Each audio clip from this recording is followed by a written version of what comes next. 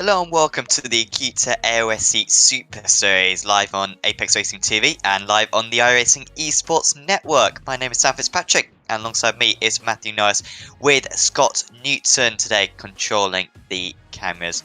We're here for round 13 of this Season 8 Imola today and we're in for 650 kilometers of action. Nori, it's fantastic to have you in the box for the first time for the season. I think it's a pretty good race to start off with. These endurance so far this season have probably been the highlights of the season in this Imola circuit. Despite not being an obvious choice for an endurance meeting, I think it should be a lot of fun for us and a lot of fun for the drivers. Yeah, g'day Sam and g'day everyone at home watching. Yeah, it's a fantastic event to be at with Imola, and with the endurance races, they're always fantastic fun to be a part of. So it's no better way to spend a Friday evening curled up watching a bit of iRacing AOSC action. Absolutely. Hopefully you'll be enjoying it at home or wherever you are.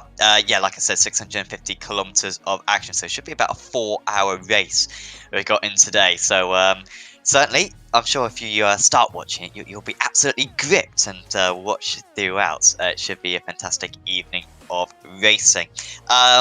Thanks to all the sponsors, of course, in this championship and everyone who helps out with this series. Acuta Solutions, of course, the title sponsor, who provide rigging hardware and safety equipment. Next Level Racing work on racing and flight cockpits. Abruzzi Raceware provide custom sim racing and real racing gear, motoring simulations. You have VR racing centres across Australia. Knight Rider Designs, creating personal liveries for drivers and teams. Many of the competitors today using Knight Rider Designs for their liveries. Wolf Graphics, providing personalised stickers and signs. Sam Blacklock Media, who does the race highlight photos, and you can see them on the AOSC Facebook page after the race is complete. And also Race Management Service for helping out the live race control and setting up the sessions, all that type of stuff. But we are currently in a 30-minute qualifying session. We've got, I think, about 6 minutes left of this qualifying session. We'll then jump into the race. Standing starts, of course, and this is a team event, of course, today. At the moment, on pole position is the 088 car at the moment, Nori. They have won, I believe, 3 out of the 4 endurance meetings we've had so far this season. James Scott, in particular, has been on absolute fire so far this season. And once again, they're looking very strong today. Yeah, James Scott teaming up with Brady Myers in the 88 Altus Esports car. That's a change from last week. So, yeah, they're going to be in for a stellar run tonight. 2 fast guys in that car. Yeah, they're going to be tricky to beat, as actually I think we're going to show the points up as well, and that is the lead that James Scott has got. It was a little bit in question after Bellar when he had an engine failure with a couple of laps to go, whether or not he'd win this championship, but ever since then he's got 2 pole position, 2 wins, 2 comfortable wins really for James Scott, so he's been able to open up that gap once again. Jordan Ross still in second place. Harley Haber, after struggling a few rounds, United Esports did win the last endurance meeting we got, and also they came very close to winning at Montreal as well. So they should be very strong, but Haber having a couple of struggling rounds recently, so he's probably out of the championship hunt. Carl Stokes there in 4th place. Andrew Gilliam is effectively in 2nd place, we believe, when you take into consideration the job scores. But he's got to be absolutely exceptional, him and Pursuit Sim Racing, if he is going to get anywhere near James Scott for the title. Marlon McMullen, James McKee, Tom Freer, Michael Tagliandrich and Adam Briggs rounding out the top 10 there. So plenty of competitive drivers. A little bit further down the order as well, you can see Forza and El Nabi there in 22nd place, only doing the team races on the most part, El Nabi, this season, but they'll be very strong today. I was asking this to Daniel last week, Noi, about how whether or not James Scott's attitude to these races would change at all. Whether he'd think, well, I don't need to win these races. I'm quite happy with just finishing, 2nd, 3rd, 4th or whatever. Or whether he would still be just as determined for these race wins to finish off the season. What do you think his attitude will be going into this round? I think James is a through and through racer. If he thinks I'm just going to take it easy, he's not doing his job right. He definitely needs the attitude of go out, win every single race he can, and get every single possible point on that board. Yeah, if he's thinking about backing down, he should think about his resignation. Yeah, probably so. Yeah, and the thing is, he can afford probably one retirement. I think the Jazz get 2 drop scores in this series, and he's so far got 1 retirement. Apart from that, he's finished in the top 5, I think, every single round of the championship. So, I mean, if he did have another poor round, then his next drop score would not be too bad. So, James Scott, and he's driving very well so far. So, for United Esports, you can see, or Sim Sports, apologies. Very close, by the way, thanks to Cryset.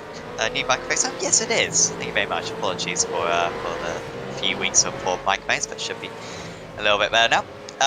DPR Racing, we are currently watching. We've currently got 10 more, 1 minute and 10 seconds left of qualifying. The drivers can complete the lap that they start, so these drivers will be able to complete their lap time, but I doubt they'll be able to get round to do another lap. And yeah, currently we've still got the majority of the drivers still the top 3 in the standings still out on circuit. We've also got Brad Ryan out on track for One Performance Racing, United Sim Sports, the 8th place car at the moment, the 027 out there as well. So still plenty of opportunities for drivers to move up through the order. John Latham is currently driving pretty well in the Middle Finger Racing Cup. A few green sectors for him at the moment, as we see Jack Boyd approaching the line. This is just a preparation lap as he starts his final attempt in this qualifying session. So he's run real late there, but he's definitely got to cross the line in time, so he's going to have a few minutes, well, a minute 41 to be exact, to get the job done. Yeah, it's got to be pretty quick. But as long as it's a good time for him, it should be okay. The checker flag is out for the drivers. You can see a lot of yellow sectors. So the drivers struggling to improve at the moment, and a few of the drivers setting slower lap times, and they haven't got round quick enough, I think, to start a new lap time. So they're just about missed it. Greg Sharp is improving. And 28th place, SSF Penrite Racing, but he's one of the few at the moment. Kenneth Latter, could he maybe move up through the order? But apart from that, pretty underwhelming. Andrew Gilliam, I think, is improving for Pursuit Sim Racing 1 as well. Here he is. A couple of green sectors so far. He might have a chance, although apparently this is his outlap though. So I guess this will not count for him. So at the moment, no changes at the front of the stands. What can Greg Sharp do though? This lap might be good enough to promote him up into the top 20. Only needs to improve by about half a second to achieve that aim as he approaches the line now. And for Greg Sharp, it is an improvement, but not a whole lot faster. He's up to 27. Only a slight improvement. Is going to need a lot more than that, but he hasn't got the time, so he's stuck in 27th. It's going to be, but it is an endurance race, so they're not going to have so much pressure on qualifying. It's just going to keep you out of that first couple of laps carnage. Definitely, and you don't want to be in that midfield because that's where incidents can happen. And this is a really tricky first corner as well. We often see drivers even skating across. Often you can get a lot of contact on the run down to turn 1 and kind of skating across the grass and smashing into other drivers. Brady Myers crosses the line. That's not an improvement. Stays on pole position though. Looks like it'll be good enough for him. Down lob, a lot of yellow sectors here for lob, and it's not an improvement for DPR Racing 3. So maybe this is just the track getting a bit warmer, maybe getting a little bit slicker, because usually we see these best times coming in right at the end of the session, but today seemingly not a whole lot of improvements. No, they seem to have maximised all their qualifying speed at the beginning of the session and just sort of trickled through the time as it went down, but it's a few interesting names at the front end, so it should be a good race. Definitely. I wonder if you get the weather actually up on screen. We know it's pretty warm today. There it is. 26 degrees air temperature, which isn't too bad, but 46-degree track temperature. And with it being 2 in the afternoon, the track was probably warming up as the session goes on. However, now it's down to 40 degrees. I think that just 42. It's going absolutely crazy right now in the iRacing universe when it comes to track temperature. But I'm sure it will settle down in a bit. So I believe we can go through your grid. Remember, standing start for this race is going to be a very problematic start, potentially, for this round 13 of the season. There they are. Logitech G Altus Esports on pole position. United Sim Sports, the only other team to win endurance so far this season, in second place. GRM Enduro Star in third. Then it's Pursuit Sim Racing, One Performance Racing, Pursuit Sim Racing, Synergy Sim Racing, United Sim Sports, and DPR Racing and ANZ Motorsports. So I believe improved very late on in that session and move up into 10th place. Then it Astro Gaming Altus Esports and Zuba Racing, Premier Racing Team. They got a podium at Barcelona in the last enduro, so watch out for them. From 18th on the grid as well, so they're starting further up today. Synergy Sim Racing, ERT26, DPR Racing, High Torque Racing, KRF the driver's seat, Fastlane Esports 1, Bad Life Choices Racing, I believe a new team for Kenneth Latter, which is a fantastic name. And the other teams will go through for you now. We're not going to beat that one. So all 44 teams, I'm seeing, maybe 43 teams. We'll go through the screen for you. Another fantastic turnout for this championship. We've had this turnout for every round of the season so far. It's fantastic how the Jazz have stuck with it.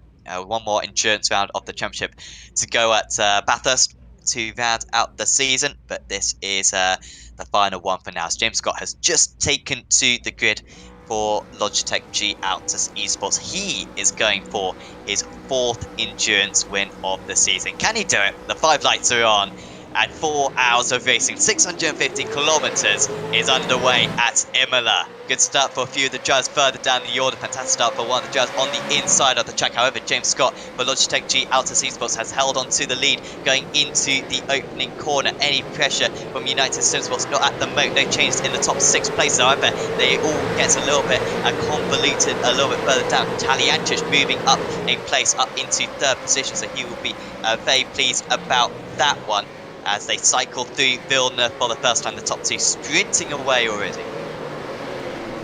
They've taken a great lead out there, and they're just battling within themselves and amongst themselves, whilst the rest of the battle pack has to find its way through. So Tajancic making that move stick then for 3rd place. Johnston almost losing out to Ryan in the battle between GIM Enduro and One Performance Racing. There was, I think it was Zachary Hanlon for Astro Gaming Altus. He got an awesome start on the inside of the track from a few rows back, but he's up 2 places so far. No massive change. Sean Thompson for KRF the Jersey up 4 places. Also Carl Stokes for Synergy Sim Racing going from 7th place down to 19th in these early stages. You can see they're still very close. It's typically to go side by side around this Imola circuit. Very narrow circuit, one of the narrowest circuits we visit all season long. But everyone's done a pretty good job. I'm not seeing too many off tracks so far for drivers. Oh, safety car. Oh, safety car deployed. Okay, that was a curse. And safety car is deployed. That could be for Matthew Deere for the KRF Motorsports, currently down 39th place. Shame for them. Yeah, that's a rather early safety car. I'm really interested to see why that one's come up. As we're going to get a idea of what happened here then. So it's down into Acqua Minerale. Just a spin round. Oh dear, yep, not that'll the do roof. it. Dear Yeah, they go better with 4 wheels on the ground. It's not going to be a whole lot of traction there. And there's not really anywhere unless you get a helping hand from one of your teammates to get back on the right side. Yeah, that's an awkward tangle, that one. It's a difficult corner to get right, so if you find yourself on the inside of someone, it's understandable how you could get them turned. So, not sure. I don't think this is really going to benefit anyone. Maybe it might harm Logitech G Altus Esports and United Sim Sports, because they had built up a couple of seconds of lead straight away. There is the safety car waiting to pick up these drivers, and that will happen pretty soon. So yeah, everyone will queue up behind. We should have a couple of laps behind the safety car. I mean, what could you do in this situation? Is there any kind of strategy decisions that you could pull off? Maybe put a bit of extra fuel in the car, put new tyres on, change drivers, or do we expect to see just everyone staying out under this pace car? If you're really clever, you'll stay out and you'll save some fuel. It's only a lap, if that. I mean, if we get 2 laps on the safety car, it'd be good. But you only really get a marginal increase in fuel. It's not really worth it. But yeah, everyone will stay out. If they change, they're bold. They certainly are. And of course, remember, the drivers do get a couple of fast repairs in these endurance meetings. Yeah, 2 fast repairs. So they need to. Anyone who has to take back to the pits from a safety car should be able to get back out on circuit quite soon, and everyone is staying out as we expected. By the way, we did predict earlier on, just before the broadcast went live, how many safety cars there'd be. I think I went for 4. Scott Neaton, the optimist that he is, went for 2. I'm not sure what you went for, Nori, actually. How many safety cars did you go for? I went for 3. I was the happy middleman. Okay. Well, it's looking good for us at the moment, isn't it? I wouldn't want to be Scott right now. Yeah, well, you'd be biting your nails. But yeah, it's... I'm hoping no one else decides to turn anyone down at turn 10. That might be a bit awkward.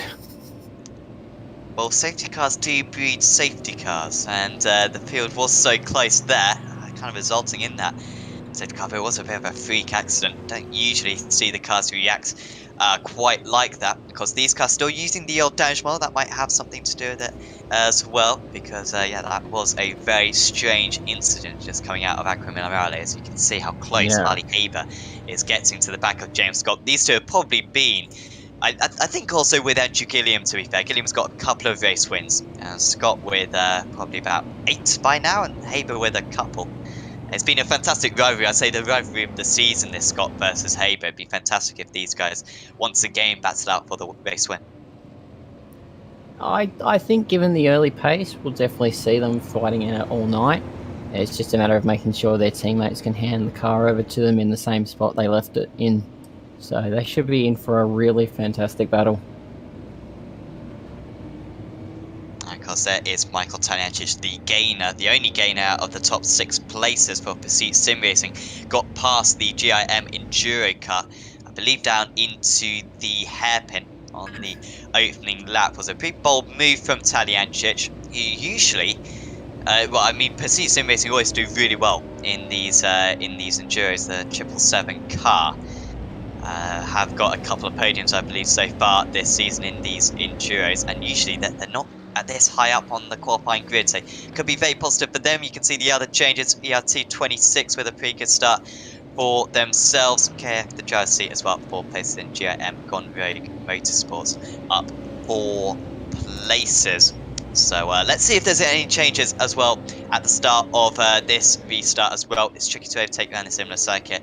If you are going to overtake, this is perhaps your best opportunity. James Scott backing up the order.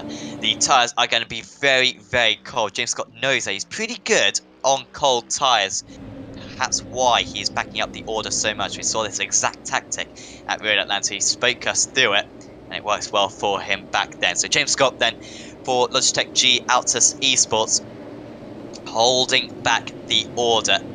We will execute the reverse. So Haber is all over the back of him. We are getting back underway. Going to start lap 4 of this race at Imola in the Acuta AOSC Super Series. We're back racing again under green flag. Scott gets the jump. It wasn't a massive jump over Haber, but he should be fine going into turn 1. Johnston is straight away under pressure from Ryan. That's the battle between GIM and One Performance. Is there any way through for the One Performance car? He sticks his nose down the inside into turn 1. Oh. They have to leave room for one another. Fortunately, there's no contact, and in the end, they are going to lose a little bit of time. Fortunately, they weren't under too too much pressure. Just behind them, I believe David Kimmond has lost a couple of places for Pursuit Sim Racing, jogging behind United Sim Sports and DPR Racing. And now Kimmond might lose another place here. There's almost contact the second part of Villeneuve, and now the 24 that wasn't attacking ANZ Motorsports under pressure themselves. Premier Racing Team also trying to crop it at the moment, trying to move up into the top 10 places after their podium they got last time out at Barcelona. However, I don't think they are going to quite be able to make that move into Pertada, and stays behind us, Brian Borg, on this occasion. So Scott still leading the way ahead of Haber, Logitech G out to C Sports and United Sim Sports, and once again they've opened up a 1.7 second gap. Maybe Tanya is just struggling to warm up those tyres. Usually pretty good on lasting the tyres. Maybe struggling warming them up, as Andrew Dyson has made a mistake for DPR Racing. I believe they were in 5th place, and that is a crucial mistake there. Maybe on cold tyres once again, and the 72 drops down 20 odd places right there. Yeah, that's a massive lose for Andrew Dyson and DPR Racing. That is not what you want to do this early on in a race. It might be early on, but it's still not what you want to do. I think he's oh well, it was kind of the curb, I think, down Saturday, wasn't it? Yeah. And the 116 and the 42, by the way, that's a racing incident. That was the safety car caused, and yeah, he just tripped up on the curb there. That wasn't very pleasant. It wasn't the worst mistake. It wasn't totally obvious, as I think he's dropped back even further. He's down to 27th. I think it was only 24th. We saw him spin the first time, so another mistake down at Muvatsa. The track is warm, but still clearly on this opening lap the tyres are quite cool. You've got to be so patient. You've got to think of the long game, but Dyson at least does seem to have some pace now. He's right onto the back of the SSF Penrose racing car. Has Zachary Hanlon gained another place? I think that was just after the spin we saw previously. So he's in 7th place now. It's the Astro Gaming Alta C Sports car. 4 places now from their start, and still David Kimmond dropping down the order. He's down 2 places from his start, and he's still got Kobe Jones right on his tail. As Darren Long is now dropping down. Yeah, that's not going to be helpful. Was he assisted there? I didn't see that.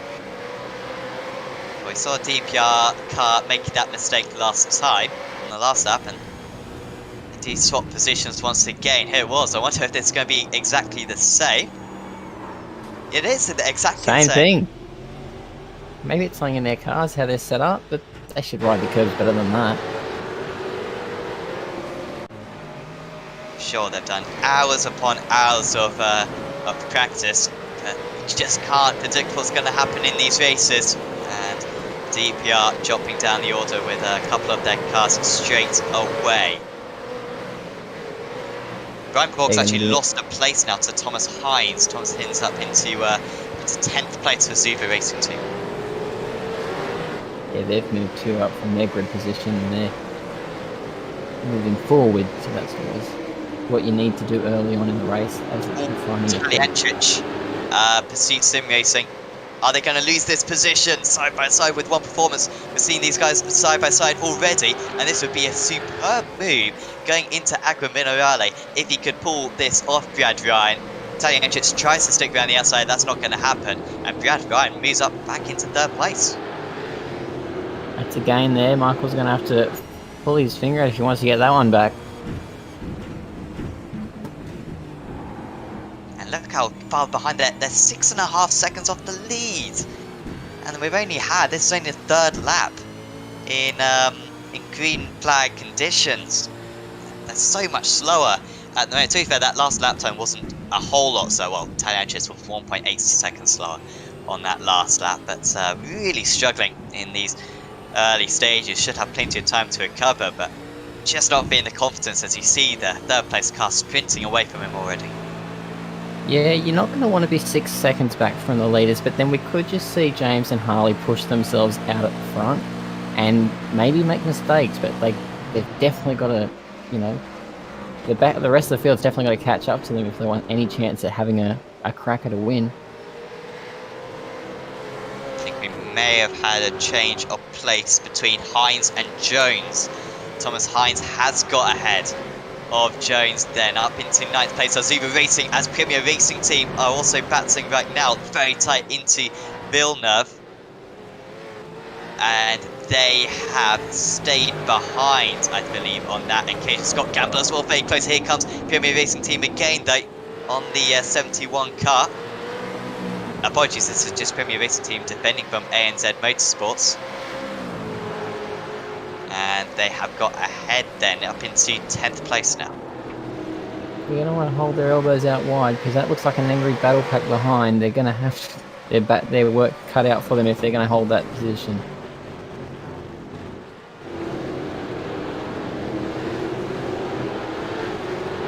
I mean, usually I'd be saying at this point, you know, don't fight, guys, probably just work together, but track position is so important around this track as we see another move then, and ANZ are struggling right now. Kobe Jones, I believe, losing 4th place just on this lap as we got a big crash, and I think that's going to be another car on its roof. Kenneth Latzer, Jack Widders, and Scott Nolan all involved in that High Torque Racing Synergy Sim Racing. And lots of, yeah, and was Jordan Ross involved in that potentially? As we see the replay, and side by side into this corner very rarely works. I think it was Scott Nolan going down the inside. His rival stuck in there though, and a little bit of contact further behind. And fortunately, we didn't have another car on its roof. Yeah, no, he was assisted into that. That's never going to help. And there'll probably be a penalty pay for that one. It seems like it could have been avoided. Yeah, I think so. That is a big setback for and for the teams. High Torque Racing, perhaps the biggest losers out in all of that. But yeah, Scott Nolan also losing about 16 places right there. Javier Simmons has gone off the track, by the way, 42, quite far down the order. Just a bit concerned that we might get a safety car, but Simmons seems to be back going again. This is how it happened.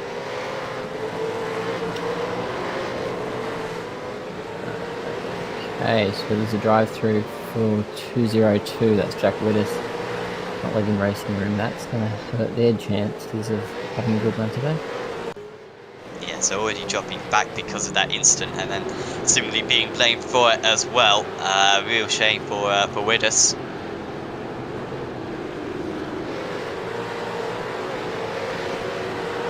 So Scott actually, we're now with the 2-second lead, by the way, out in the lead. As I think, apologies, I don't think there has been a move. Maybe Thomas Hines has got past David Kimmett, the Zuba Racing Team. I think that may have been a move for 8 place, but there is Scott, and he's got 2.5 seconds ahead of Habe on that last lap. Opened up the gap by about half a tenth of a second. They are pretty evenly matched, but we have not seen this level of dominance in any of the rounds. I mean, I'm talking team rounds and solo rounds. For two drivers to be so far ahead of the rest of the order is quite unusual in this championship. Brad Ryan in 3rd place, not really dropping Talianchich at the moment. One Performance Racing ahead of Pursuit Sim Racing, and then we have got GRM, Enduro, United Sim Sports, Astro Gaming, Zuba Racing, and Pursuit Sim Racing Premier Racing Team rounding out the top 10. But Scott looking in very comfortable at the moment. This top 2, the only drivers in the 43s. Yeah, if it was something in the cars, you'd notice their teammates would be up there as well, but it's just James and Harley. So it's just them pushing the envelope, and that's a hell of a margin they've got worked out there. Dame Baird reminding us on the YouTube chat to plug the socials. So do check out Apex Racing TV on Facebook, Instagram, and Twitter.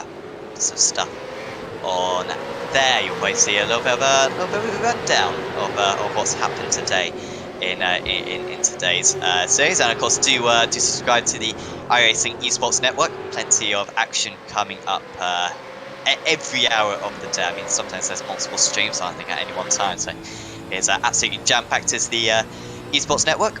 So certainly do check that out, and please do check out Apex Racing TV as well.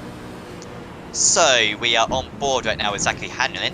Was that a little bit of lifting and coasting? That seemed very early on the brakes.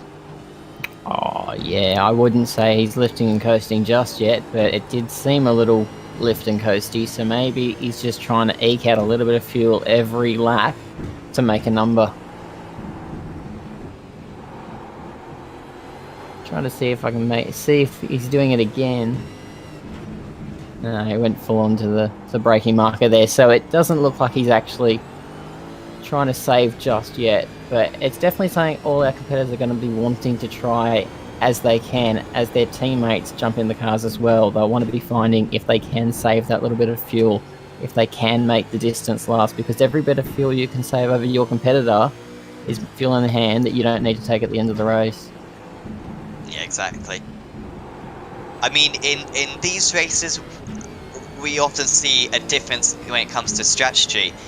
Would you just fill the tank right up for all the pit stops and then just take a little bit of fuel at the end to finish off the race, or would you try to even out all the stints across the event?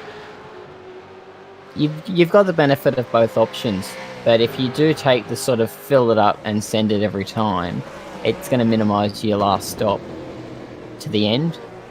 But yeah, some of our competitors are going to be wanting to change that up, and they're going to be wanting to scare some of their rivals as we move through the course of the evening. So it's definitely going to be interesting to watch how everyone's strategy plays out. Yeah, we're expecting pit stops maybe on the 50-minute mark, I guess. This race almost certainly going to be limited by time. So kind of got to work out, and the drivers as well, got to work out how many laps there's actually going to be in this race, because it's unlikely that we're going to get to 137. Probably going to be capped by the 4-hour time limit, as Kenneth Latzer for Bad Life Choices. That was a good choice there to make the move on Fast Lane Esports, who started alongside one another on the grid up into 19th place after a poor start actually for Kenneth Latzer. You can see a little bit of damage on that car. Must have picked that up in the early stages. But he's driving much better now, and Bad Life Choices up into 19th. Next up for them is DPR of Daniel Misdale in 18th. Yeah, they're going to want to sort themselves out. I just had a lapelling timing screen. Nothing to be alarmed about. So these guys are 27 seconds off the lead. They don't want to drop a lap down in this race. I mean, that's one of the most important things with the fact that we've got safety cars. The one who has run in kind of safety type car type leads. I mean, even on ovals, I think it's applicable. Of course, we don't have the lucky dog in this, but it's the same type of thing. You want to be on the lead lap so that if there is a pace car, then you get back in the lead lap chain. And currently these guys are jumping back so fast that we're probably we've only been racing for about 8 laps so far. So if they're already half a minute behind, it's only going to take them another 20 laps or so to drop a lap down, and that'll be in the first stint. So those guys need to hope that the front runners start slowing down a little bit, because Logitech and United Sim Sports absolutely flying out there. Here comes Premier Racing Team. On Pursuit Sim Racing, there goes Brian Borg. Simple move for the car number 1 to move up into 9th place, and that move has been coming for a while. David Kimman now up down 4 places for Pursuit Sim Racing, and it might be down 5 places because there goes Scott Gamble for ERT 26, and he makes the move into Villeneuve, and there's a lot of other drivers where that came from. Kimman just not with the confidence right now. It's all a bit of a take a number, and then you can pass at your own leisure, because that's just... They're just losing spots there. They should be moving faster than that. Here's a replay of how it happened. Much overspeed for Brian Borg. This was very promising for him. No defence being put up by Kimmond. Once you've got your car on the inside, in these V8 supercars at least, maybe in single seaters you can run side by side through there, but supercars are so tricky to control, they're very kind of clumsy in their movement. That's going side by side there, it's very, very risky to try to do. Undoubtedly we'll see some big incidents down at that first chicane, because that can be very tricky. Look at this train of cars. This is A1C from all the way from Premier Racing Team in 9th down to take Tanks SRT in 17th.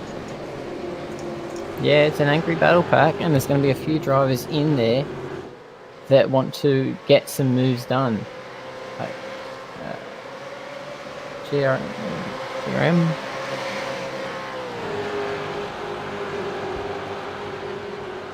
GM seemingly a little bit too far back, I think, to go for the move into turn 1.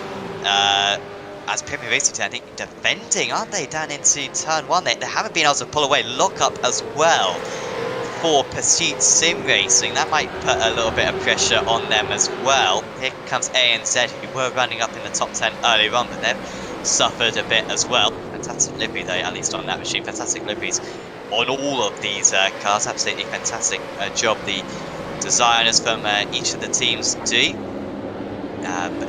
As a Premier Racing Team wide again.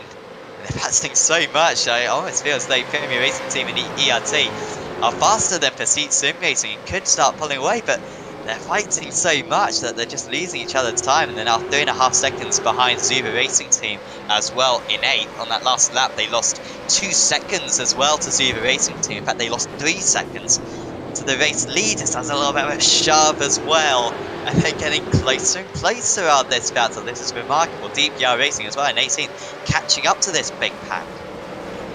Yeah, there's definitely some bumping going on in that battle pack. I mean, the angry pack behind them is just angry. They would just want to get ahead of them, but they're slowing each other up and letting that gap to Zuba just extend by the second.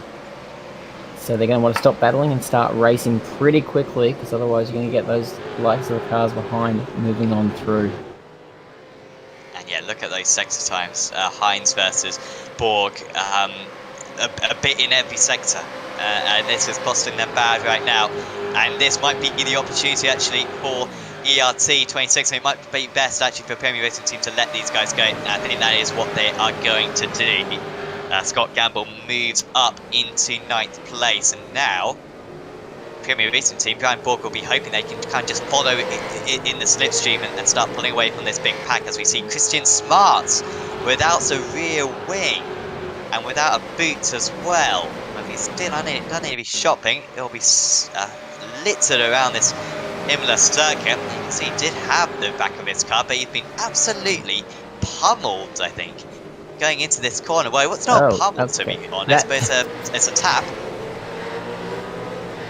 I think his friend asked if he could just take his boot for a lap or two, and that's what's happened there, because it didn't look too bad at all.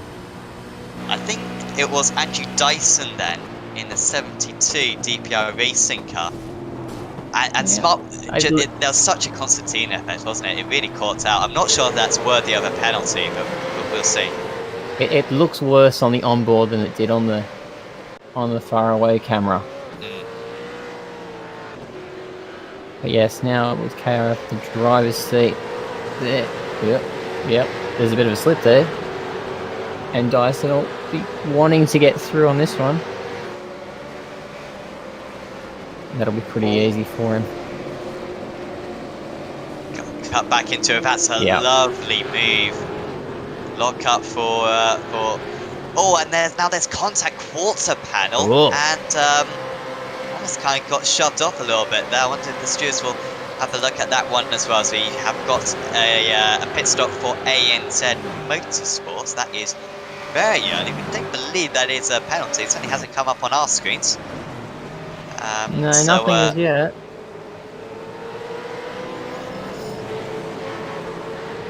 Bad Life Choice up into 16th now. That's a fantastic team name. Not sure how marketable it is, but we'll see. I also don't see a livery on them. I don't think they do have a livery. So I don't really know what's going on at the moment with that team with Ken Flatter at the wheel, but no, certainly a nice name. Well done, That was a guys. bad life choice right there, not going to Knight Rider Designs and grabbing a livery off him. So that's Absolutely. 1 from 1. Excellent promotion, by the way. Well done. We haven't really checked in on this battle actually. JM Enduro versus Astro Gaming, who actually have got past United Sim Sports quite recently. I believe they are up into 16th place, up 5 places. Exactly, and they're only 1.4 seconds as well behind Pursuit Sim Racing. So Astro Gaming much stronger in the race than they were in qualifying. Get this move done right now. I think we'll have their sights set on the car ahead quite soon. Yeah, they're going to make some ground, and they're going to have to pull in the gap because it's a bit.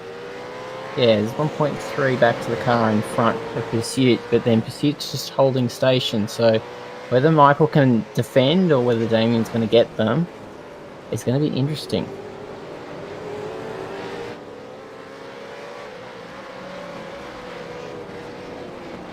SSF Penrite Racing 747 is off the track. There they are, Greg Sharp at the helm, and he's lost a few places. There's a quite big gap, isn't there, between 20th and 21st. Stephen Bargain now in 20th, Matt Devine in 21st. Going for live production esports. That would make more sense. Live production esports. 50 seconds off the lead. Once again, we've been lapping for 13 laps, so they're half a lap down. I don't know if you get the track map up, just see how many drivers are relatively close to going a lap down. And usually we see in these endurance races probably about 15, 16 cars finishing on the lead lap. Dare I say, I think today we might be down to about 10, because if we don't get another safety car for another hour or so, which is very possible, I think we're going to have half the order down a lap. That's the problem the leaders are going to start to face pretty soon as they close around on the back of that pack, is how many drivers are going to be friendly and how many are going to be in the way. Now, a lot of the drivers in AOSC are pretty smart and pretty switched on. They'll know to let the leaders through if they're a slower car. But being an endurance race, you might have some drivers which aren't quite familiar with those at the front and those that are battling.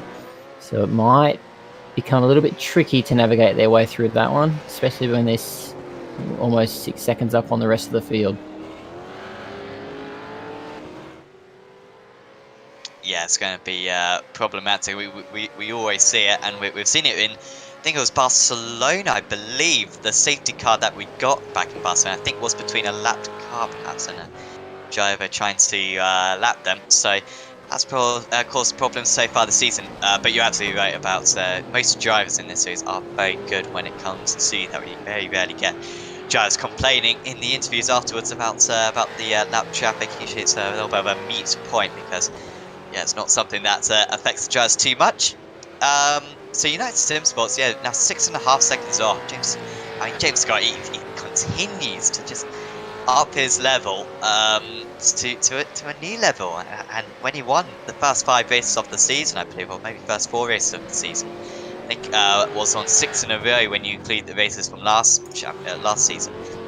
We thought that was his peak, but dare I say he's got even better since then, because the way that he's winning these races now from pole position is absolutely incredible. So car 72 adjust to car 92. Andrew Dyson is going to have to let past Sean Thompson. That was the incident down at turn 1 we saw with the Concertina, with Thompson losing his rear wing. So that is going to be the decision that they've made, and here is the redress. Yeah, just gives that back, and then they'll have to go and battle ahead, because yeah, they'll make a nice clean pass next time and make sure they don't come under the radar of the stewards as they fly around for the next couple of laps. Quite often think of it was Hamilton-Raikkonen Spa 08, where Hamilton let the position back past, they overtook him straight away, and I kind of half expect these drivers to do the same thing, but not on that occasion. at least. I think the DPR car though will be able to get past quite quick though because of the damage on the KRF machine. It does beg the question: how far behind do you have to go to redress? Is it just to the B pillar, or? I mean, if you can line it up so you can get a cutback into off the circuit, there's the 72.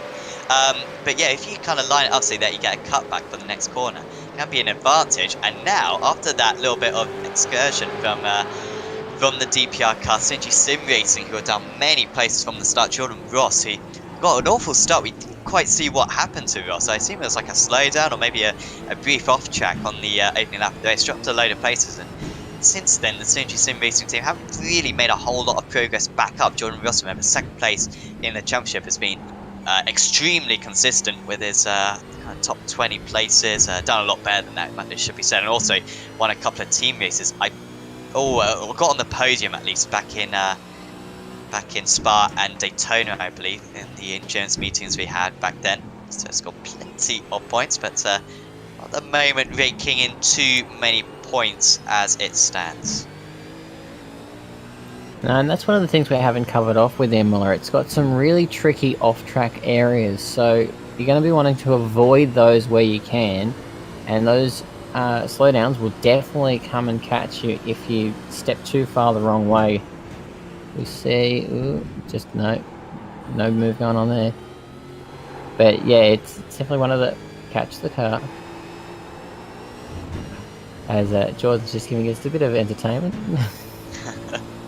It is remarkable when you ride on board with these guys how they manage to deal with this every lap. It's a bit like reminds me a bit of the LMP1s, and it's completely different of course, but the LMP1s when they're diving in and out of the GTE cars and making moves where the margin for error is very small, and they're having to dive in and out, and they do that for 24 hours. And it's the same with these cars, how they're constantly sliding, they're constantly on the edge, and you see a couple of caught saves within a lap, and yeah, over the course of 4 hours, these drivers do a remarkably good job at not losing the car, at not making a large mistake. A few criticisms of iRacing recently about the sliding on with the tyres, especially when it comes to the GT cars. But I think on the supercars, it is that much more easier to save the car when you do get a little bit of a slide on. So it is a bit more possible for the drivers to have that flamboyant driving style.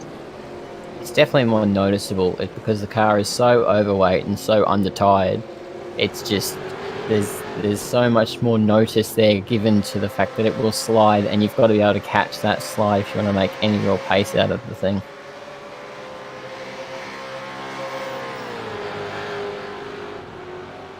So that big pack that we saw earlier on from about 12th place down to, as John Ross has got past Sean Thompson now. There he goes. So Thompson has lost who let past Thompson? It was Andrew Dyson, wasn't it? Of course, in 15th place for DPR Racing. Yep. So of course Dyson got back past, and now Ross moves past as well. Still a very clean car, at least for Ross, so he doesn't have to use one of his fast repairs at the next pit stop. We are probably about a quarter of an hour away from the first few pit stops. The only drivers who we've seen come into the pit so far are Kobe Jones for ANZ Motorsports. We've also seen Javier, the car number 2, Javier Simmons for Fast Lane Esports, also Fishy Motorsports, PR837 and Fast Lane Esports. So if you're a supporter of any of those teams, that's a little bit of an explanation why they're a bit further down. A few fast repairs as well. You can see High Torque Racing and KRF Motorsports out of the race at the moment. We also had plenty of teams who didn't take the start. We know the reason for one of the teams, and we will not go into the ins and outs of that one.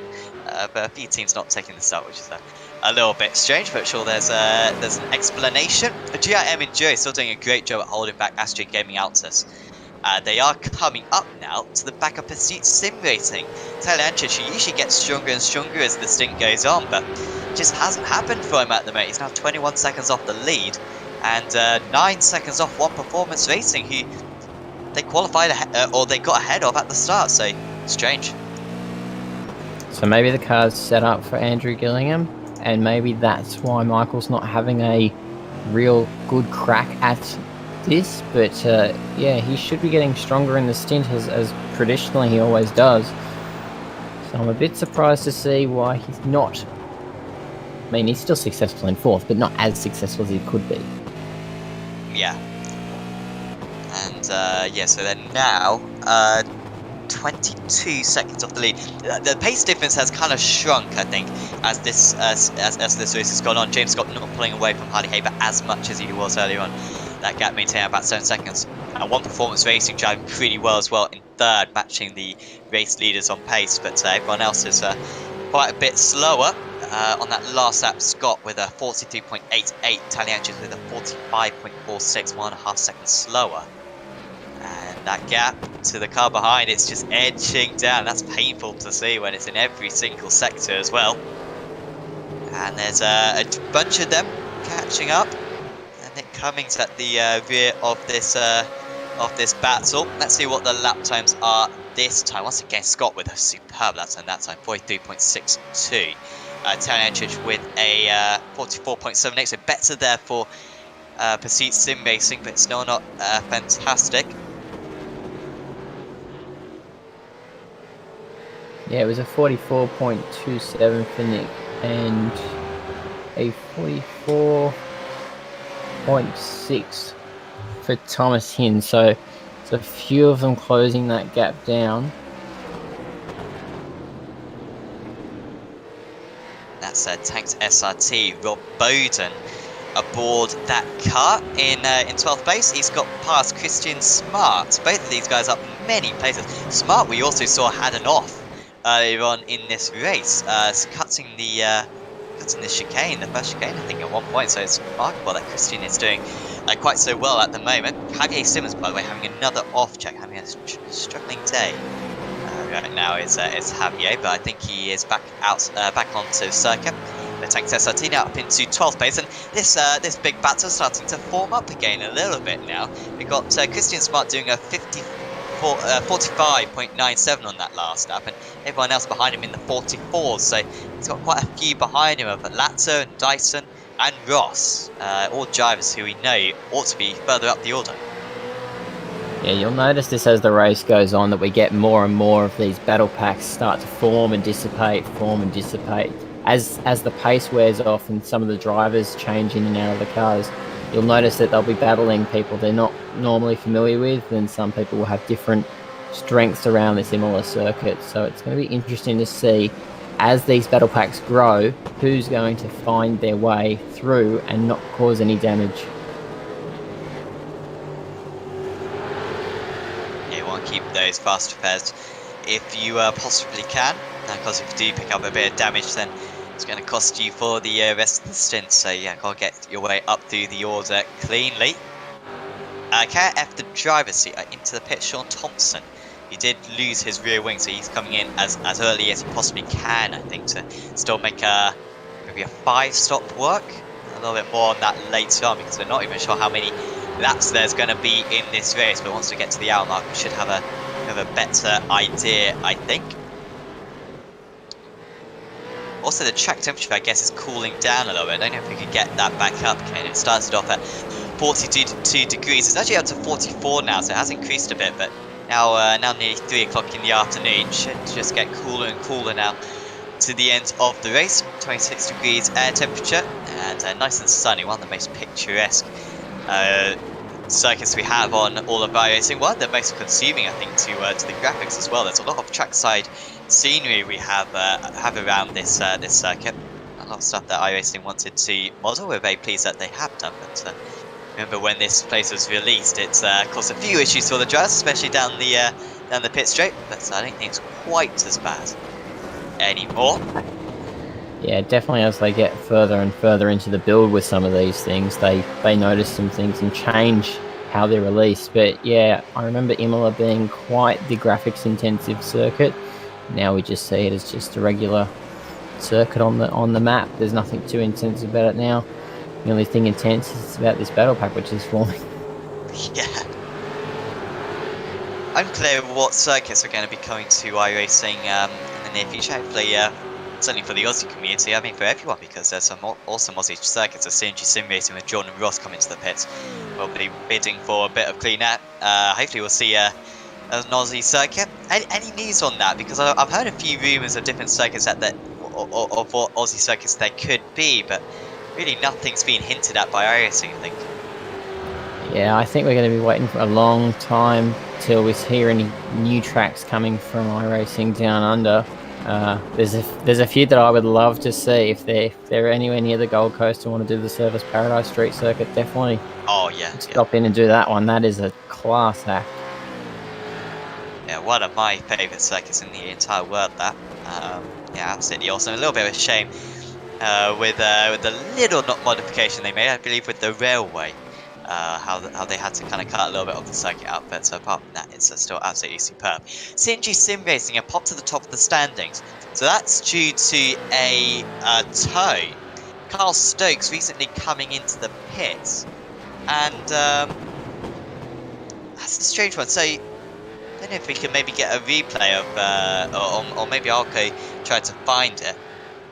No, he's back out on circuit now. Maybe that's just a weird thing with this circuit. Maybe he stopped right on the start-finish line. Of course, a little bit of an issue to our timing system because he is back up and running again. 36 seconds stationary. But for a moment, it showed him as the race leader, which was quite odd. And completing one more lap than he has done. But there he is in 31st place. Didn't lose any extra time. So he is now a lap down, though, on the leaders. But Carl Stokes should be very quick now for a bit. Expect him to undercut a few drives who he was sitting behind. Yeah, he's definitely having his work set out for him. Anyone down that end of the grid, as we go looking for Christian Smart, anyone down that back end of the grid's definitely going to have their work cut out for them when James and Harley definitely make their way round and attack the back of them, trying to get through and get another lap on them. So the track map, yeah. Yeah, I'm just thinking, where did Stokes come out? So he came out behind. Oh, you know what? It's not too bad for Stokes. So he's between Haber and Ryan. So second and third. I was thinking if he came out, say, behind Pursuit Sim Racing in fourth, I'm pretty sure Stokes will be faster than fourth, fifth, and sixth. But he's kind of between second and third, so I think he'll just stay here now. I don't think he'll have the pace to overtake United Sim Sports. Well, you will keep an eye out on those times, though, because that's something that Haber doesn't really want to have to deal with. He will be coming into the pits pretty soon anyway, to be fair. But watch out for that one. Couldn't imagine they'll be hanging on too long. They've got the fuel tank. They've got to be watching that because there's going to be a few laps remaining, I think, before they're going to be coming into their stops. So it should start to give that timing board a bit of a shuffle up when things start happening out there on the pit lane.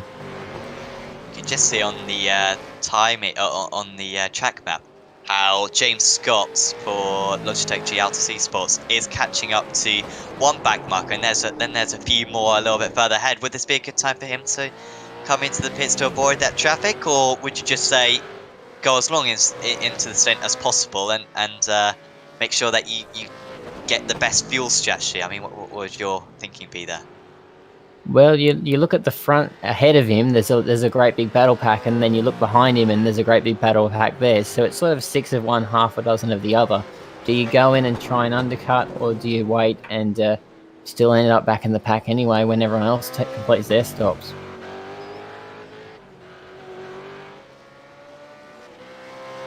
So we're on lap 26 of this race.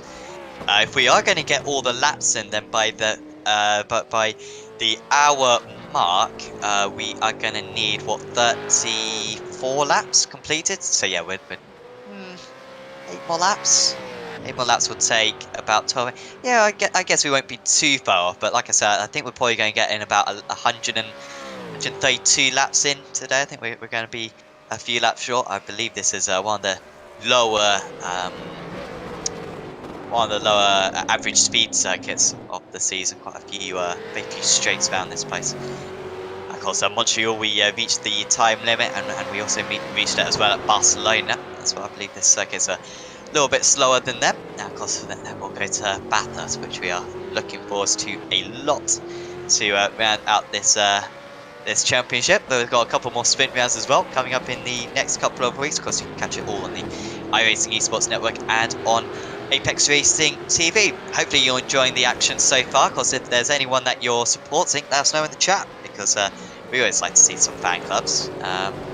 Always have some very passionate supporters, so let us know who you're supporting, and we might even give them a bit of camera time as well. So something to get chatting in the chat. Meanwhile, David Coleman for Fishy Motorsports. He was with Live Production Esports and EXG Motorsports White at the moment. Coleman, Stuber, and it's a Dyke in this fight. Is it? Yeah. Oh, I thought the EXG car was up there. Is it? Does it? It does. Smoothly passed. Not a whole lot of defence there from Fishy Motorsports. Not fighting that one too much as Logitech G AOSC Esports. Well, maybe they're listening to me. I'm going to say they were listening to me when I was saying, look at the traffic in front of you guys. And James Scott, obviously following my words of wisdom and coming into the pits. Or maybe he just ran out of fuel. It is a possibility. But he is coming to the pits then on lap 27, starting lap 28 then. So United Sim Sports will lead for a bit. They'll be hoping that they'll lead across the checkered flag. But at the moment, with the pace of Logitech, it's looking very good for them. Also, Greedy Myers getting into that car, so already a driver swap. We usually see driver swaps after one stint or after two stints. It's up to the teams how they want to do that one, and we will keep an eye on where they come back out onto circuit. I wonder if we can get the track map back up once again, see where Logitech are going to come back out on circuit. There is quite a big gap, isn't there, between kind of 17th and 19th. They might be able to fit themselves nicely into there. Yeah, there's a few of those other cars are now pitting, so there's a few gaps that are closing pretty quickly. But yeah, 37th to 19th, that's not right.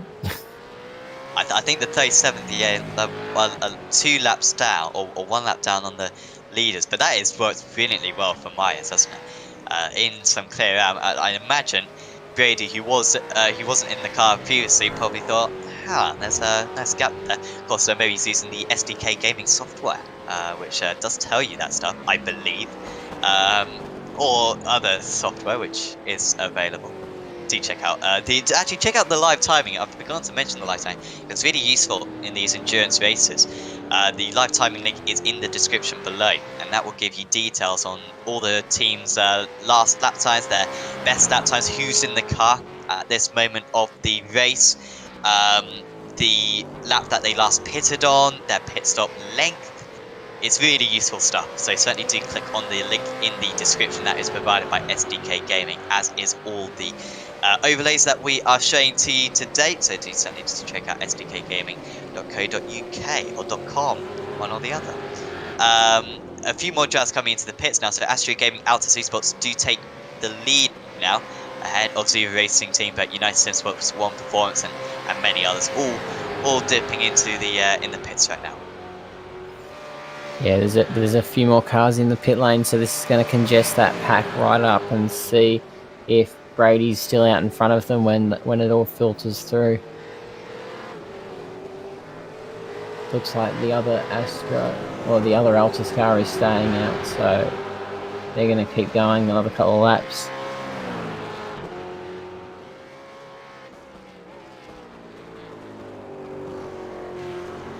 I guess they were in that, they were stuck behind. Were they stuck behind DPR? They were stuck behind one of the teams, weren't they? In that stint, so probably saving a bit of fuel whilst they were behind, maybe lifting and coasting a bit. So hence why they've been able to extend this stint a bit further. No changes, I'm saying. Well, Forza El Nabi's actually got into the car number 21. for United Sim Sports. Sam Sutton as well getting in the car number 12 for one performance racing. So plenty of gyro stops so far. Perhaps not exactly what we expected. We expected them to go double stinting, but no, most gyros are changing after one stint. This is probably United's plan to follow Altus as far as they can in this race, mirror them exactly what they do, pit stop for pit stop, and then play it out as a two-horse race at the end. Yeah, probably so. That's a good shout. Especially if we get a safety car, I think they'll back themselves to take on Altus, especially when the track conditions change later on. I mean, we are expecting the track to be about 10 to 15 degrees cooler by the end of the race than it was at the start. So even if you are struggling a bit right now, the track might come back to you later on. Of course, it will also rubber in as well, so it should be a lot more grip out on circuit by the end. Should be much faster lap times. Bad news though for United Sim Sports was that they came back into quite a bit of traffic. Fortunately for them, they have been able to negotiate it pretty quick, despite the fact that it is poor position. It seems as though Logitech G Sim Sports will retake the lead then. They are. It's a pretty foregone conclusion for them at the front, but United's got its work cut out for it.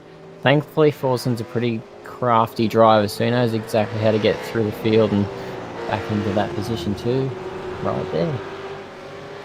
Okay, close by Myers there. Get past the 37. Any other changes? Astro Gaming coming out of the pits. Are they ahead of Zuva Racing Team? And are they ahead of Pursuit Sim Racing? Are Pursuit Sim Racing going to be able to get past? Yes, they have, to be fair. So they're in 5th place still. Astro Gaming, though, I think they've got ahead of GRM. There they are. So I think that is a change for position then. GRM losing out that place with Jack Boyd. And nice work there from Bo Albert, who's now in the Astro Gaming Altus Esports car, up into 6th position for them, guys. And that will turn into even higher when Kobe Jones for ANZ comes into the pits. Oh, there goes Jack Boyd, though. Straight back. JIM with the fresh tyres. Oh, with the warmed up tyres, sorry. And they get back fast. That was a big move there. And caught napping, I think, on that occasion was Bo Albert. I think Bo's still got some cold tyres, so he's just going to have to wait his turn and hold with them while they keep negotiating these next few corners. Give it a lap or two, and Bo will be back around the GRM, in my opinion. Yeah, if he can't get past them, that could be an important move. Yeah, so he might have the pace anyway to overtake Albert. Actually, I think setting his first race last time out, which was GT. Yeah, I forgot what race we. Oh, it was Road Atlanta, of course. Road Atlanta. We visited last week. Albert's was kind of 20th place, so it wasn't spectacular, but may well put a little bit more practice into today. United Sim Sports with the fastest lap of the race at 42.7. Placed him by half second on Brady Mars and the RSAT gap, though up into 12.5 seconds. They did lose about a second and a half in the pits, did Force now, so probably took a bit more fuel for United Sim Sports. How much do you know about Brady Mars? I didn't know a whole lot about Brady Mars, and he's relatively new to the series. What do you think his pace will be in comparison to James Scott? Oh, I'm actually great mates with Brady Myers. He's very quick, very quick. So he's always been, in my opinion, a fantastic qualifier. And racing has sometimes gone his way and sometimes not gone his way. So he will find that he'll have to grab all his knowledge of being a teammate and roll it out at the circuit here tonight, because he's got James Scott's championship in the balance, or the endurance championship. Yeah, it's true. I mean, in a 24-hour race, I think it's worse when maybe you're on a team of 4 and you only have your first in about 12 hours into the race. The team absolutely doing perfectly. I mean, they don't make a mistake. They're driving superbly to put you in the lead, and you have to get in at such a late stage. It's very worrying. It shouldn't be quite as bad for Brady Myers, but there's still a lot of responsibility. James Scott going for the title, of course. I mean, massive favourite for the title, but with a couple of endurance rounds to go, if Myers isn't on his top game, he could be a big big stopper in that championship chase for his teammate. On that last lap, once again, Forza Arnabi half a second faster. So if that keeps up, then by the end of the stint, they might be pretty close to one another. Let's wait and see. Fiji Motorsports also changing drivers at that last stint. They've now got Jordi Cini in the car, Nathan Tregarthen, which is one of my favourite surnames from this series. He's in 18th place, just ahead in the SSF Penrite Racing team. My least favourite team name, however, SSF Penrite Racing, because incredibly infuriating to have to say it. It's really tricky, but I've got better as the season's gone on. They're now 1 minute 6 off the lead, and they're only about 35 seconds ahead on track from being lapped. So by the end of this stint, they are probably going to be a lap down. So, well, it's going to be strange, but then probably within an hour and a half of this race, we are going to have everyone up to 18th place, 1 lap down, which is something that we haven't seen all season long. It's definitely going to make sure that the drivers down the back end of the grid are looking to see if there will be another safety car, and then make sure they are out on track so they can definitely be ahead of it and possibly get that lap back, because you definitely can't win these races or get anywhere if you're a lap down. So the entire front battle pack will want to get them a lap down, and the rest of the grid won't want to go a lap down. Brinton Hobson moves up into 26th place past EXG. That was very good from the Synergy Sim Racing team. Very clean car as well. Right then, very nice looking car. You can see all these different teams being represented. Live Production Esports. Have they dropped down Live Production Esports? I swear they were further up earlier on. Maybe that was just during the pit stop sequence, but they are currently in 28th place. Yeah, had a normal pit stop.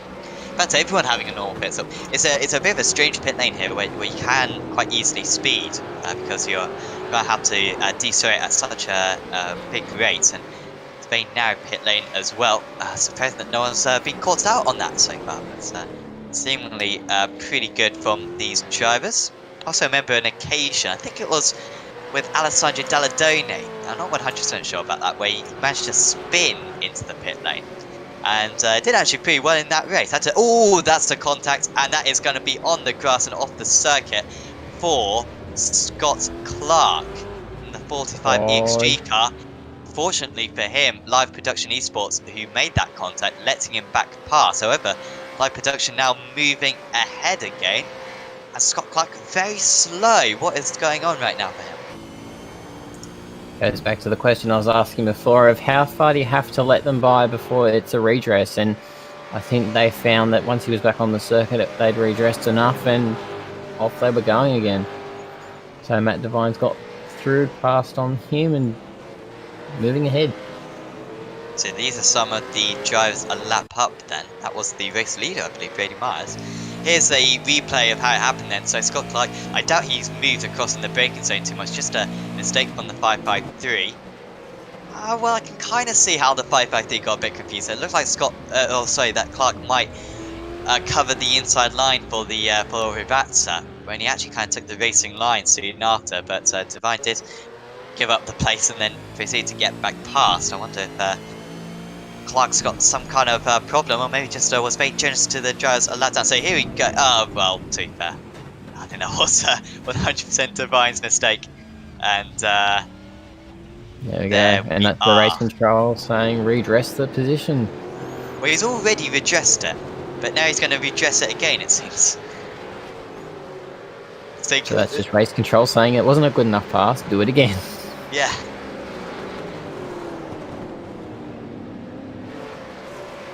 Is a good way of doing the penalties in this series. The organisers do a terrific job with all of this. It's not easy doing stewarding anyway. You know, even when it's post-race, you can spend half an hour in an instant. These guys have got to be properly quick on instants, and they are 95% absolutely the right call. So thanks to those guys for doing that, because certainly wouldn't be the same without it. Absolutely. The half the reason everyone goes racing in these races is because of the live stewarding, and for those guys to have a look at an incident pretty quickly and give you a summary straight away, everyone's going to have their own viewpoint of what happened, but it's always fantastic for a race steward to just go, no, that's the ruling, and you're going to have to live by it. Adam Briggs for DPR Racing, battling with Gone Rogue Motorsports GRM. Was that a move for Briggs at the start of this lap? He was in 15th, it was a move. Into the chicane, which isn't a move that we see a whole lot, as a mistake now for GIM just behind, locking up the brakes. Here it was, and actually it must have been a mistake on the 41, just very slow for the 41 there. Briggs seemingly with a load more grip in that car. And Meads Party has got 2 lap fresher tyres, but I doubt that was anything to do with it. And the 41's struggling right now with Scott O'Keefe at the wheel, a 46.49, so maybe O'Keefe's just struggling in comparison to his teammates at the moment. Yeah, they're 3 seconds behind Tom Freer in the Pursuit Sim Racing car, so they're going to have to find some speed and accelerate up to that pack if they're going to want to challenge further up the grid and not go that lap down. A little bit of a word as well for Kobe Jones, who's currently in 5th place for ANZ Motorsports. They were running on the outskirts of the top 10, actually jumped outside the top 10 earlier on, but came into the pits with a very early pit stop on lap 14, which was about 15 laps earlier than many other teams. Didn't take tyres at that pit stop, but their pace is still very strong. There it is, and that pit stop that they made was very quick, and I think it should work out. I mean, it's difficult to start at the moment, but their pace is good enough at the moment. They're in the mid 44s, matching the drivers who have got fresh tyres. And soon ANZ will get their fresh tyres and should have a pace advantage. So well done to Kobe Jones, driving well at the moment. Was overtaken by Pursuit Sim Racing, I think, relatively recently. And will be overtaken by GIM as well. But still good work from them. Also, 7th place Bo Alberts has actually dropped off Jack Boyd now. 6th and 7th, GIM Enduro and Astro Gaming. Now that gap up to 4 seconds. So he saw Albert get the jump in the pits, then got overtaken on his outlap, and ever since then Angie has dropped back, now 4 seconds behind, but fortunately for him, plenty ahead of United Sim Sports, the 027 car, which was an ERT car before the 027, but now United Sim Sports for this round. Geordie Sinney has overtaken Nathan Chagurthan for 18th place. Fishing Motorsports and SSF Penrite Racing change for 18th place right there. We might even see a replay of it. Here we are. Obviously a turn 1 move is where he's made that happen. Just down the inside and right on by. It's a nice move. We haven't seen a whole lot of defence today, have we? All the drivers are very courteous to one another. Very much having the attitude, well, if you can overtake me, then clearly you're faster than me. I'm not going to hold you up, which is the right strategy to think this early on in the race, because it won't matter too much for you.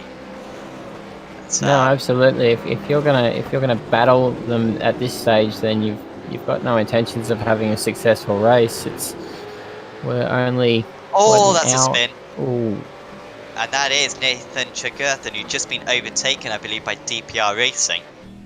And then spun it soon after. This is a horrible lap for Chagurthan. He's lost 3 places. Might be even before here.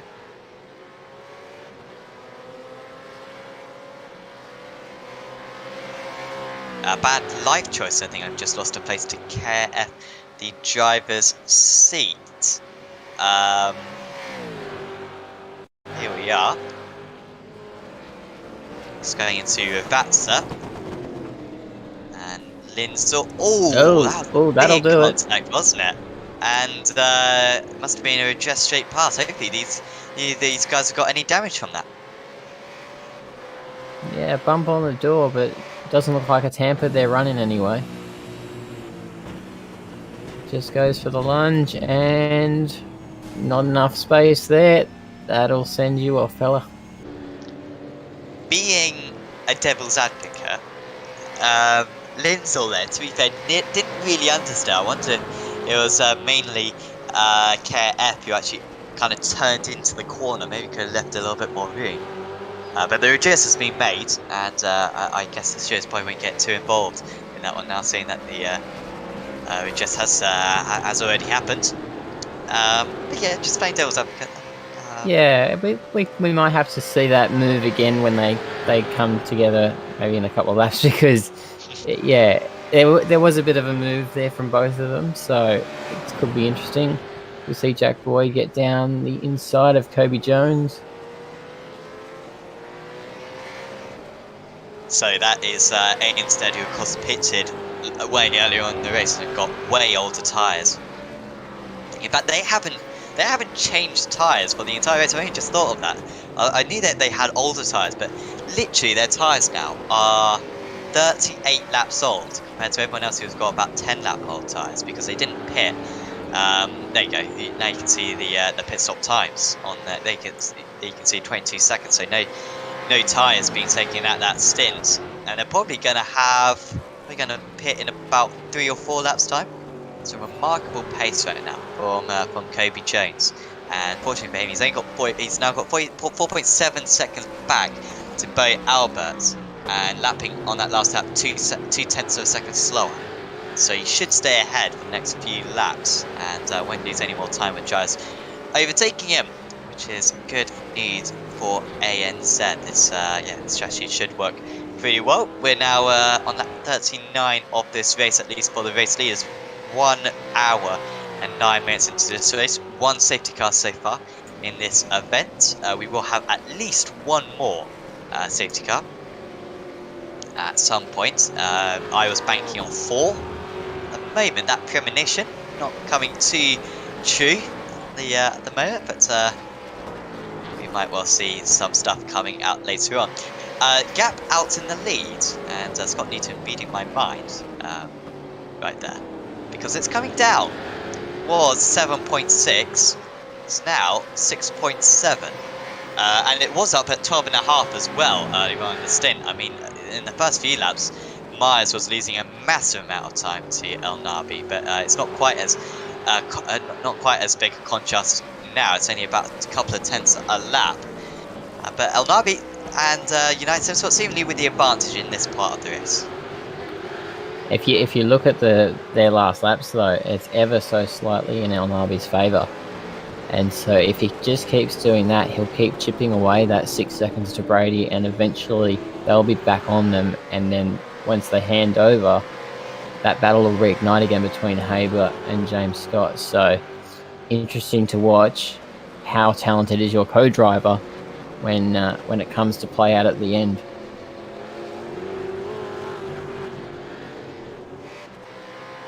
Myers easily makes that move on the back marker, but it is such an interesting element to these team races, as you say, how competitive is your co-driver. It's in the solo rate, and I think it's very easy quite often to kind of look at the number and just to assume that that's the pace of that car. And whilst there is obviously a big correlation, you've got 2 different humans in that car. I mean, imagine real world examples of 2 teammates in a team who are vastly different pace. I mean, they're totally different people, and so the competitiveness is going to be very different. So it really can chop and change as the event goes on. Reese Keane for DPR Racing 2 ahead of Mac1 Esports Yellow now. And was that a move? It was a move for DPR Racing 2. I think this was into Villeneuve, just enough space given by the car ahead. But Reese Keane, the way that he was on the back of this car, it was only a matter of time, and then a massive lunge into that corner, and he was quite fortunate his rival opened a door for him there. And then we saw just the back end of this move, a superb and the outside attempt at the top of the hill. Here it was, leaving enough space for his rival. Awesome racing from these guys. That's how you do it. Exactly right. He picked up a lottery ticket and sent it, and it ended up paying out for him. So That was a fantastic move, and it took requirements from both drivers to give each other some racing room.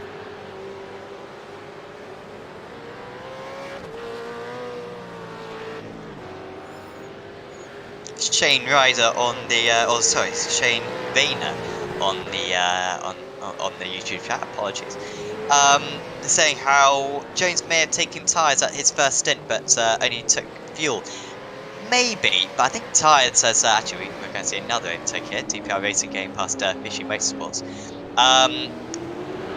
That might be the case, but then he's gone so far in this race anyway. That's considering that tyres I think take about 14 seconds, 8 seconds worth of fuel. I don't think that would take him to this lap 41. You think a full tank can only take him to about lap 28, so I doubt 8 seconds of fuel would take you that bonus kind of 13 laps or so. So I don't know, might be odd. Of course, iRacing, please, give us this option. We'd absolutely love it, and to have proper animated pit crews as well. It would make it so much easier for us commentators to understand what's going on. United Sim Sports have been caught by Zuba Racing Team. Here comes Zuba Racing 209.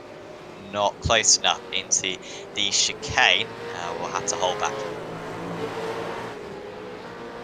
Yeah, just on that Kobe Jones for a second. If most of our leaders were only pitting around 27 and 28, 29 lap point, that rather makes it about 56 before we see them coming out again. So we're sort of in that territory now where Jones is going to need to stop and grab those tyres and fuel. Scott Newton on the chat as well corrects me how because they're taking at the same time. So yeah, probably was 22 seconds of fuel. That would make sense. Apologies about that one. I was probably calling that wrong. So he is on fresher tyres, but still old tyres all the same. 14 lap older tyres than everyone else. And you're right, he is going to have to come into the pits very soon. I mean, 14 plus 28 is 42, and this is lap 42, so literally, I mean, this lap or the next lap, surely, and he's coming up into a bit of traffic as well, so this will probably be a good time to nip on into in the pits. Let's see, does he peel off? Yes, he does. There we go. So we got one strategy call at least correct today. Which Well, is that's all we one need more to than do. we usually have. So, where will he come back out? He should be, I reckon, 21st, 22nd, something like that. He might fit in between 21st and 22nd, which would be nice because there's a bit of a gap between the two of them. Mac One Esports together and Middle Finger Racing. Now, if I get that one right, then honestly, that is a miracle because that was quite a guess. But we'll wait and see. Yeah, they've taken the driver change. I'm going to call... No, I'm not going to call it because that'll make me look silly. Yeah, 10 more seconds of stationary to go, assuming that they are going to take a full tank of fuel. Jordan Sinney also coming into the pits in 21st place. Oh, come on, this could be perfect. Has come out. Henry King is replacing Kobe Jones. It looks like it's going to be about 16th, 17th they slot into. Or not, as my timing screen just refreshes and tells me. 21st! Well done. He knows a bit about motorsports, as I think he might be he's been overtaken. Well, I'm saying that he's come out in 21st place there, even though he has fallen to 23rd there. But it was close enough, wasn't it, as he now gets overtaken, I think, by a driver a lap ahead. By the way, everyone, down to Brenton Hobson is now a lap down. Brenton Hobson, the Synergy Sim Racing car. You could just see in the foreground for a moment there, Braden Myers. So only the top 20 on the lead lap, which is quite a few. This is a shorter circuit that we sometimes do these endurance races around. So quite a distance. Brett Loxton has got ahead of Jamie McKnight. That's the battle for 7th place. Zuva Racing Team moving past United Sim Sports. There it is. They were close at the first chicane. a few laps to go, and this time they were close enough to overtake up into 7th place now, Zima. You just catch the replay of that one and see that again. Wonder if he's actually extending his.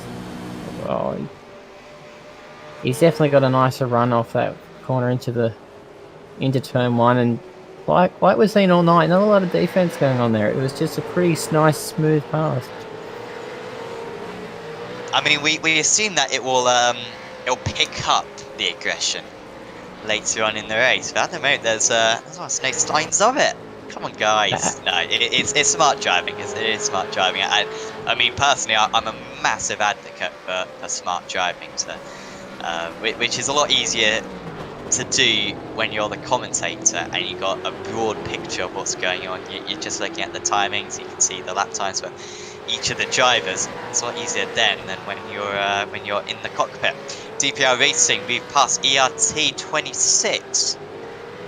That is Briggs on Gamble. Was 7/10 faster on that last lap. Scott Gamble struggling a little bit. Both these guys have been in the car since the start, and that was surprisingly easy, that over. So they're probably going to want to pull their drivers out towards that 56 marker when most of them are coming in. 56, maybe 57 if I've got those numbers right. But yeah, that was easy for him. Trying to understand why Scott's not pushing as hard as he should be.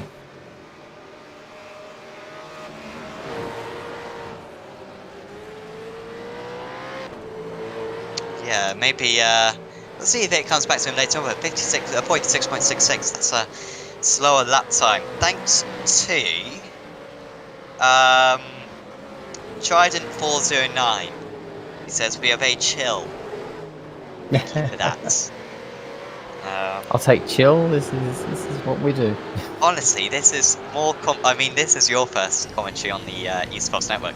This is more compliments than you can ever hope for on the eSports Network. Usually it's just criticisms more than compliments, but thank you very much to Trident 409.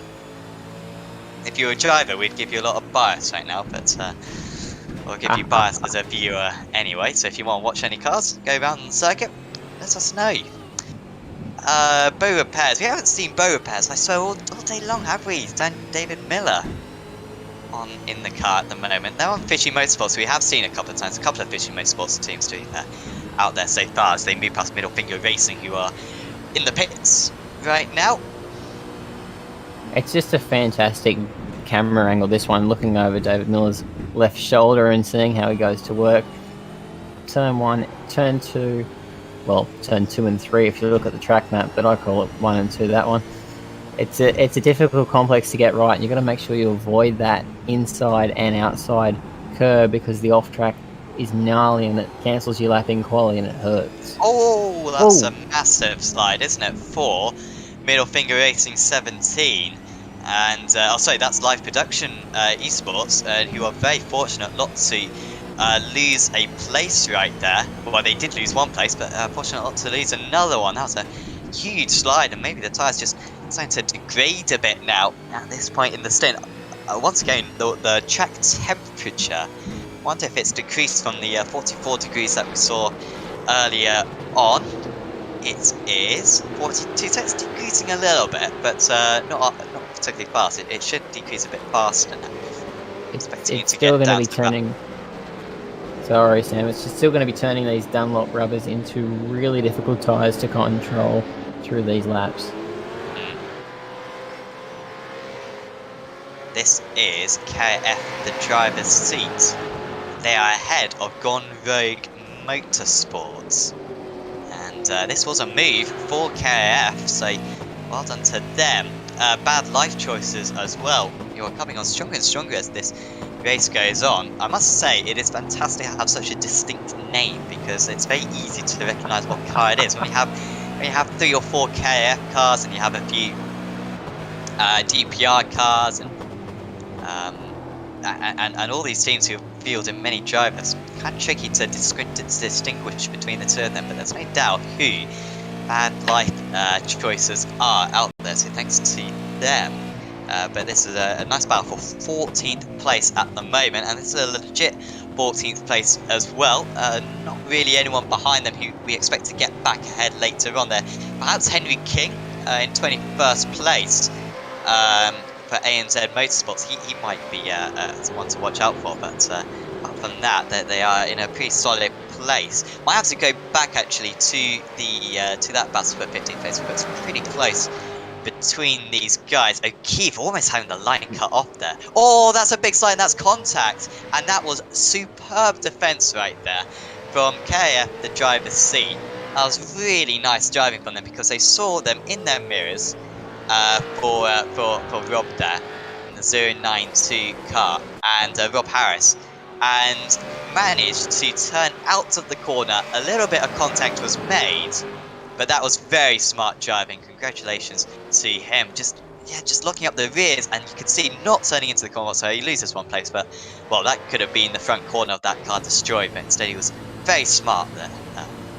Great heads-up driving there, and I think that's the first defensive move we've seen at Turn 1 all night. So great to see them finally getting out and defending 40-odd laps in.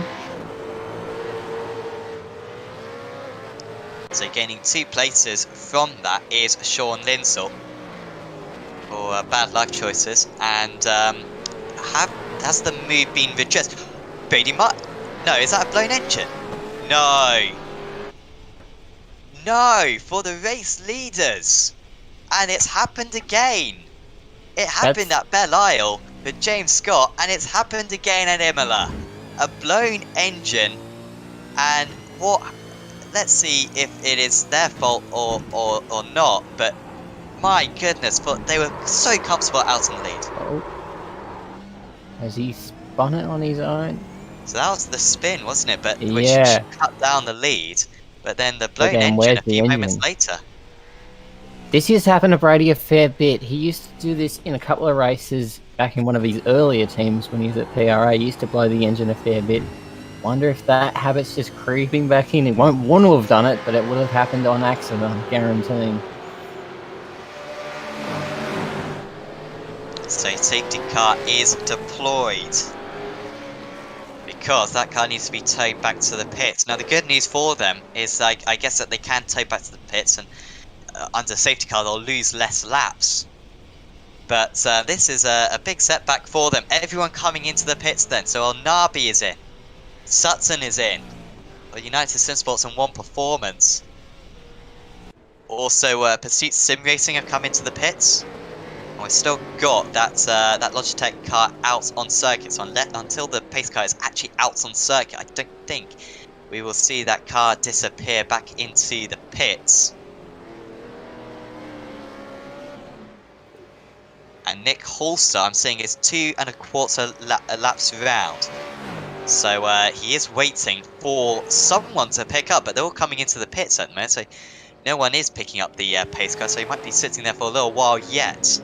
There is just a timing board full of red. And this makes you question what Harley Haber's going to do, because really James Scott was his only competition early on in this race. So is he just going to cruise from here, or is he just going to be forced into finding himself another battle? Yeah, can anyone offer a challenge to him?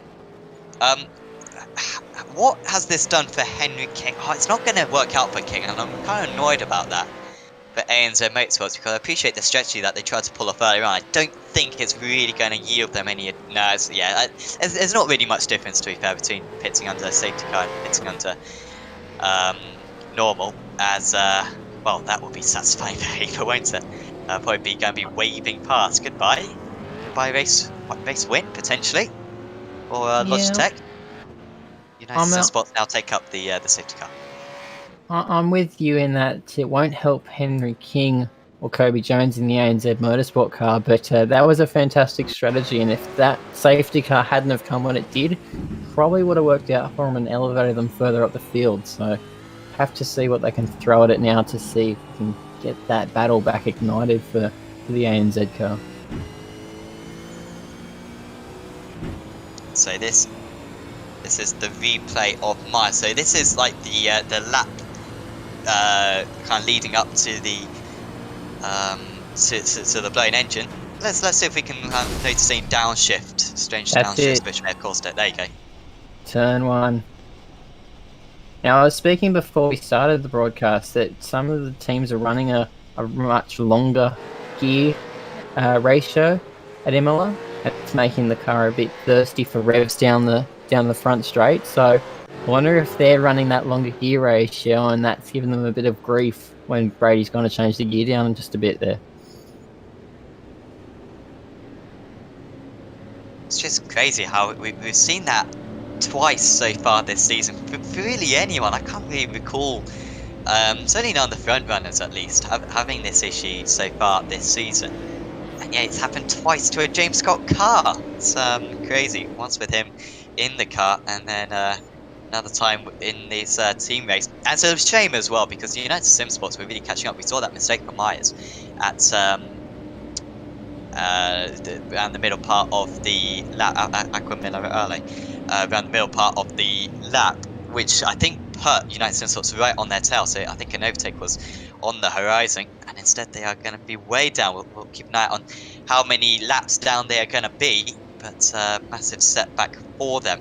Coming into the pits is the 25th place driver of Craig Ansbach for Tanked SRT, so already a lap down and maybe trying to get back that lap, so I appreciate the effort there from Ansbach, but he didn't quite get ahead of the race leaders. Otherwise he may have made up an extra lap there, but that hasn't quite happened for him. Any other changes during this sequence? I think there's been a change for third place, so Pursuit Sim Racing are up into third position now. They are ahead of JIM Enduro. I think that was a change, wasn't it? I'm just seeing now, has Michael actually got out of the car all night? No, he hasn't actually. No, Gilliam was in that car, I think, for a bit. I think. Yeah, I think he's done 19 laps. Yeah. So yeah, that's maybe Michael's car has finally come back to him.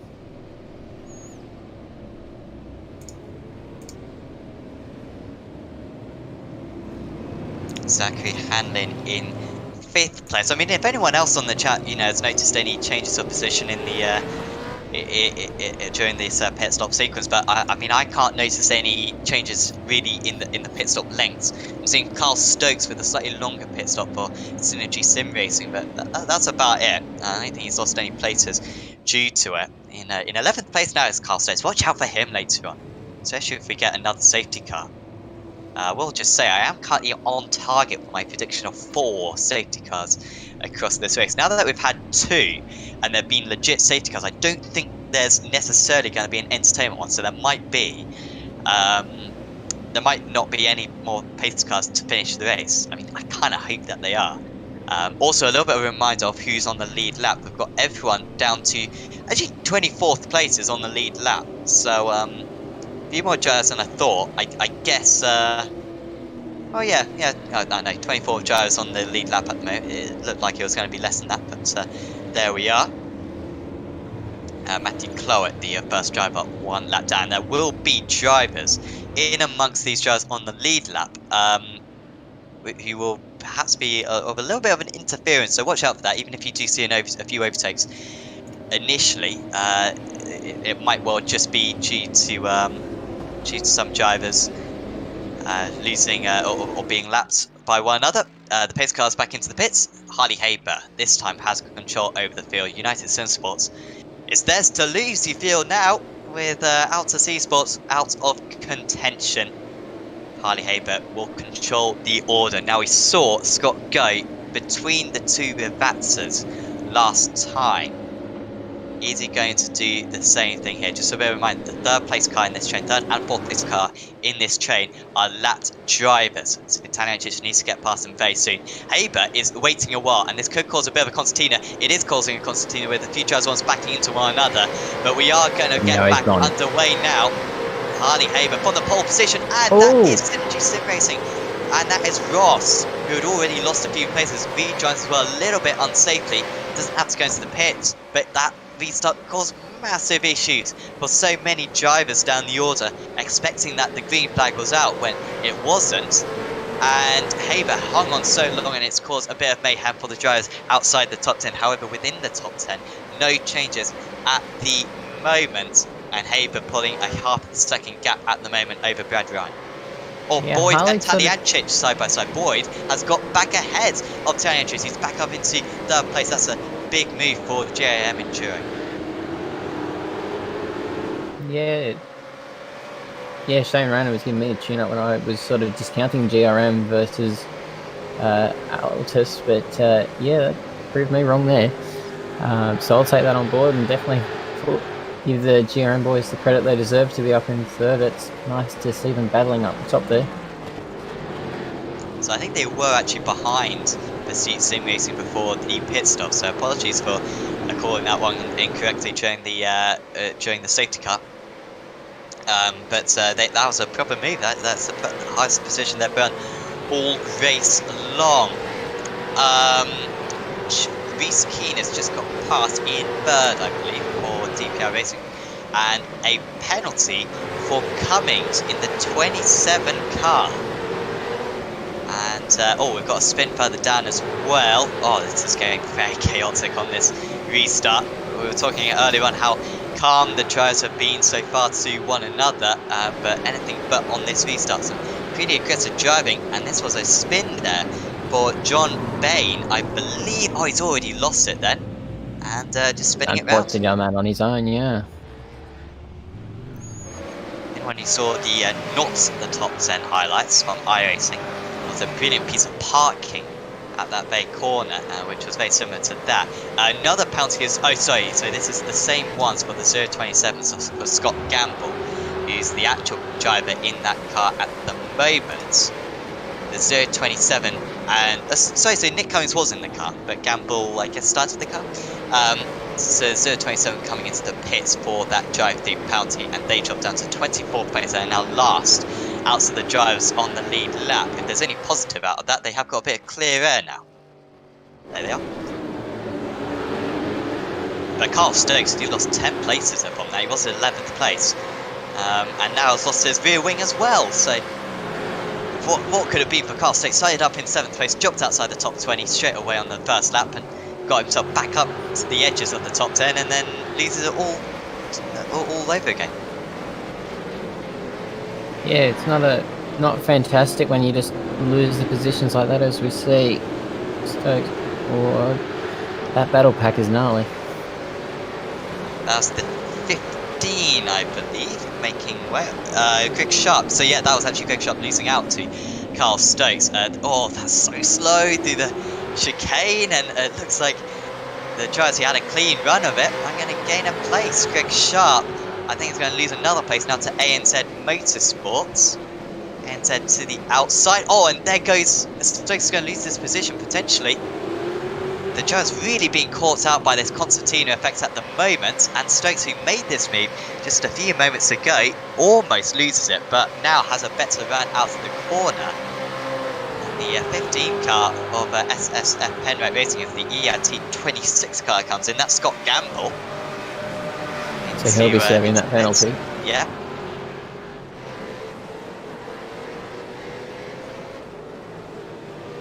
Side by side the first chicane, and staying ahead there was Ross. I think he actually managed to overtake then the ANZ car, and now SSF Penrites have made up a place as well on ANZ, who move off the circuit. Both of them off the circuit, and they're both going to lose a few places. There's the Logitech car as well, the former leader, I believe, of James Scott in amongst these drivers. Is that James Scott? It is James Scott in 32nd place. He is now one lap down on the race leaders. But he is trying to move his way up at the moment. This is for position. Oh, we've got a car in the wall. That is Cameron Stuber in the EXG Motorsports white car. Apologies, was it Stuber? Not sure. Maybe no wrong call. Yeah, just disappear. Peter Latham. There you go. Thought there may have been a blown engine for a moment with the impact he went into the wall, but I think everyone's all right. Here it was then for Lethan, so it was on the 13 car. No contacts. He's just done it on his own. That's an unfortunate incident. It's hard to get the car off the corner there and minimise wheel spin. So to see him actually, I think he might have grabbed that AstroTurf on the right, and that maybe not. It's just had a bit too much corner on it and found the fence. It was strange, wasn't it? Especially from the rear, where it just seems like he kind of just continued turning for the corner, just a complete over-rotation there. Yeah. Cold tyres probably helping him out there. But very strange. So we were talking about how United Sim Sports might have an easy run to the race win now. Not if Brad Ryan has anything to do with it. The one performance car. So they're down in 4th place. To be fair, moved up into 3rd place almost immediately. And in that first stint even, when Haber was in the car, we kind of think of as the faster United Sim Sports driver. I mean, El Nabi is very quick as well. But they were very evenly matched. The car 019 has now got a penalty. That is worrying if you're getting penalties for off-tracks this early on in the race. That is Middle Finger Racing, the 019 car, who are already 1 lap down, 1.5 laps down, who are going to have to serve a drive-through penalty, and I believe it is a penalty for every 10 incidents you get after that. Scott Newton might just have to remind me on that one, anyone in the chat. So that's going to be a few penalties for those guys. That's not what you want when you're 1 hour 40 into a 4-hour race, to already be getting off-track penalties. Yeah, penalties when you're 54 laps in of a 4-hour race is not the way you want to go. So they're going to have to find where they're going. And like I was saying before, Imola's got a few different spots where off-tracks can catch you out. So maybe it's the driving style, maybe it's just the way they're going, but they're going to need to give that car a bit of a tune-up and make sure they keep the car fully in the circuit. Once again, Taliancic from Pursuit Sim Racing dropping back a bit in 4th, but we'll go back to these battles because this is a big one. I swear we saw exactly this from 11th down to 17th earlier on in the race, and safe to say this involves a few different members, a few similar members to be fair. But they're all bunched back up again. There goes the 24, I think, of Zachary Hanlin. He's moved up into 15th place there for Astro Gaming, past Fishy Motorsports. Actually, that's a shame for Astro Gaming, actually, because they were running higher than that earlier on. They managed to fight themselves back up into the top 10. Got themselves up into 6th place, dare I say. They've dropped back again after poor qualifying, and into 15th position now is that car. But at the head of this then is I guess kind of KF, the driver's seat. DPR Racing, have they just switched cars there as well? The 3 getting ahead of the 2. Premier Racing Team also very much under the radar. They are now up into 7th place with Brian Bourne at the wheel. Premier Racing Team do this, don't they? I'd say they're possibly the smartest guys in these endurance races. We saw them get a 3rd place from 18th place on the grid last time out at Barcelona, and they're doing the same thing today as well, just quietly going about their business and under the radar, moving up into a strong position. That's the best way you can do your racing, is if you just quietly achieve it. You don't need to get involved in any of the battles, you just need to make sure you're chipping away, doing your laps properly, and eventually you'll make it to a decent position halfway through the race. We should also point out, as you can see from the graphic there, Gone Rogue Motorsports up into 16th, up 16 places, up into 8. That is by far the biggest gain. I say by far the biggest gain as I look down the order. Backpoint Esports Yellow with 16 places gained themselves. However, thanks to Astro Gaming out to C-Sports, they've just proved my point right, because they are now fighting between one another. Ian Bird moving or losing that place there to Astro Gaming, who should be able to make up a few more places yet. Now got Fishy Motorsports right on the tail. There goes Fishy Motorsports into Piatella. Is it Piatella, that corner? Piratella, there you go. Piratella. Yeah, and let's not forget our favourite named team, as they've just disappeared off the screen I was looking at. Bad Life Choices, who have moved up 14 spots. So they've made some great gains as well. Yep. There they are, 10th place. Yeah, they're doing terrifically. Ignoring blue flags. 031 car. David Baxter. David. Bow Repairs RRT. I'm saying how we haven't seen so much of Bow Repairs today. Well, the Vixies were showing a little bit too much of them, clearly, because they weren't getting out of the way. And that is a penalty for those guys. Once again, good job from the stewards to watch out for that one. I mean, it's a lot easier said than done to spot a team disobeying blue flags, because you kind of got to hold on to them for a few moments to actually check that they're doing it. But they absolutely were. Out in the lead, checking on these guys again. One Performance still very close to United Sim Sports. One Performance, do you think they're trying to overtake at the moment? Or what do you think their strategy is? Do you think they are trying to overtake? Trying to save fuel, perhaps? What's their mindset right now? The smart option for One Performance at the moment would be to stick behind Harley as long as possible. If they want to overtake, that's fantastic, and they should probably run their own race. But sticking behind Harley is going to give them an option to fuel save. It's going to give them options to see what the leader does and then mimic it or undercut it or overcut it, should I say. So there's definitely options there if they stay behind. But if they go and attack, then they're going to have to lead this motor race and make their own calls. Sometimes being in second is a better option, but I'm going to leave that up to Brad Ryan and his full discretion, because he's the one putting the battle up to Harley at the moment. So he's doing a fantastic job up there in P2. Only 400ths off the leader. Ian Bird and Josh Thomas very close at the moment in 14th and 15th place. Joshua Thomas, a driver who I believe we've seen the AMF GT Championship. You can check that out on the Apex Racing TV and Esports Network on Sunday morning for Europeans and Sunday evening for Australians. Here he is. Thomas moving ahead there. Oh, sorry, losing out for Fishy Motorsports. But now I think he is going to be under pressure from Astro Gaming Altus Esports, who move up into 15th place. I think Altus Esports perhaps with a poor lap there. Oh, that's off the circuit. More Fishy Motorsports who scamper through the gravel. And we've also got the other Altus car as well in amongst that, but of course one lap down on these drivers. It was for Thomas from the gearbox cam. Does he get a shove from the 143? Oh no! Oh, it was one into the other into him. That was the domino effect. Could well be a penalty for that.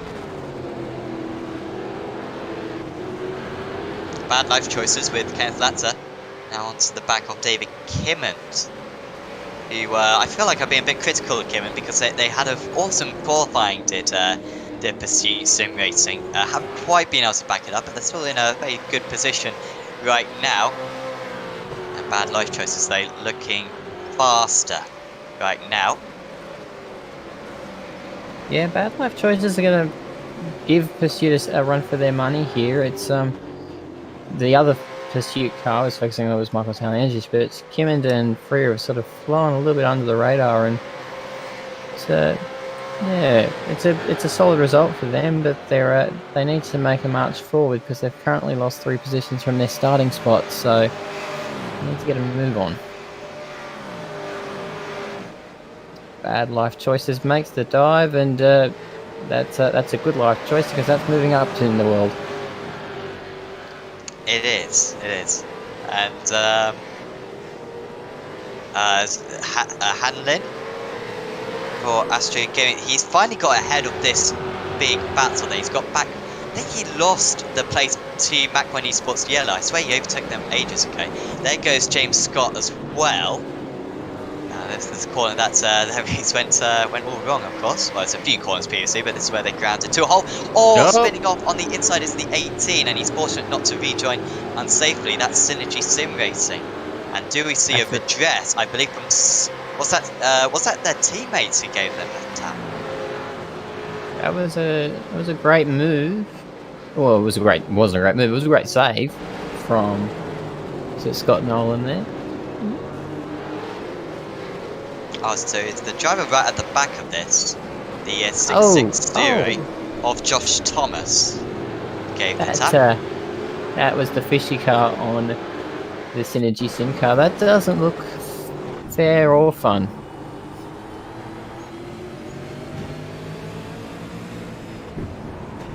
He's been on the brakes before he's expected it, yeah. Yeah, he didn't know where to go, did he? The car had in the middle of the track and wanted to go to the inside and wanted to go to the outside, but it was too late. By the time that happened, he was on the brakes and unfortunately nowhere to go. Thankfully, though, Brad Ryan is sticking with Harley Haber on this run, and he's making he's making great gains because he's sticking with Harley. Reese Keane. Oh, Ian Bird has dropped to place. There's occasional changes. Carl Stokes has moved up into 15th place in Synergy Sim Racing, getting ahead of Mach 1 Esports. Lap 58, car 6. I assume that's not the Greg car. That's 660 to adjust to 018. So that was the instance that we just saw down at the hairpin then. So that makes sense. That was the Fishy Motorsports car on the Synergy Sim Racing car. So yeah, that's a redress. Unfortunately, I think that's the right call. Not a whole lot of time lost for either of those guys, to be fair. Some of the last drivers on the lead lap at the moment. Jack Boyd. He's saying some good times right now as Boyd. So on that last lap, he did a 43 point. I keep on saying 53. 43.84 on that last lap for Boyd. He was 0.8 of a second, not even 0.2 of a second faster than the top two. Gap did open up to 4 seconds, back down to 3.8. Let's see what on this. So Haber, 43.76. Ryan, 43.97. Boyd, 43.81. So pretty much matching them on that last lap. But at least those top three are staying in that 143 bracket. It drops down to 144 when you get back to the pursuit car of Michael Taliangic. So there's a bit of time there to be gained. Yeah, this is a drive through. And yeah, that is Simmons, who's had a few spins, I think. Has the car number 42, which I don't think has helped that incident count. Where's the 42? There it is, in 37th place. That is the Fast Lane Esports car. Driving the Holden. Believe I certainly know the Ford has got a new sticker, and I was enlightened by this by Marco Barbanera, who so to say has a bit of an infatuation for the Ford cars. There's now a big Ford sticker on the dash. I believe that there you go. That's the Holden sticker might be. Have they changed the Holden sticker as well, or is it just the Ford? No, it's just the Ford. It's actually ironic. The interior of the Mustang comes from Tickford Racing, and the exterior comes from DJR Tim Penske. So they've amalgamated two cars to make the interior, which is why you've got that 6 and the rev behind the where the normal speedo would be in the normal dash. So there's a bit of trivia for you.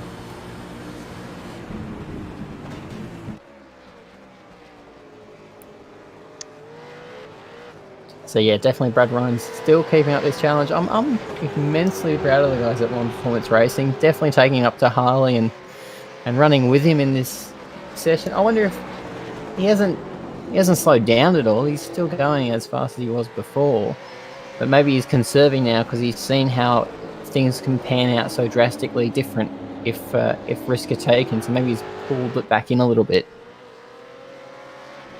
I mean, I'd be terrified right now if I was a driver. After seeing a very good driver and a very good team stopping because of a blown engine with a double downshift, I'd be terrified of shifting down again. I'd be like, oh, six gears fine, mate. It's what are you talking about? With 40 degree, 40 mile an hour corner, 6 gears fine. I'd be terrified of that. But maybe that's why I'm not out on circuit. Maybe that's why I'm up here instead. I'm sympathising for the gearbox companies right now. Dear me.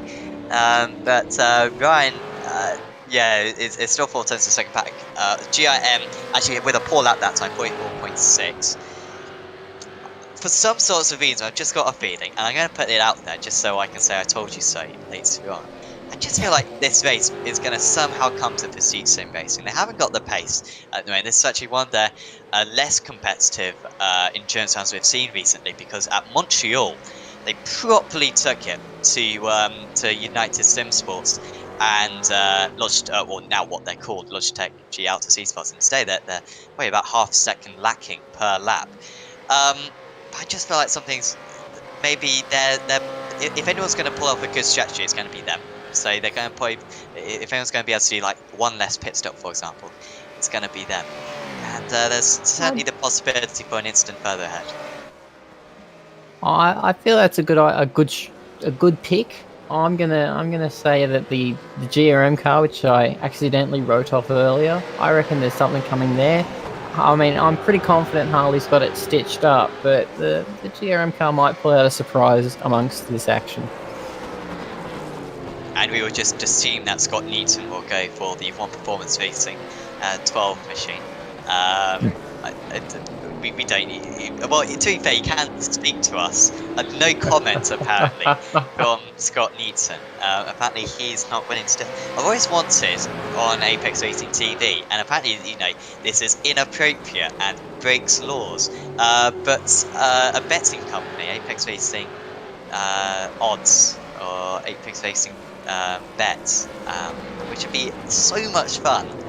But I don't think that's totally appropriate. I feel like there could be some corruption in that. This is the closest it's been for the entire race. And Haber runs wide, and he opens up the line into Ravazza 2, and Brad Ryan for one Performance Racing moves up into the lead. That was a good move. However, he's going to have to fend it off now into the first chicane, and they're not fending it off at the moment. He's taken the outside line, and United Sim Sports will comfortably move back into the lead. What is going on at the moment in this battle? Because it seemed like One Performance did want that move. They were getting really close. They got the cut back into Ravazza, and then they don't defend it whatsoever into the first chicane. Why is that? I wonder if Brad's finally rattled Harley's cage, if he's got close enough and then saw him make the mistake and thought this can really happen. So I wonder if Brad's just pushing and pushing and pushing to make Harley seem like, you know, things can happen if you let it happen. If you fall off the track, I'm going to take that position. Ross Vizzo letting us know. Was it Ross Vizzo? No, sorry, Chris Casey. Letting us know strategic #fuel save. It's a good theory, Chris, but I don't agree with it. That's a very polite way of saying be quiet. But I mean, yeah, because okay, he got past, but he really seemed to be very racy for a bit. Did Brad Ryan? I don't know. I guess if you are following, it's going to benefit you. But look at our GRM Enduro. Apologies for referring to them as JRM Enduro, but it's a tie race. GRM Enduro are very close as well in third place. They've just gained about a second. At last lap, they gained 1.2 seconds on Harley Haber. On this lap, I think they'll be a little bit faster as well. Pursuit Sim Racing now 13.5 seconds off the lead. Even on that last lap, Tangent still only made up half a second on the race leaders. But he is a comfortable fourth at least. Considering that they were overtaken, I believe, by Zuva Racing earlier on in the race. They do seem to have the pace advantage now on Zuva. Also, Ross Vizzo letting us know how potentially leaving their best driver till later on in the race Pursuit Sim Racing, which maybe is the case. Tyancic has driven a few more laps than Gilliam, who we believe is the faster driver. But Gilliam wasn't a whole lot faster than Tyancic earlier on, so we'll see. Could come back to them. later on in the race. If we look at the overall championship standings, Gillingham is getting up there, and he's always up the front in some way or another. So the pursuit racing strategy might come to play at the end of the race, because it's a close battle up the front. So if Harley, Haber, Brad Ryan, and Jack Boyd all come unstuck, maybe it's Michael Taliangic and Andrew Gillingham going through for the win. Lovely move there from DPR Racing to get past Zuva Racing to 209. It took a few corners to get it done into Villeneuve, and then the hairpin, and then on the run to Priatella, but still getting it done there is DPR up into 5th place. Now let's see what DPR can do in relation to Pursuit Sim Racing. There might be an opportunity to pick up some time later on. Got 5 seconds back to Pursuit, so he's going to have to put the foot down, but it seems like he's made a bit of a gap there already. It will come down out of the close to Zachary Henlon. Never nice to see side by side do that chicane. Takes a lot of respect. Yeah, you're absolutely right. Can't leave a lot of room for your rival, and there's not a whole lot of room sideways for Bowen. But Astro Gaming out to C Sports move up into 13th place. You really wonder what could have been for them. They seem to lose a bunch of places. If anyone has any idea why they lost a bunch of places, because they were up to 7th place earlier on and looking really quick, and then during the safety car they just seem to randomly drop down to about 20th place, and they've had to work their way up, and they haven't been totally efficient moving their way up. They've lost quite a lot of time to drivers further ahead. I mean, it's just tricky to overtake around this circuit, so but at least they've got a pretty clean car at the very least. Yeah, they're definitely. It's good to have a clean car, and especially if you're not using those fast repairs, you're not waiting in the pits. So it's definitely a good strategy, and it needs to work for them.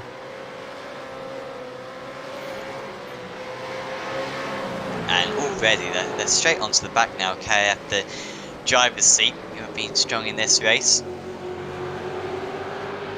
I was just thinking, I thought about a lap ago. I've just remembered what it was. But that chicane that we were just talking about before, the one that the drivers are now approaching now, plenty of modifications to the similar circuit over the years. Just think, if they got rid of the chicane, it would really make Rivazza a lot better. And I appreciate it. You'd have to change the walls a lot around this part of the circuit because it would be very high speed. And certainly outside of the first chicane, the Tamburello, because there is a river, so you can't really extend it. But I'm not sure what they can do about this, but if they got rid of that clumsy chicane, it really would open up the second half of the lap. See, I'm going to be devil's advocate there. I'm going to say no, they should add another chicane, and they should go back to the 2004 F1 layout. That would make that whole start-finish straight so much more interesting. I give permission for everyone to abuse Nori now on the YouTube chat, because that is an atrocious idea. I've never heard such nonsense. I mean, we're at a premium of overtakes at the moment as it is. Let alone adding that silly chicane back. Deary me. Next up, you'll be saying that we should bring back the chicane going into Acqua Minerale. That they had 20 years ago, but no, I severely disagree with that one. Maybe I'm just putting my hand up for any more Tilke circuit designs. Yeah, maybe we need a 1 kilometre straight round this circuit to improve it a little bit. Increase, maybe shall we just add 50 metres of height to Tamburello? Maybe that would make a little bit better. I don't know. But I think the Imola circuit we've got in front of us is pretty perfect as it is. So it is too. Yeah. I mean, it's rare for a circuit to change so much and still be so good. You know, I think to be fair, Silverstone has changed a lot over the years, and I think that is just as good, if not better, than it was 40 years ago.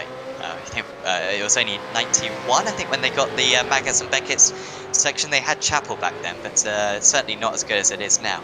So Silverstone's improved over the years, but I don't think there's really any other circuits but maybe that and Imola, which really got so good. And you could argue Imola, to be fair, isn't quite the same as it was before, but it's certainly different, and it's certainly still very good. Rob Harris for KF, the driver's seat, he is losing that place now to Astro Gaming. That was a nice move there from Astro Gaming to get past into 12th place now. Yeah, he's I was looking at his lap. He's done a 1:45.3 last lap, so he's definitely got some pace and he's moving through. But he's had some fantastic spatial awareness early in the race, so he's definitely got the right eyes on for the battle ahead. If he can get onto the back of Henlon and close that battle up. So we're now on lap 67, and we're about halfway through the race. 2 times 67 is 134. So that shows that we're not going to make it to the 137 laps. And so we crossed the line. So they've just crossed the line to the start lap 68. They did 66 laps in the first half of the race. So if they continue the pace that they're going at, they'll reach about 132, 133 laps. But they have had 2 safety cars. We may only have 1 more safety car to finish the race, and the track is cooling down, so the lap time should improve. So I think we're not going to have any more than 2 safety cars. It's down to 37 when it started at 42. So I think it's going to range between about 132 and 135 laps we get in. I still reckon we can have 1 more safety car, just because that helps me out. But I wonder how far we are from the next pit stop cycle, because that safety car sort of jumbled it up a bit and sort of threw the numbers off. So I wonder how far we are from them actually pitting again. So 7 laps could be the window that we're looking for. And that should start to tell us who's going to finish where, because it's going to come a strategy game as to how we can see if one performance, United Esports or One Performance or GRM or Pursuit, what have they got in their drivers, and if their drivers have done enough laps. Yes, so if they pit then on lap, they'll pit on lap 74, shouldn't they? Behind that, it's a 27 lap stint. So lap 74, that would leave them with about 60 laps to go. And that's only just short. So I think if we get 2 more safety cars, we may only have 2 more stops remaining in this race. If we don't get any more safety cars, then I think they'll have to do 3 more stops. So it's quite marginal in fuel. So if anyone can save a bit of fuel, then I'm looking at Pursuit Sim Racing people, because Italianchich in particular is usually the master of saving fuel and saving tyres. If you can eke this stint out to 76 laps, or to laps 76, you've got a chance at doing 1 less pit stop than your rivals, which down a long pit lane like this, that could be a big advantage. And if you can save some fuel and hand the car over to Andrew Gillingham with a lot less, a stop less to do, that's going to give them a massive advantage over the rest of the field. It'll probably be quite eye-opening actually, and quite revealing if Pursuit Sim Racing change drivers at the next stint, because if they think that they've only got Zachary Hanlon is a bit slow. He's going to be overtaken by DPR. Is that DPR? It looks like DPR. Could be wrong. So they've tried to get past, and maybe this move has gone wrong, and they've rejected because it was very slow. Was Zachary Hanlon? Oh dear! Late dive, bit of biff, and yeah, then he lets it back past that. So, I mean, to be fair, I would say that's clean enough, personally. but I clearly have different guidelines to these. I mean, it was an accidental move, so I think Hannon kind of thought, well, if I do make up that move, I don't really deserve it, because I wasn't even going for the overtake, but very generous to let that position back. Could be a theory from Hanlon there that he didn't expect to have that position open up to him, and he was just comfortable sitting behind DPR and fuel saving. But yeah, I reckon if that move was on, I reckon it was on there, so he should have taken advantage and moved up.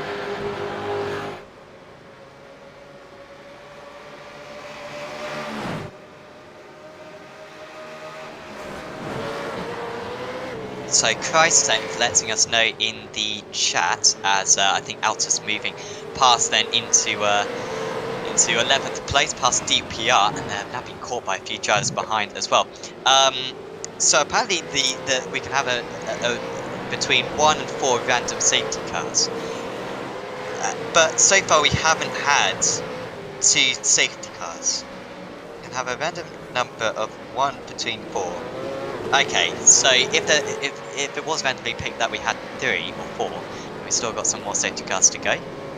I think the most we've had all season is 3. We've had 3 at maybe like Daytona, and maybe one other circuit. Barcelona we only had 1, and that was like a legit one. That wasn't even an entertainment one, or competition one. Sorry. So it would be strange if we had 4 for this race, but I'm hoping so, because if we do get a couple more safety cars, it would open up the possibility for some different strategies to open up. So Christchurch is actually Nick Husler, so that helps. Did not know that. Nick giving us a full rundown of what's going on in the order of things.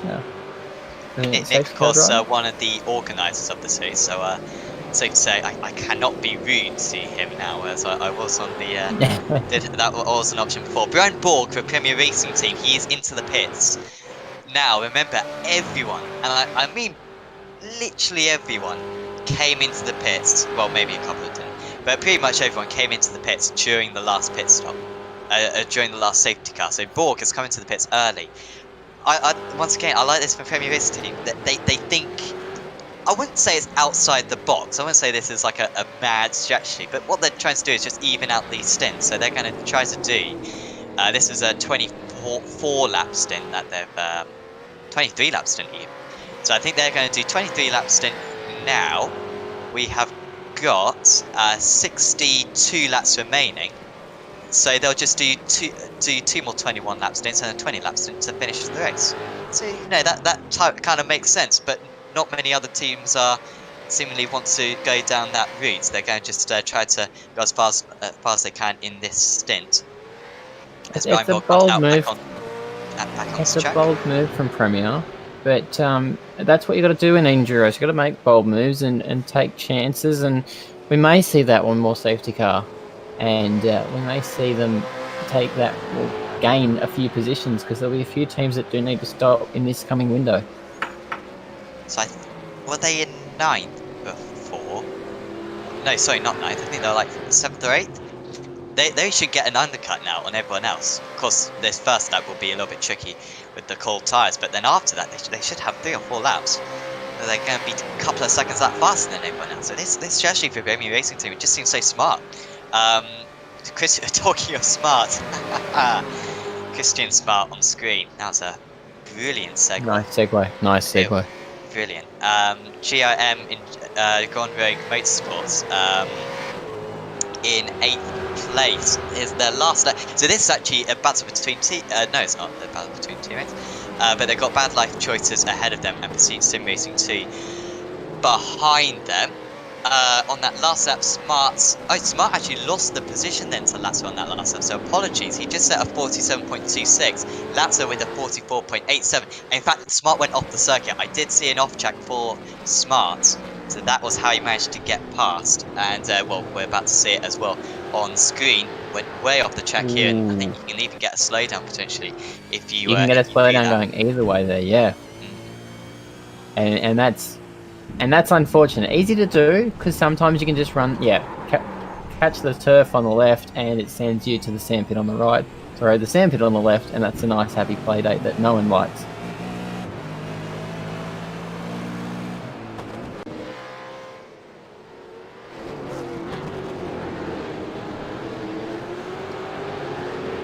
Cummings on the back of Greg Sharp in the SSF Penrite car. They've been on our screens a bit tonight. The 027 is trying to catch up. I remember they had to serve a penalty before, so they're trying to make some ground back to where they wanted to be. They're 8 down on their starting position. Yeah, they had to serve that drive through straight after the pace car, didn't they? They hit. Yep. Who was it? It was second place in the championship. Carl Stokes. They hit Carl Stokes in the CNG Sim Racing car straight off the start, and penalty for it, and that's why they're missing their bonnet as well. So what could it be? I mean, these injuries are always what could have been, because if you drive a perfect race, then you're going to get a brilliant result. And you know, incidents and mistakes are going to come into play. But United Sim Sports and Astro Gaming, AOSC Esports, and I don't mean the former leaders, but I mean the guys who are now running in 10th place. Both teams pretty quick. We're running in the top 10 earlier on, and then having incidents which have put them further down.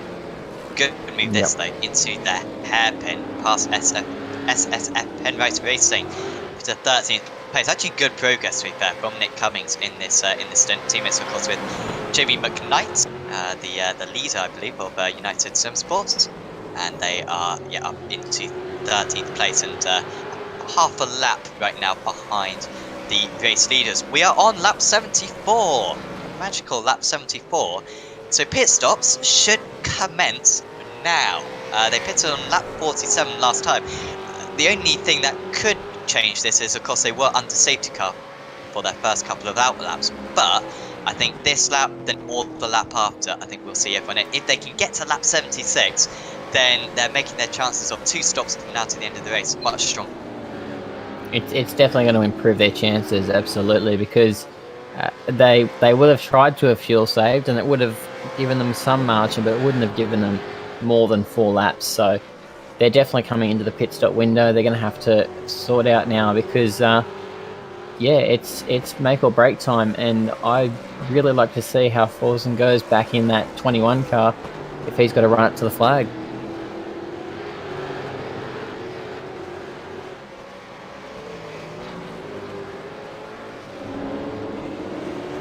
Let's not forget Brad Ryan is also in second there behind him, so he's also going to want to challenge that as well.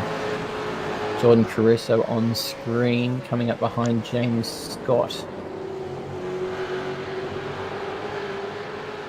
Yeah, Scott actually up into 23rd place now for Logitech G AOSC Esports. Remember, they were leading the race earlier on, and then dropped absolutely miles back, a lap and a half back. Just trying to recover as many places as they possibly can at the moment. This is James Scott getting the move done on Jordan Caruso. Down the inside. There was a little bit of defense, but it was pretty smooth sailing through for James Scott on that one.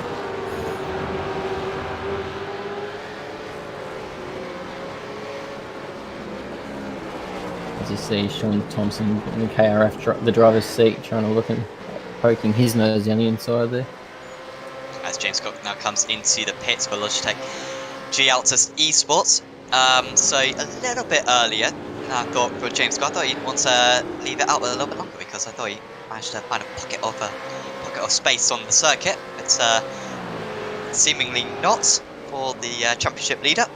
And I wonder if they'll change drivers as well. Still out on circuit then, I'm United Sim Sports. Now, if you were One Performance Racing, would you short fuel on this stint to get track position and then maybe try to pull away? Or would you take a full tank of fuel and be happy with second place when you come out of the pits? I don't think any driver is ever happy with second place, so the option there to short fuel could be good, but then you don't want to test your chances of luck, given they've already worked out so well, so they get you up in P2. So I'd be feeling it and following Harley and hoping for a late race safety car to get by them.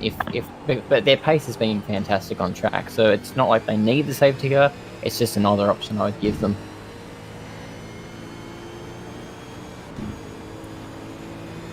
Grad ran lifting off quite a bit down this pit straight, which was a bit strange. I don't know what that was about. United Sim Sports, though, coming into the pits from the race GRM as well into the pits. That's strange for Grad Run. Seemed to be overtaking. I thought initially it was kind of like hesitating, trying to do the opposite of United Sim Sports, but Pursuit Sim Racing moved up into second place. So this is lap 76. I mean, the tricky thing about this is that what we had at Daytona and what we had at Spa was that we knew how many laps of the race were remaining. So that was quite simple for us. We don't know how many laps are remaining. The track conditions are changing constantly. We've had a few different race leaders. And we're right on the cusp right now of being able to do 2 more pit stops for Pursuit Sim Racing. But it's tricky to tell whether it's going to work out. 37 degrees track temperature. And of course, as the track temperature drops, the fuel becomes worse. One, because you're going to be using more fuel because you're going to be on the throttle more parts of the lap. Of course, you're going to be braking later, on the power earlier. And also, you're going to be able to complete more laps in the race. So it's really tricky to say how many laps we're going to have left in this event. Still 26 degrees track temperature. The sun's not quite as intense, I think, hence why the track is cooling down temperature with a little bit of a slide as well. In that second place. Has there been any changes between United Sim Sports? United Sim Sports still ahead of GRM, and they have pretty much identical pit stops, I believe. El Nabi stationary, El Nabi back in that car, sorry. And also Damien Johnston getting in the car for GRM. So that is a change for them. Johnston's got some big shoes to fill if he's going to keep up the pace of his teammate. Jack Boyd's been doing a fantastic job in that car, so having Damien jump in that car now, no, I don't expect he can do the exact same as his teammate. He can do no worse because his teammate's done a fantastic job to get the car where it is, and so he's just got to put his best foot forward now and try not to make any mistakes and stick with Forzen as they make this run to the next sequence. That Pursuit is now in the lane, as is One Performance and the other Pursuit car as well. So yeah, they've now thrown Andrew Gillingham in the car in the Pursuit car. Sam Sutton's jumped in the One Performance, and Kimmon's staying in the other Pursuit car. So that'll be interesting to see what happens there. I know Tom Freeman, my mistake, has jumped in the other Pursuit car. And we did just see a pit stop from car 7, the Henry King Kobe Jones car. Yeah, so everyone who hasn't come into the pits so far, coming into the pits now, One Performance, are still in second place, but they've lost some time. That's I don't know, 4.5 seconds now the gap's up to. They lost 3.5 seconds during that pit sequence. But their stationary time was about a tenth slower, so it's not really that much. So the time lost must have been a mixture of the in-lap, which maybe just wasn't that great for One Performance, and maybe they just didn't run it to the line on the pit entry. We've already mentioned how tricky the pit entry is around here. Just wonder if they're leaving a little bit too much to spare, and the gap's now up to 5 seconds. So United Sim Sports has put them off their tail. I guess good news for them though is that they have got a small advantage when it comes to fuel now by going that extra lap, and they are at least ahead of GRM Enduro. So Sam Sutton needs to be locked in straight away. He has already got a podium this season, I think. Was running in 3rd place at Belle Isle. Nearly got 2nd place, spun though on the last lap when fighting for 2nd place. Not sure if he's got any podiums besides that. Anyone on the chat is very welcome to correct me on that front. But yeah, I believe I've got that one correct.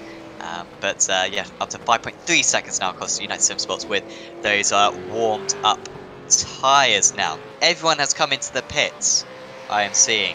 I'm seeing no one who has stretched it out any further. So I expect everyone to go for another 27 laps till their next pit stop, as United Sport set the fast lap of the race. So 42.4, lightning quick right now. Brian Borg, by the way, we saw him for Premier Racing Team come into the pits a bit earlier than everyone else. Came in 5 or 6 laps earlier than everyone else. He's in 7th place now. So I don't think it's really changed it that much. I think he's maybe caught up a little bit. Zuba Racing up ahead. But Premier Racing Team, with a little bit of track by themselves, there they get overtaken by the former race leaders, AOSC Esports, with now Brady Myers back into that car. Now don't go blowing the engine, Brady, again, because that's what really cost them earlier on. They are in 25th place at the moment, and they've passed all the drivers who were on their lap. So they've now got a massive chasm, as Adam Hedgecock would call it, a massive chasm to the next team of Reaper Sim Racing. So it's going to be a dull stint for Brady Myers, but they've still got a hope of a top 20 in this race. Yeah, I think that lonely engine's going to be a sore spot for Brady for a couple of weeks to come until we get to Bathurst. But yeah, he's going to find himself on the back of Reaper Sim Racing pretty quickly. 45 is a bit of a gap there to make, but he should be able to get to grips pretty easily with that.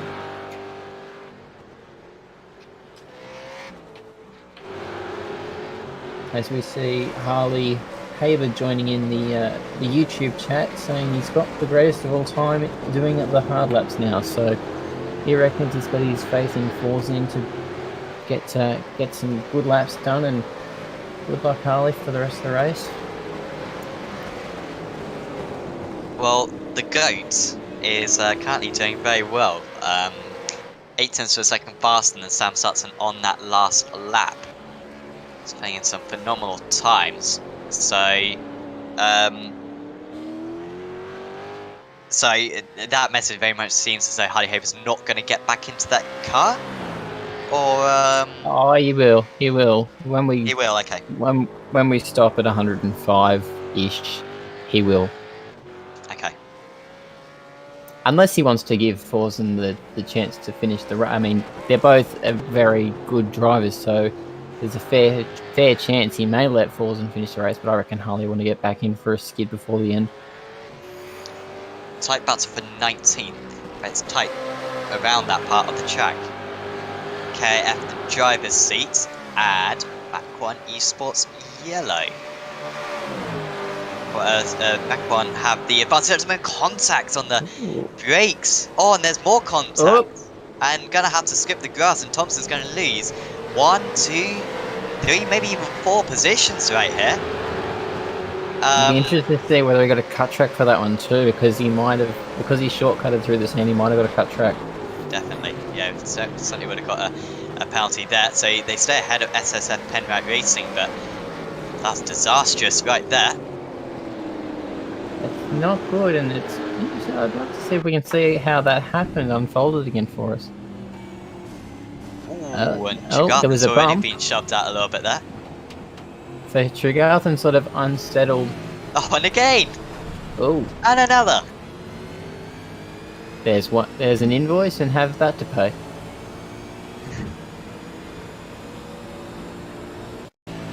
Okay, I'm hearing a penalty, but I'm not seeing it. Yeah, it looks like he's had a bump and locked the rears, and yeah, that's an unfortunate incident.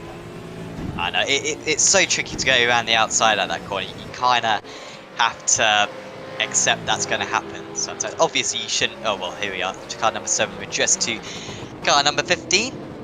So that is Kobe Jones then, giving the place back to... Where is the... Oh, sorry, that's 15. Yeah, that's the car place back to 7, yeah. So. That's happened, yep. Great livery on the ANZ car. Certainly one of my favourites. Out on circuit, just looks mean. I think the Ford as well. It's a little bit better with the grille. The green definitely sets it off. Love green wheels. Any car I've ever driven has always had some green on it, so it's definitely a winner in my books. As we see that car get back by each other. Yeah, it's skating across the grass there was SSF Penrite. So ANZ get back past then. So that was all a little bit of a waste of time, that whole debacle, because yeah, now they do make that move, and they've just lost out to the places in front of them. It's the probably the biggest battle Elton Circuit at the moment in terms of sheer number of cars. I've got a couple of other tight ones out there though. Stephen Barger and Jordan Caruso. Also got Jordan Ross, actually, I think, just gaining a place past Brenton Hobson. And we've also got this battle for 4th place. Andrew Gilliam dropping into the clutches of DPR Racing. Did Gilliam make a mistake? Because DPR were quite far behind before, and I'm seeing equal pit stop times for them. And that last lap for Gilliam was really strong. He got a 43.97, so he made a mistake a few laps ago. And that was going to be my question. Since when does Andrew Gillingham make mistakes? He's normally pretty flawless in his driving, so that's a rare thing to happen for him. He's got a replay coming up. It looks like it's happened at turn 1. Or was this him getting back Andrew past Dyson? Briggs? Is Dyson a lap car in that one? No, Briggs, sorry, my mistake. So he's lost the place to Briggs there, and then he's re-overtaken Briggs. So that's a bit strange for them. Maybe they got undercut? Because they did pit a lap later. Not quite sure. But they're back up into 4th place now. They are 26 seconds off the lead, so they're not a whole lot further back off the lead than they were before the pit stops. They were about 20 seconds behind before. Now they're 26 seconds behind. It's Gilliam losing touch. They will be right back into play if we get a safety car, which you would probably say is probably going to happen. That's a Norrie prediction coming true if we get another one. Oh please, another 2 and I'm absolute genius, clearly.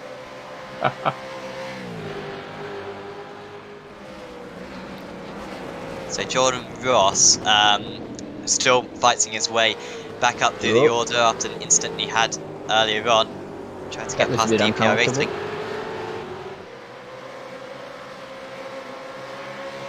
It just looked a bit tricky coming out of the Riatsu there, if I've misnamed that one. Riviazza. Oh, we have a safety car. Oh, okay. Well, that's foreshadowing. Foreshadowing? Curse? I don't know. But right now, I mean, that is an applaud for you for getting the... And absolute disappointment from Scott Eaton. I mean, we've got a new commentator here who I guess has been watching a few rounds of the championship, but Scott Eaton's been around on this series for the entire season. And he predicted 2. 2! Well, that's not right, was it? And no, now we are correct. I mean, hopefully we'll get another one after this, and my prediction of 4 will be true. I'm good with 3. No, keep it like this, thanks. yeah, this is great. We can finish now. And the checkered flag is out. And it's just a shame we can't do that from the commentary box. We gotta let race control run the race. Yeah, well, I mean, some series we do have admin controls. In fact, I do actually have admin controls.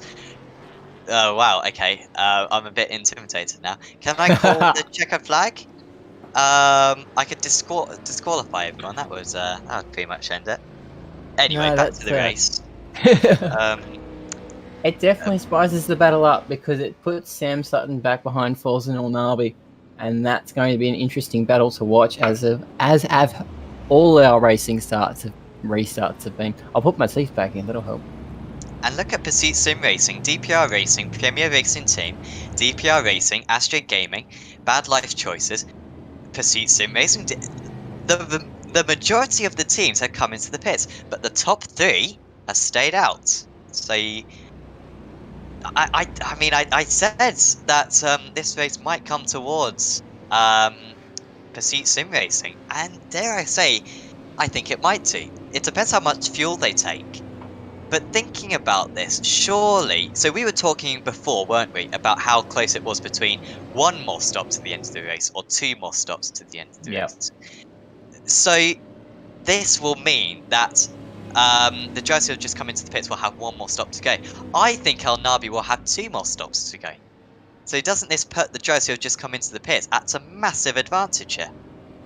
I remember when Forza Nabi was driving for Trick Sim Sports, and he was a gun fuel saver back in the day. So I don't reckon it's all over and out for those guys who didn't pit, but I do reckon that they're going to be pressured now by everyone who did just come into the pit, because that is a bold strategy to stay out, and they must be very sure of their fuel numbers. Andrew Gilliam is top of the drivers then who has come into the pits. There is Pursuit Sim Racing. They took 13 seconds of fuel. So I'm now back on a full tank, and I think absolutely bombing it around this lap, just in case the front runners decide to pit on this lap. He wants to make sure that he gets ahead of them if they do come into the pit. So there is the pit strategy then.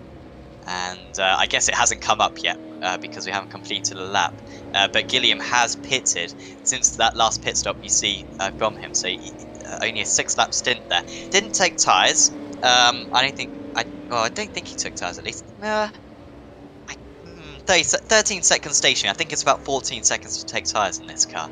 So maybe he took tyres and it was just particularly quick. And then DPR Racing remained behind him.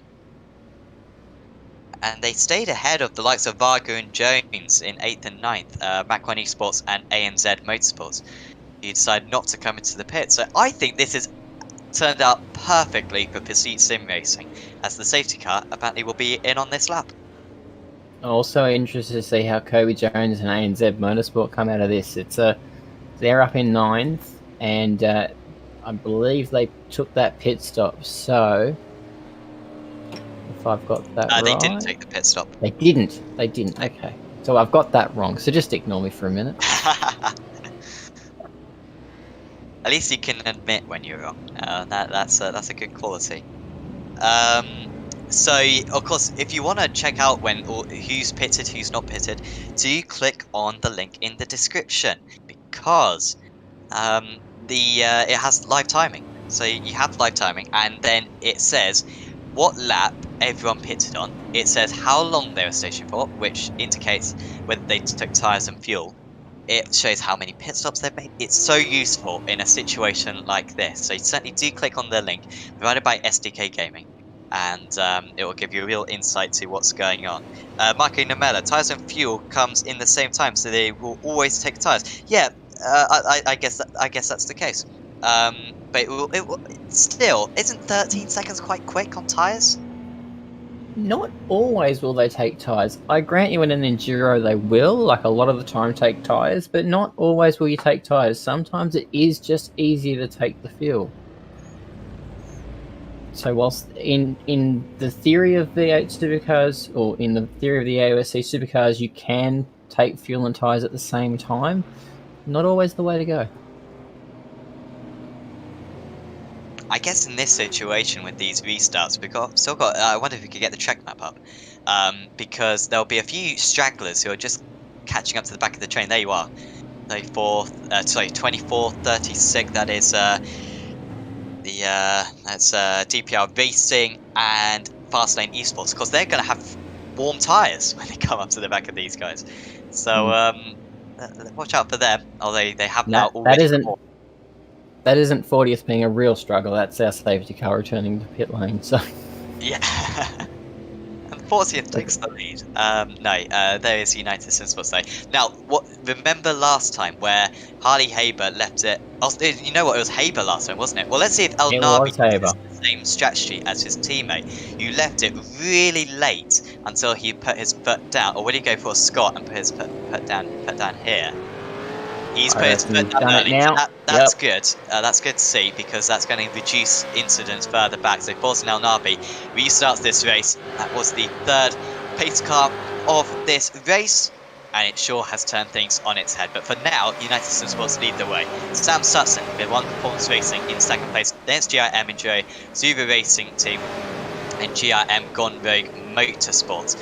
Where are Pursuit Sim Racing? They have got a lot of traffic to pass, and they've got to get past this traffic quick, whilst making sure DPR Racing stay behind them. These are the top two teams who have made an extra pit stop.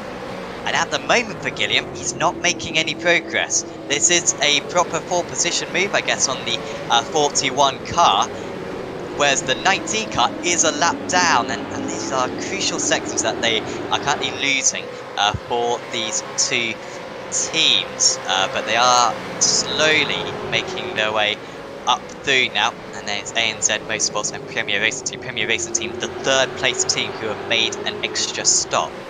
So they should be very strong as well, currently running in 10th place. They're doing a fantastic job in 10th. By the way, everyone from 13th place down to 24th place have all made an extra pit stop as well.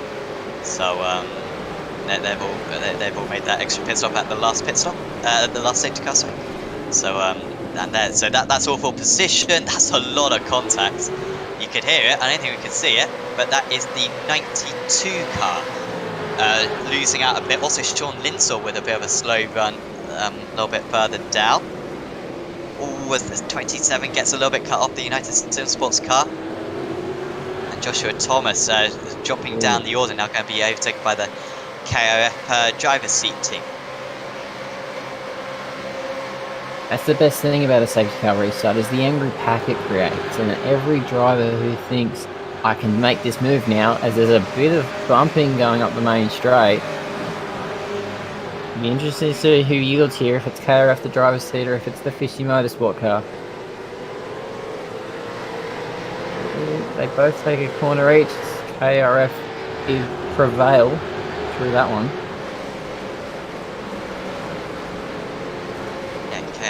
With the advantage on Fishy Motorsports. All these teams are pitted then, so no advantage on tyres or anything, but that seemed quite simple for them. Jordan Ross. This could be very good for that last pit stop for him, because it's going back with the leaders. We know how quick that Synergy Sim Racing team is, but they just haven't had the opportunity with so many setbacks. But for once, it seems to be going better for them. Hobson also moves past Misdale then, so poor couple of corners for DPR Racing, good couple of corners for Synergy Sim Racing. Both teams gain a place. Vincent Hobson there, not fixing the rear wing at his last pit stop. Maybe that he's run out of past affairs, or maybe he's got that since the we did see a lot of hitting, didn't we, down this corner last time, so maybe he lost it back then. But that's not going to help his speed too much, I imagine. This whole pack stretching from Tom Freer in 12th place for Pursuit Sim Racing, all the way back to Nathan Tregarthen in 22nd. Here is Tom Freer. So actually, he's in the midst of this. Is Freer? He's onto the back of. He's in amongst these back markers then. So this isn't for poor position. He's just trying to lap these few drivers. So that's going to make it really awkward for Tom. He's got to get right around them quickly, cleanly, and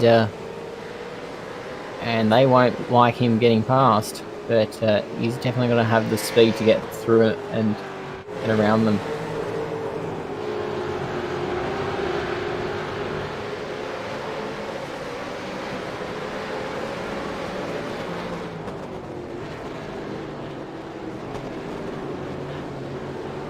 And this is Sam McKnight in the 027, defending from KRF at driver's seat, Sean Thompson. There's some nudging going on in the back of that pack. Adding Zeitinger in the 553 Live Productions Esports car.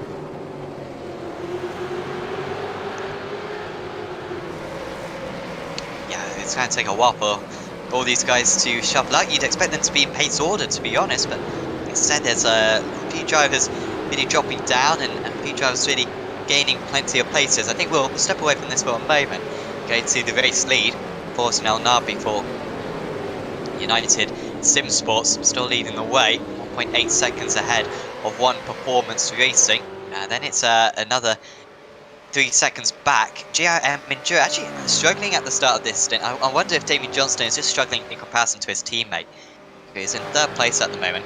And on that last lap, lost a 1.5 seconds to Forza El Navi. Drive-through penalty.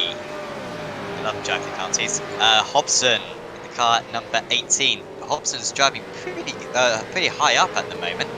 For that was for Stingy Sim Racing, of course. Recently moved up to 14th place, I believe. He was kind of going through with his teammates, and yet 35 incidents. And once again, this is early in the race, and I think this is going to be a fate suffered by many other teams later on in the event. And this is one of the other thing about the endurance strategy. You've got to make sure that you're there at the end, and some of you're there at the end means you don't get a 35 incident penalty. So you've got to make sure you got 2 drivers who want to keep it in the track limits, because the penalty can knock you out of the game, and that's really going to upset your race. Remember that these drivers are also fighting for the Clean Driver Award, currently being led in the championship by Jamie McKnight. I believe it's just a case of who can get the most cleanest races. So you get a point if you have the fewest incidents of anyone. Jamie McKnight currently with 3 of them. James Scott also with a few. No further action between the 73 and the 27 from a few laps ago. GRM being caught by ANZ, who have moved themselves back up then to 9th place. Good stint actually this for ANZ. They've done pretty well with Kobe Jones back at the wheel. Jones maybe with a slight advantage over his teammates, and as we've seen a change actually for Zuva Racing Team, they've moved ahead of GRM. That is very good for Zuva Racing Team. They're up into the podium places for the first time today, and we're going to get a replay of how it happened. Quite simple. It must have been into turn 1. The line is opened. No, they do close it. Maybe they open it marginally later. Goes to the outside, does Brett Loxton. Much more confident on the brakes, and very, very nice move. That left plenty of space for his rival. Was sideways through that corner, and this will be a very nice onboard now. It was a nice clean move, well done, and it just takes the overtaking lane, and round he goes. Bit of a slide on the rear. That's nicely controlled there by Brett Loxton. Just moves it on through. Brady So Myers he's just out for a Friday night drive. Sorry, I just saw Brady Myers off the circuit, and I suddenly... I'm never going to let Brady Myers live this down. I don't think anyone else is, and I don't think he is. But I thought, oh dear, has he blown his engine again? But obviously that's not the case, because he's a very good driver, but he's just made a mistake here. Actually, this is the same corner they made a mistake earlier on. Brady Myers, here he goes, just dips... Oh, it's exactly the same, isn't it? Just dips the wheel onto the grass. And personally, that is the mistake that I probably make more often than any other around this circuit. So really tricky to do, especially when you've got... certainly when you're pushing the car to the limit, as Myers I'm sure is doing so at the moment. But frustrating day for him. We did have a word from someone earlier on in the YouTube chat about how probably not too bad for James Scott this result, because this will just be one of his drop rounds, and I did say that earlier on. You know, he can go for these race wins and afford a retirement. But if Harley Haber could win this race, and say Andrew Gilliam could finish in 2nd place, or the other way round, it just gives them a little bit of hope. It would involve Scott would have to have an awful few the final 3 rounds of the championship, but it's still up in the air. It could still change. Here comes Marlon McMullen. Remember, fresh tyres for him, whereas the car ahead of him doesn't have fresh tyres. I mean, that's not going to be much of an advantage. It should be remembered as well that Marlon McMullen is carrying more fuel than the GRM car of Scott O'Keefe. But he should genuinely have a pace advantage, and Premier Racing Team once again so much more competitive in the race than they were in qualifying, and they are driving very well at the moment. Looking slow. It's only a matter of time till they move up into the top 8 places. Yeah, probably in the next corner or so, I'd say. It looks like it's going to be a move that's on pretty soon. So he gets a nice dive through that complex and then down into the corner I'm going to keep mispronouncing the Riviazza.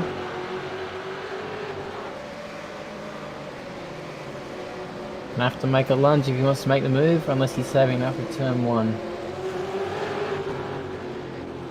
By the way, Premier Racing Team with one of the fewest incidents. I just remembered how I can look at the instance. I'm not sure if you can see the instance, Nori, but I can see the instance at least.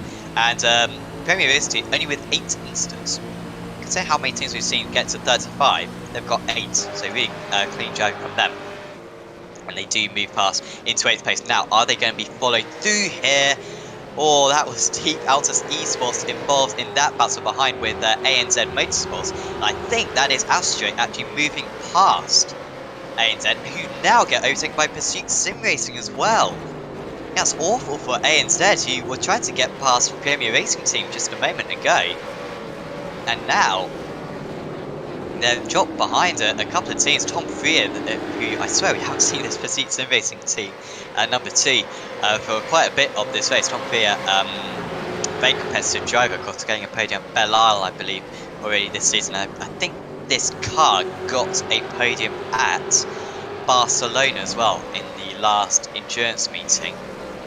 No, I think it was Montreal. I think they got 3rd place, actually, did Pursuit Sim Racing team. But they're going back into it as well, have already made that extra pit stop. They're actually 4th place out of the drivers who have made 4 pit stops so far in this race. So and making that move on ANZ, it's quite important. Now got to get past Astro Gaming, AOSC Esports, who haven't made that extra pit stop. Yeah, no, it's an interesting battle. Pursuit has sort of flown right under the radar there, and it's a move Tom won't want to make again in a hurry. I could almost see the steward's decision popping up on the screen in preparation. I could almost hear Tom down the coast. He won't have liked that happening. He hasn't made that move yet, has Tom Freer? No, he's still sitting there, still watching Bo like a hawk. So he'll want to get that move done as soon as possible. Very close, but Pursuit Sim Racing got past GRM. Oh, there's a dive. Oh, thought that was the dive there. Sorry. Oh, look at this. This is GRM having to defend, or not defending. They've opened up the line, and then they get shoved off. And I wonder if the stewards will have a look at that. I don't know about that one. GRM seemingly wanting to come back onto the circuit when maybe there wasn't space, and DPR move up as well. So GRM having a pretty bad stint right now. Remember, they have only made 3 pit stops. They might have 1 extra pit stop to make in comparison to many other teams to the end of the race. And Gilliam and Briggs move their way past. Gilliam and Briggs, by the way, 16 seconds off the lead. And they've pretty much got no more traffic up ahead of them. I mean, it's a brilliant. So. I was just going to say it was a brilliant catch from Damien Johnston trying to get back onto the circuit, but it's a bit unfortunate how he was sort of left with no room on the exit there. So this is a replay of it then, and pretty much from the start then. So that was off for one of the drivers ahead. Gilliam, that was pretty bold in the first place, but to be fair, that was very nicely done. Did really well to keep that so close to the apex. Now this is what Johnston will be a little bit annoyed about. Gilliam's already squeezing him on the run to the corner, but I think this is alright at the moment. He's leaving a car's width. Now Gilliam, he kind of escorts him out there. I don't know. It's so, and we see this in Formula 1 in particular, don't we? Where drivers kind of push another driver out off the circuit. But if the off circuit is not grass, is that so much of an issue? And Gilliam had his nose ahead going into the corner. So I guess it just depends what the precedent is when it comes to that. Yeah, I hate to speak ill of Gillingham, but you sort of, you don't want to run your competitor out of road there, but then your competitor being that far behind, is he really a competitor at that point? So it's a hard call. I'm lucky I'm just in the commentary box for that one and not in the race control room, because that would be a difficult one to decipher. I think if he had to give up that place, he'd also have to let past DPR Racing, who would become the leaders out of the 4 stoppers, which would be an important move. So keep an eye out for that decision on our screen. If it might be come up as no further action, or maybe the stewards aren't even investigating it. I don't know. But we'll watch out for that. This is a battle between Fishy Motorsports and Middle Finger Racing at the moment. Middle Finger trying to catch and pass. I believe already a penalty for this Middle Finger Racing squad. I'm not 100% sure on that one. If it was for incidents. I try to find them now on the screen, but I recall the 018. Yeah, they got 45 incidents so far, so they've got to be careful that they're going to get 15 more, otherwise they're going to get another. They're going to get another penalty.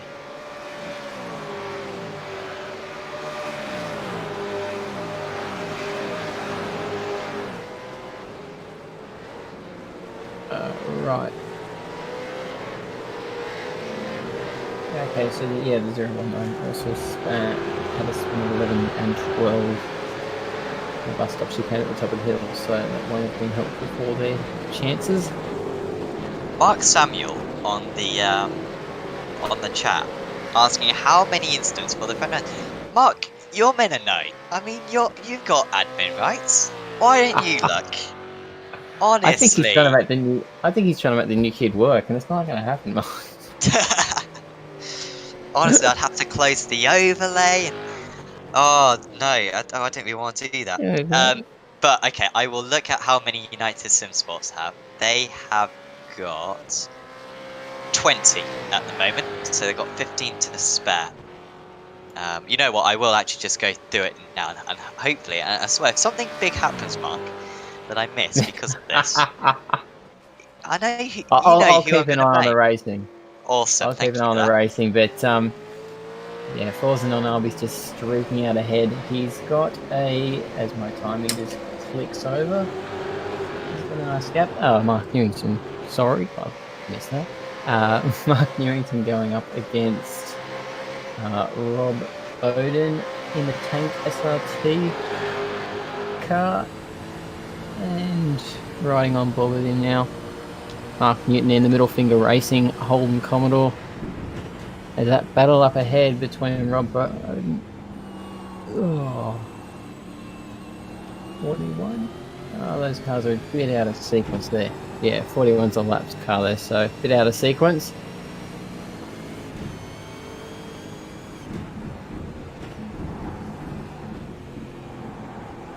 Alright. No, so my mistake. Newton's out of sequence in that one, so... So, incidents then. Yep. By request. So the front runners then. I don't know if we could just flick through the front runners actually. It'd be quite easy to go through it in that case. So on Nabi then, for United Sim Sports, 20 incidents. One Performance Racing have 19. Zuva Racing have 15. Pursuit Sim Racing have 13. DPR Racing have 23. GRM Enduro have 18. Premier Racing Team have 9. Mac 1 Esports Yellow have 15. And Astro Gaming Altus Esports have 28. So I think we'll leave it at that. And then the other drivers who are quite close are, so it looks like it's only a matter of time until KRF, the driver's seat, get a penalty. Also Fishy Motorsports, SSF Penrite Racing, KF Penske Racing Shocks, Tanked SRT, Middle Finger Racing 17, and Bow Repairs are all pretty close. Astro Gaming Altus Esports as well, with both Albert at the wheel. Yeah, 28 like we already said, so they could be in a bit of trouble. Unfortunately, that is information we can't give you. That's not information that iRacing discloses which we can use on the live timing, which is a little bit of a shame. If they'd be very useful. Yeah, so that's a little bit around that. So pretty much the front runners, as we kind of expect, doing a really good job, aren't they, Nori, at keeping within the white lines, and that's what we come to expect from these drivers. So experienced that they're not going to fall for that penalty. Yeah, it's quite interesting to note as you go through that list that the further down the field you go, we see a bit of a battle here between Darren Lobb at DPR Racing and was that Scotty Gamble? 199s. That one, Jamie Dyke there in the 74.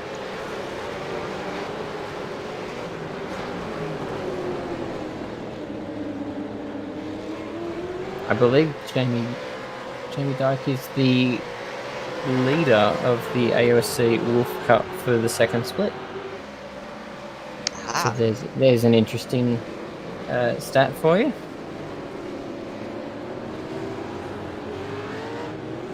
Oh, as Scott Gamble for EIT 26 has a spin through the first part of Rivatsa and drops a couple of places due to maybe only lost maybe lost 3 places, I think, because of that, and a little bit of time as well. As Adam Briggs is off the track for DPR Racing 1. Oh, and this could be another safety car. Oh dear. No, it couldn't be. Couldn't be. He'll just have to rock that car on the starter motor back to the pits. Yeah. Well, here it is. So he's cut the chicane. Has he somehow hit the wall from here? I don't know.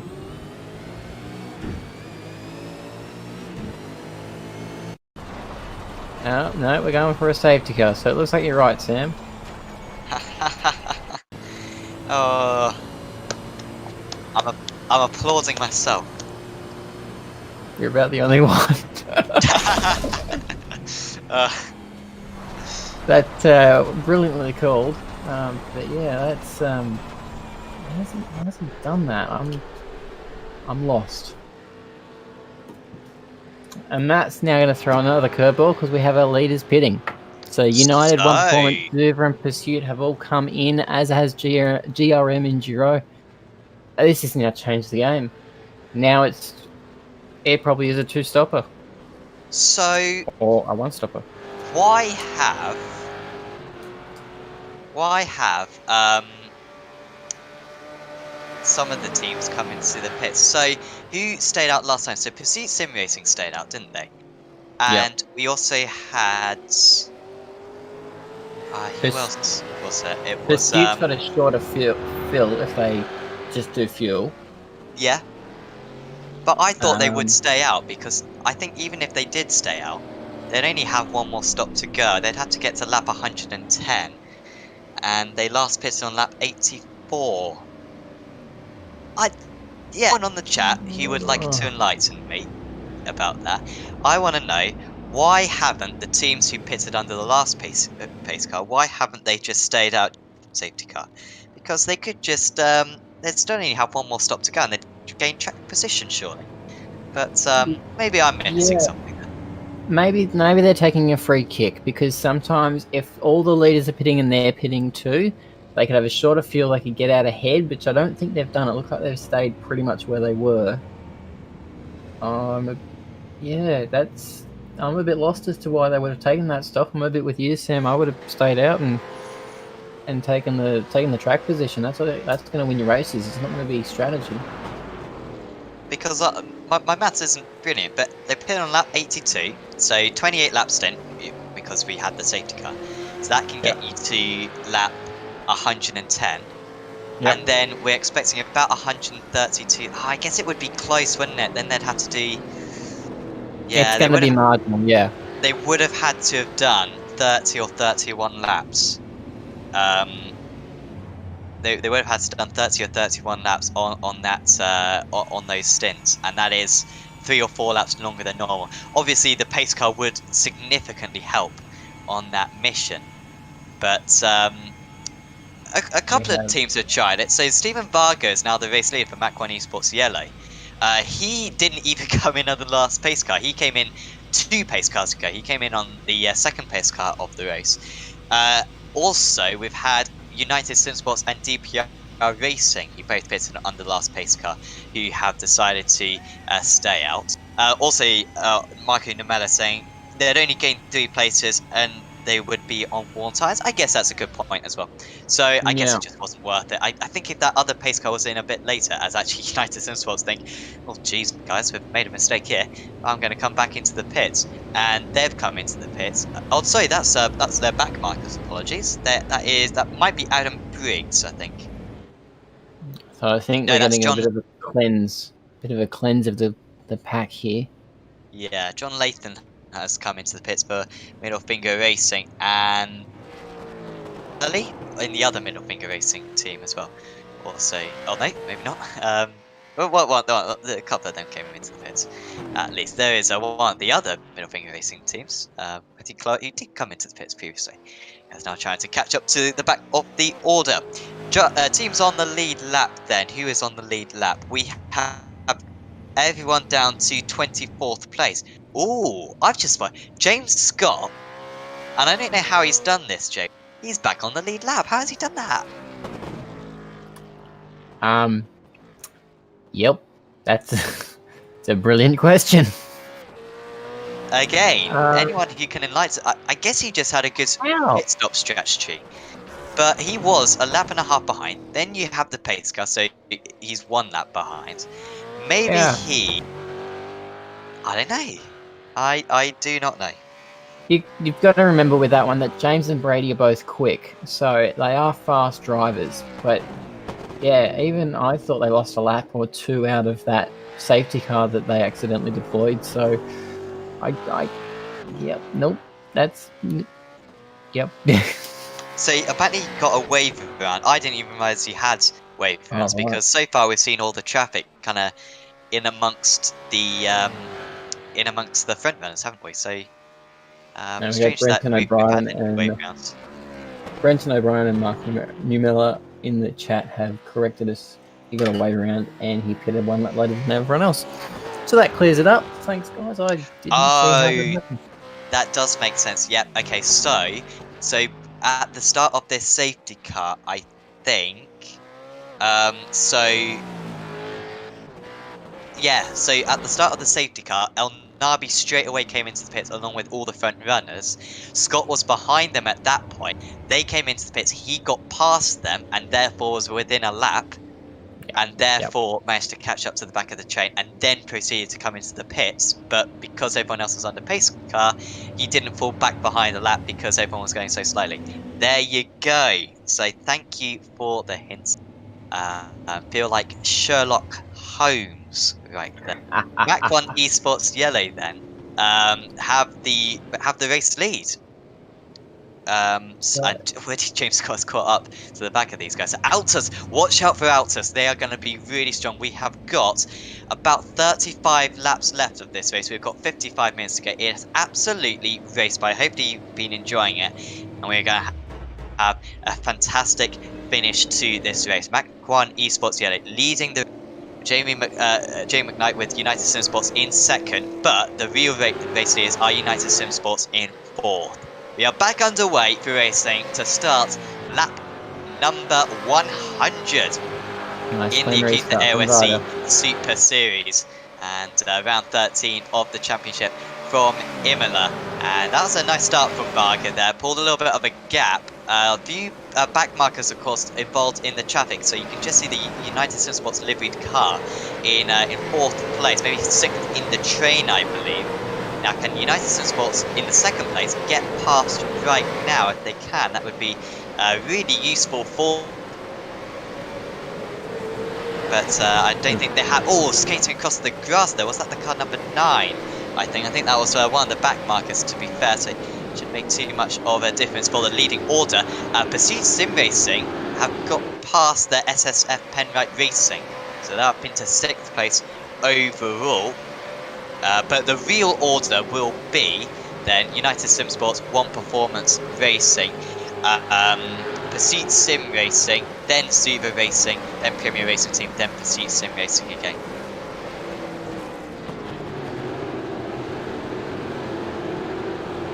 Drive the penalty for Schuler, the car number 42. That's for 60 incidents. And if you get 80, I believe you get disqualified. So that's going to be tight to the end of the race. I don't think they will reach 80, but that's losing them a lot of time. That costs bad time to get it as well. On the pit stop, on the safety car restart.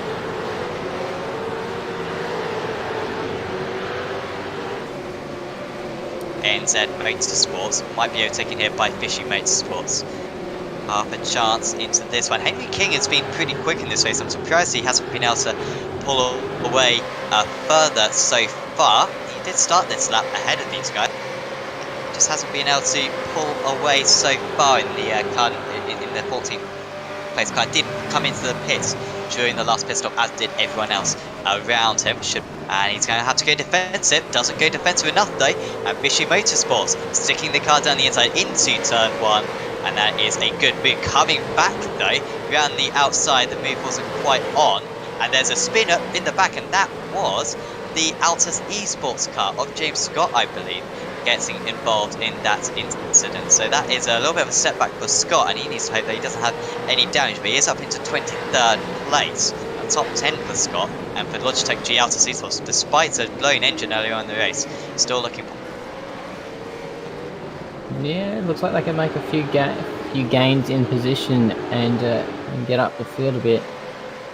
I'm interested to see how much further up the field they're going to track. It wouldn't be hard to see them placing probably inside the top 10 at this stage. Yeah, I think that's very possible for you. You can never underestimate those guys. So dare I say even top 3. We've underestimated a few teams so far this season.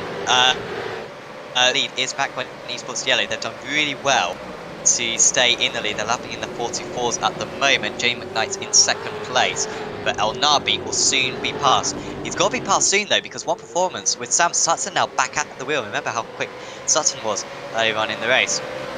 He wants to get past, but United Sim Sports working well there, and I wonder if they'll use Jay McKnight as a little bit as a block now for the other teams behind them, just to help out their teammates. So we go through the Tamburello for the 102nd time, and El Nabi will be past Varga, I think, very, very soon. I think even as soon as the hairpin might be a good opportunity for him. No allegiances, I think Varga will have to any of these teams. He does defend though. Oh, well done to Steven Varga. I mean, I don't think it's really... Oh, as there's contact behind. And that was... what's that? McKnight and Sutton getting into one another. I think that was Sutton perhaps hitting McKnight, and they're still battling. Taliancic getting involved in that one. Meanwhile, El Nabi still can't get the move done to move up into the lead, but they are still pulling away massively from these other guys. And Sutton is thinking, get out of my way, because I'm losing time to the race leaders. And McKnight is thinking, well, so be it, because I'm helping out my teammate right now. Further up, El Nabi again trying to go to the outside, and oh, he'll be infuriated by this, will Sutton. Because if he wasn't being held up by McKnight, he'd be all over the back of the new race leader, but instead, he's 2 seconds behind at the moment as El Nabi goes for the move, and United Sim Sports are back into the lead of this race. Meanwhile, though, McKnight is, Sutton's got to get past McKnight straight away, but that is a good run through the second part of Rabatsa. Yeah, it's a fantastic move for Sam Sutton. Getting up on the back of Jay McKnight is, I wonder if he's going to go for the pass. Yeah, here we go. Just about enough space there. Slides it in, and he is passed. So McKnight could hold him up for so long, but not long enough. And here comes Taliancic as well. He's going to take advantage of this. Apologies, this is Gilliam in the car. I've also got an incident further back involving Jordan Ross, Bo Albert, and Jack Boyd. It's all happening down at the Tamburello. And those 3 drivers, I wonder how significant their damage is. We're about to get a play of it. Here we are. So Boyd has gone into the back there of the Altus car. He spins back out onto circuit and hits Boyd.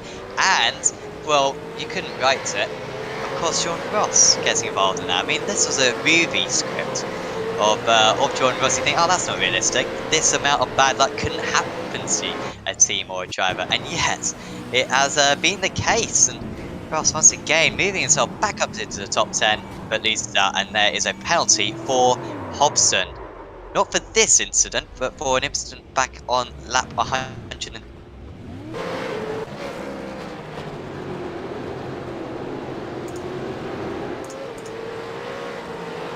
Meanwhile, Logitech G out of C spots, then one then gets spun round. The other moving up, James Scott up into the top 15 now. How far is he off the lead? He's only 20 seconds off the lead. I mean, honestly, I honestly think he might be in for a podium here, Scott. If we get another safety car, I think another safety car would be necessary, which would take it up to 5. So we can't have another competition one, but we could have a necessary one if Joe has to tow back to the pits, and he will very soon be onto the back of the Joes ahead because we've got Zietzlinger. I don't think we've seen Zietzlinger, so that's Garthen and Caruso and Ross all involved in this one, and I think that is Caruso moving ahead then. Apologies, Zeitzinger is a little bit further ahead.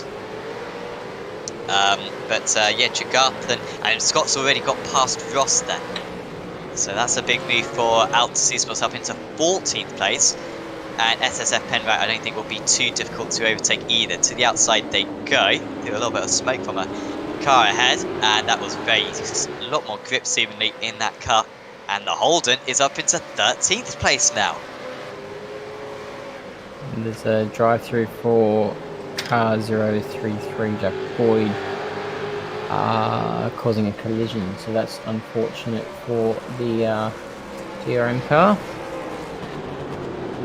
Yeah, that was the instance I think we saw down at Tamburello a couple of laps ago. Yeah.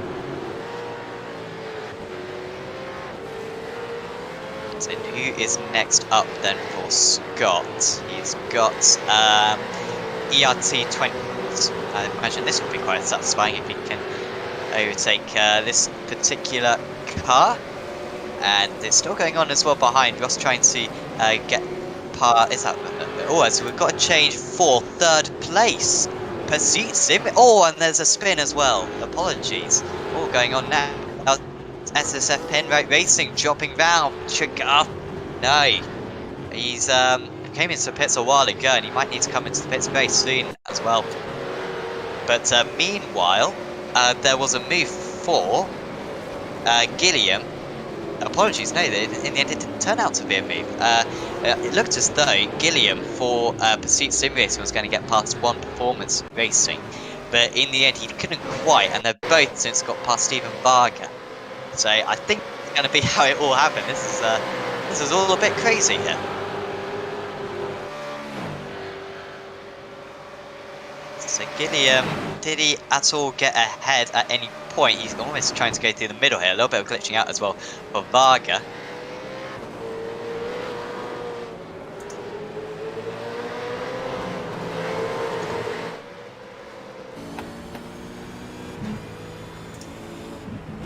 And that was how that's all sorted out. It sorted itself out. So Sam Sutton for One Performance ahead of Pursuit Sim Racing then still in 2nd and 3rd positions, and Varga with those old tyres down to 4th, although you will have to come into the pit space soon. United Sim Sport still leading the way, 4.5 seconds clear of the rest of the order. They built up a nice gap by getting through the order nice and quick, getting through the traffic quick, and plenty ahead now.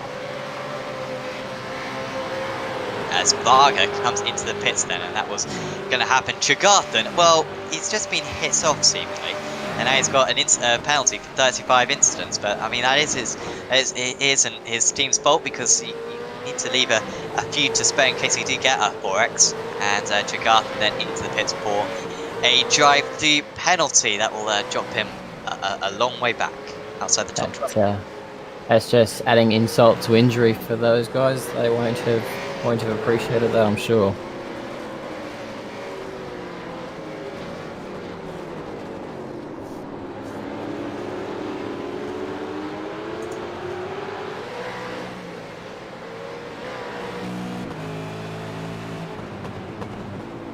Okay, the driver's seat under pressure from GRM now.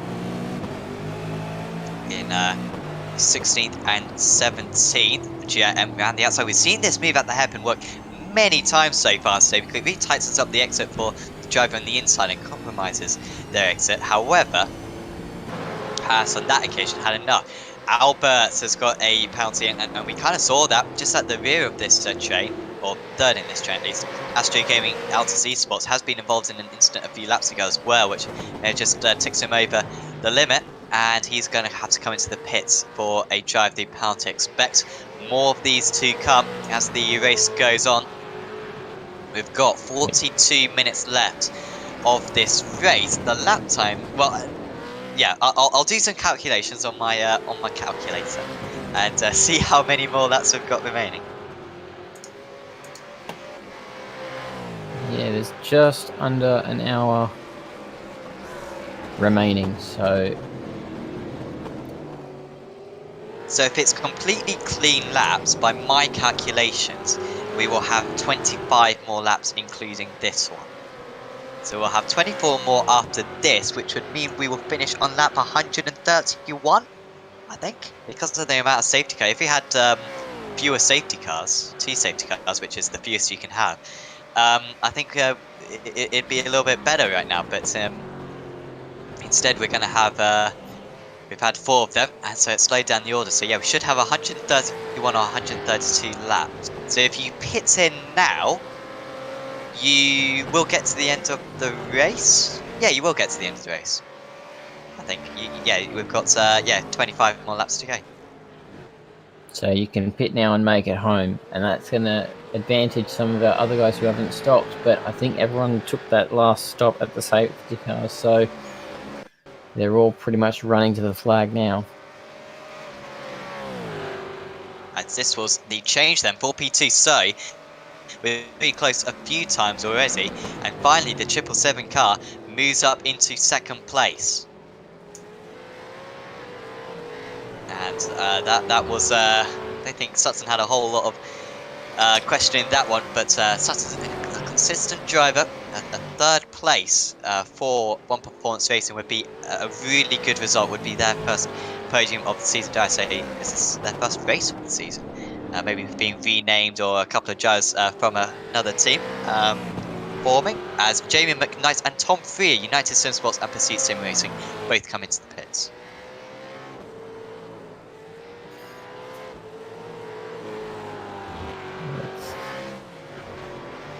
So they're going to cash in their chips. They're going to try and fill up and make it home with that final 27 laps. Not even 20. Yeah, 24 laps, I think, now. It's hard. Honestly, I absolutely love this series for having an amount of laps. But when there's a time limit, it just makes it confusing. Of course, there are plenty of apps that these drivers undoubtedly will be using to help them out with the fuel strategy, as this is the battle for 7th place. And losing out right there was Live Production Esports, who have done really well to move themselves back up into the top 10 after dropping out of the top 10 earlier on. And now we've got Logitech G AOSC Esports up into 8th place. They are 23 seconds off the lead. They are 16 seconds off the podium. You'd expect Scott to stay in that car to the end of the racing. He seems to have a pace advantage over his teammates. And I think he'll be past Fishy Motorsports, who are doing very well themselves as well. In 6th place, up 15 places, is Josh Thomas. However, I believe Thomas might be quite close to pick up a drive-through penalty for off-track. Yeah, he's on 13 incidents, so he needs to watch out for that. Didn't we say James has got to be back towards the in the top 10? So that's a fantastic recovery from them.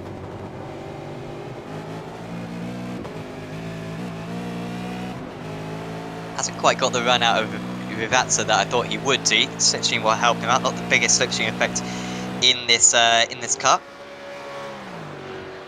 but his rival's already opening the line. Not quite close enough then, so has to stay behind. And these few seconds that he's perhaps losing, just sitting behind his rival, is gonna discourage him or gonna compromise his chances of catching up to the others later on.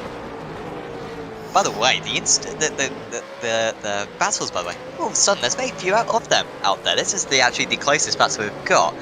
I haven't really got any packs of teams out there, which is a little bit of a shame.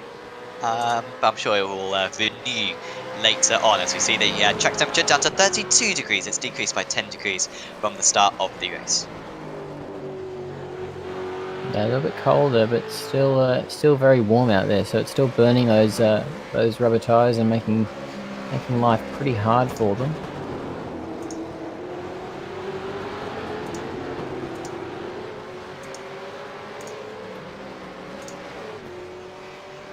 We see Ian Bird in 22nd in the Mach 1 Esports Yellow.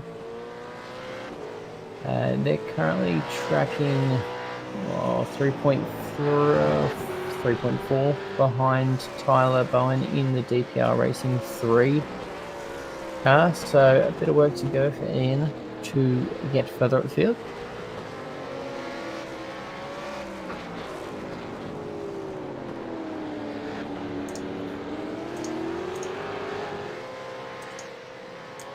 Astro Gaming, AOSC Esports in the pits. Jordan Ross also coming into the pits now. This is Ross's 6th pit stop. How's he done? So I think he's pitted under every safety car apart from the first one, Ross. Yeah, so six pit stops for him. But this will be the last, and I'm sure he'll be. Oh no, this is 7th. My goodness, Jordan, come on, you got an addiction, mate. Stop coming into the pits, CNG Sim Racing. They're in 14th place, but this will be it for them, like I said. 7 pits, well, that is mad. By the way, we've got James Scott out there for ERT with 3. I'm not sure if that included when he towed back to the pits, to be fair. But like the race leaders on 4, so 7 is particularly high, a couple higher than most others. So the battle between the 2 leaders now. So finally, of course, Gilliam is 3 in 2nd place. United Sim Sports 6.7 seconds ahead, and El Nabi on that last lap was 0.4 of a second faster. So don't think that graph shows us exactly what's going on. There we go, that graph does though, and you can see the gap is increasing.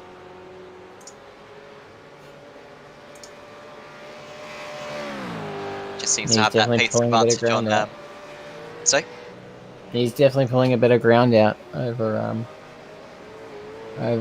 Gillingham there. So yeah, he seemed to just have a pace advantage over everyone, even dare I say Harley Haber. It's always tricky to compare because often we see these drivers change at every pit stop, and so we only kind of can compare certain pairs of drivers. But I mean, whenever El Nabi's been in the car, it's been a good time for United Sim Sports. He's done an awesome job, as he has done for the most of the season, and it looks as though United Sim Sports are on their way to a double race victory. But if anyone saw Barcelona, you know how quickly things can change. We had a pace car in that, some penalties for drivers with speeding in the pit lane, and it completely turned the race on its head. And I would not bet against that occurring once again. So could all change in the remaining 22 laps of this race. As we see a car fire off the side of the field, one of the Fishy Motorsport cars, I'm going to say. Yeah, Delaney.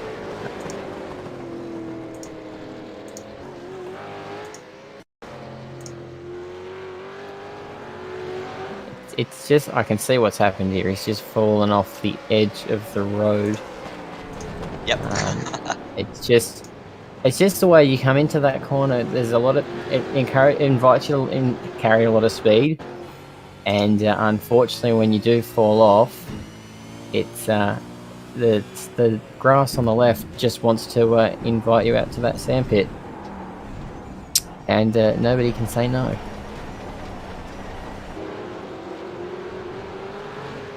And of course the grass is so slippery now with these new generation tires. I think the grass is probably decently realistic, maybe a little bit too slippery, but the gravel I think needs a little bit of work from iRacing. Needs to kind of dig into the cars a little bit more. I'd love it if you could get beached in the car. Can you get beached in these supercars at all in real life? Oh, in real life you can. Yeah. I've never beached a supercar in iRacing, but that would add the simulation. That would add to the simulation somewhat because it can definitely happen, and it's happened not quite a number of times, particularly at Sandown. That's got a nice tricky corner that we call Dandenong Road, and people who run off there all the time get beached every day. Got Bosun, the next driver to reach the 35 incidents. So that is the car number 10. It's got into 24th place for Tanks SRT.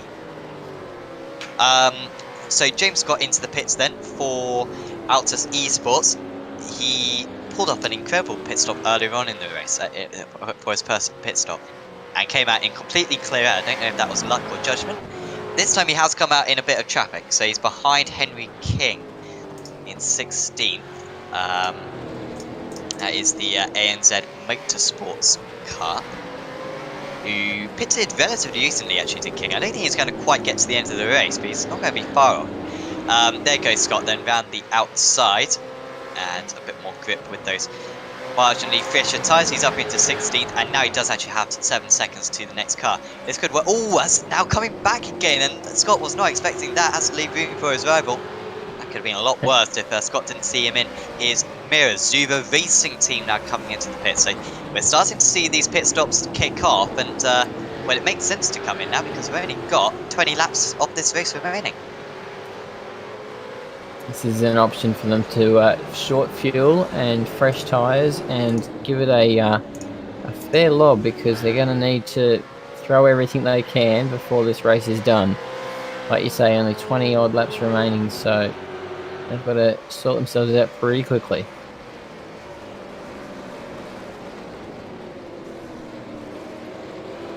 Yeah, maybe even 19 more laps. Yeah, so it'll be close. When the front runners cross the line, yeah, between 18 and 21 laps, we'll say, which is a massive area, but still. Jordan Caruso for ERT, he moves up into 3rd place now with all these pit stops going on.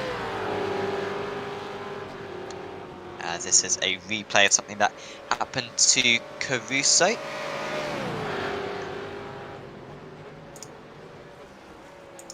And this was the overtake he made to move up past Josh Thomas in the Fisher Motorsports car, moving up into the podium places now. Is the ERT 26, but that will probably change later on when when everyone else comes into the pits, because we've still got we've already had Sam Sutton for One Performance and Pursuit Sim Racing with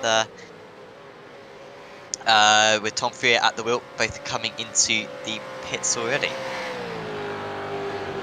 Also had a comment from Harley Haber on the YouTube chat that beaching a supercar isn't fun. Please, iRacing, don't add it. So. So there you have it, iRacing. If you add it, Harley will not be a happy camper. Maybe just add it for single seaters. I don't know. I think it's an important part of motorsport where if you go off the circuit and you end up in a tire in a gravel trap, you shouldn't just be able to walk away from it. Also, if you could get some gravel in like the air ducts, that would be quite cool. Or in the grill. That would be cool. Heat the engine perhaps, or maybe just make it a little bit more. I mean, they don't really simulate the overheating of the engine, I think. I mean, you could damage the car and then 12 hours later get an engine blow up because of it, but it's not modelled particularly accurately. I'd like to see that, and maybe brake wear as well. That would be all quite nice for things for iRacing to add. Yeah, at least they've got the double downshift sorted. Well, judging by earlier on. Sorry, Brady.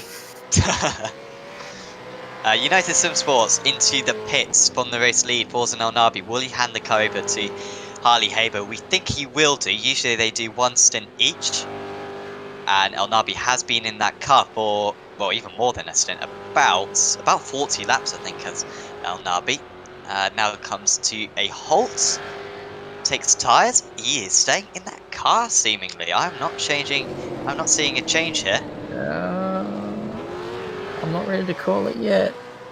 No, well, he's already back going. That was a short stop. 14 seconds.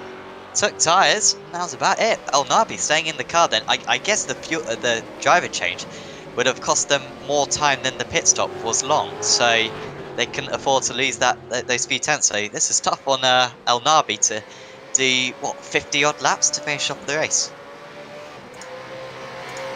Sometimes you gotta draw the short straw, and you gotta be the driver that does the work at the end of the day. So yeah. Ali Okay, Haber, so yep.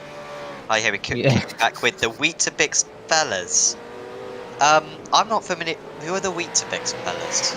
I think no, there's Weet-Bix, just the Weet-Bix cereal, and he's calling us the fellas. So. Oh, okay. Good on you, Harley. Enjoy your Weet-Bix, and how many a day do you do? It's cool. Do all you Australians have cereal at this time of the night? Yeah, don't you? You see, I'm not sure if you're being serious or not right now, because you Australians, you're a weird bunch. I'm not gonna lie. I wouldn't be surprised if you eat cereal and then have a cooked roast for breakfast at 7 in the morning. I've never had a cooked roast for breakfast, but I've definitely had cereal for dinner. Really, okay, people from around the world, whether you're American, European, or Australian, or Asian, or African, let us know on the chat. How many times have you eaten or is it regular to eat cereal at night? I've never done that personally. I mean, Scott Neaton's saying he doesn't, but it's an Australian thing. We're so laid back. We just don't care when breakfast comes. oh, dear me. Well, I've learned something today. Can't lie that these videos aren't educational. So, Brett Loxton and Tom Freer are quite close to one another. I believe Loxton... Did he make that move, Loxton? Freer, at the start of this lap, was in 8th place. So yeah, Freer's lost that place. Brett Loxton passed the Ziva Racing team, who have a little bit of an up and down. Loxton, I think, a little bit faster than his teammate. But now that he's back in the car, they're moving forwards again. The 209 could be one of their best results of the season for Ziva, who have barely made a mistake so far. So yeah, Brett Loxton and Thomas Hinds have had a great run to end up where they are. It's 4 positions up from their starting spot, so that's an alright game.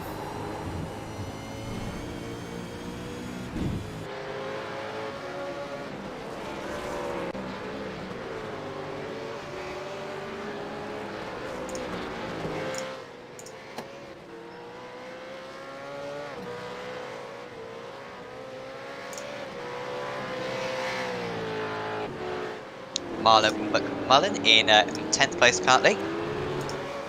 He's being hounded by Gretton Hobson in 11th for Synergy Sim Racing.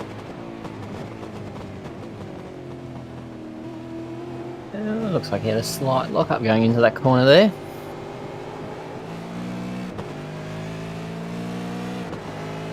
By the way, just to, Nabi's just set the fastest lap of the race, 41.97. That is about 3 seconds faster, maybe not 3 seconds, but 2 seconds faster than we were lapping earlier on in the race. That's the cooler track temperatures and the more rugged inline. David Baxter, I swear he got that a while ago. Maybe that was a separate penalty he got, but I swear I've seen Baxter's name come up yep, already today. Would be right. I think it might have been something else for that previous penalty, but I have seen David Baxter there before, so you are right. So the leaders proper. So we're currently in a situation, if you've just tuned in, you missed a good race. 4 safety cars. Lots of chopping and changing. G to them. Four great restarts. Yeah, pretty entertaining on all the restarts. And then, so we've kind of got the situation where some drivers are leaving it a little bit longer until they come into the pits, and some drivers have already come into the pits. ERT26 are now coming into the pits. So the drivers who have come into the pits are United Sim Sports, and then we've also got Pursuit Sim Racing, One Performance Racing, Zuba Racing Team, Pursuit Sim Racing, and Premier Racing Team. Those will be the top guys. Also, Logitech G Altus Esports currently running in 12th place. I think that will turn into 7th or 8th once the pit stops are sorted out. Still got a few more drivers. By Zeitinger at Resvion? It was, yeah, that was the 2nd place. The Zeitinger still yet to come into the pits though.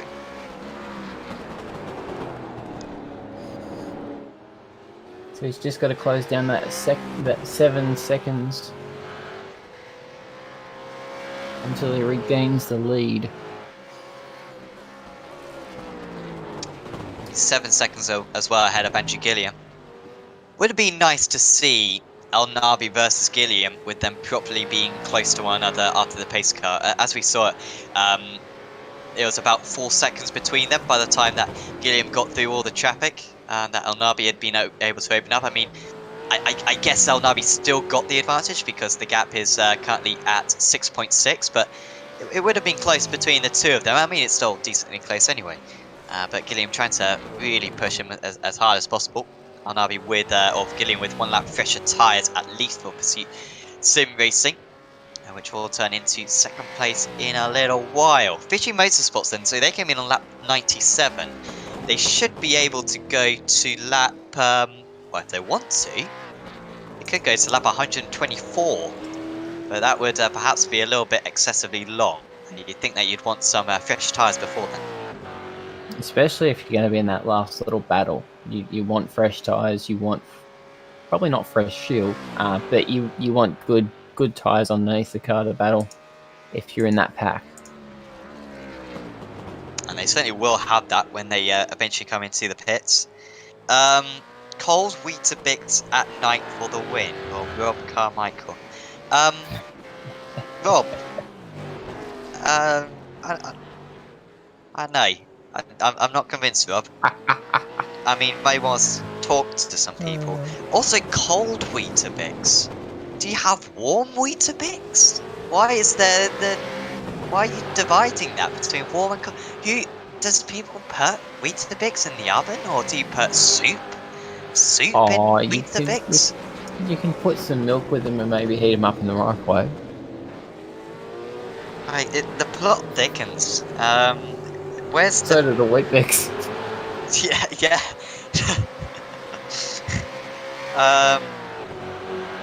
Welcome to the AOSC Esports Network, folks. We're talking about Weetabix recipes. Marco Nomella, when I was a student, seemingly wanting some Weetabix. And Jonathan MFR Racing, MF Racing. So, Mrs. says I'm lazy. I say I'm practical. I assume that was referring to Weetabix. So I want to hope so.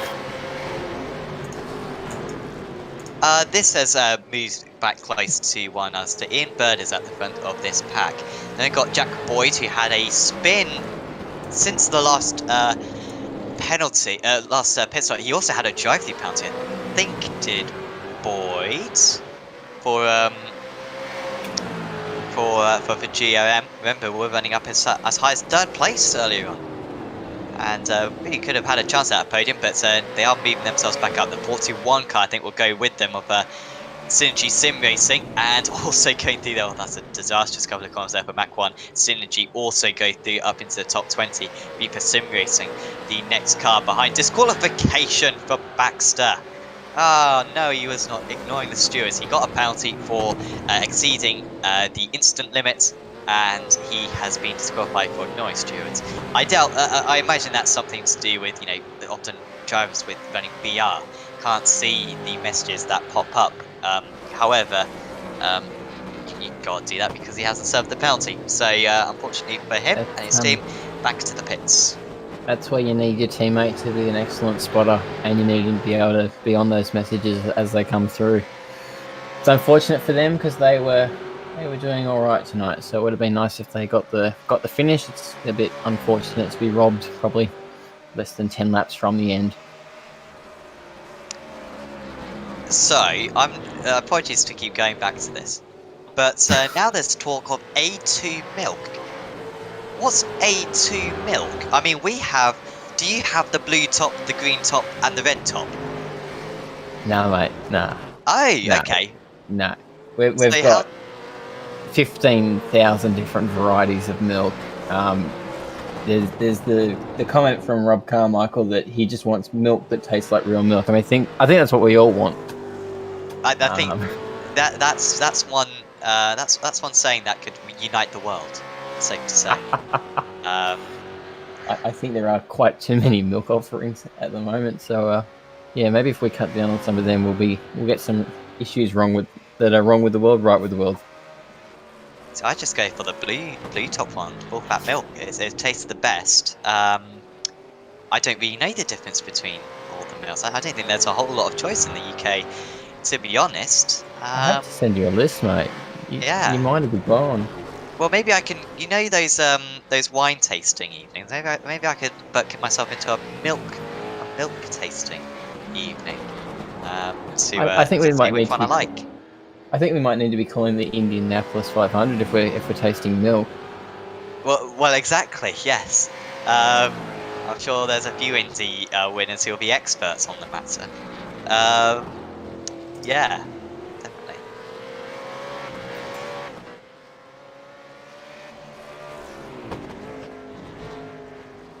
Sorry, what was that, Scott?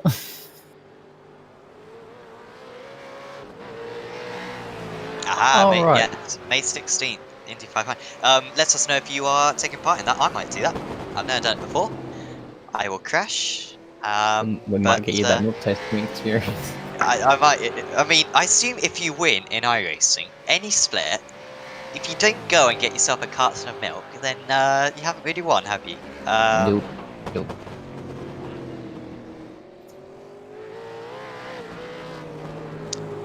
So this battle for 5th place, Zuva Racing. Tom Frears actually stayed pretty close then. So remember, Zuva got past Pursuit about 10 laps ago, and I was really surprised at the time that that change happened. But now it seems like Pursuit have actually got the edge again. One Performance Racing are 5 seconds further up the road. Sam Sutton in that car, not gaining are these guys at the moment on Sutton.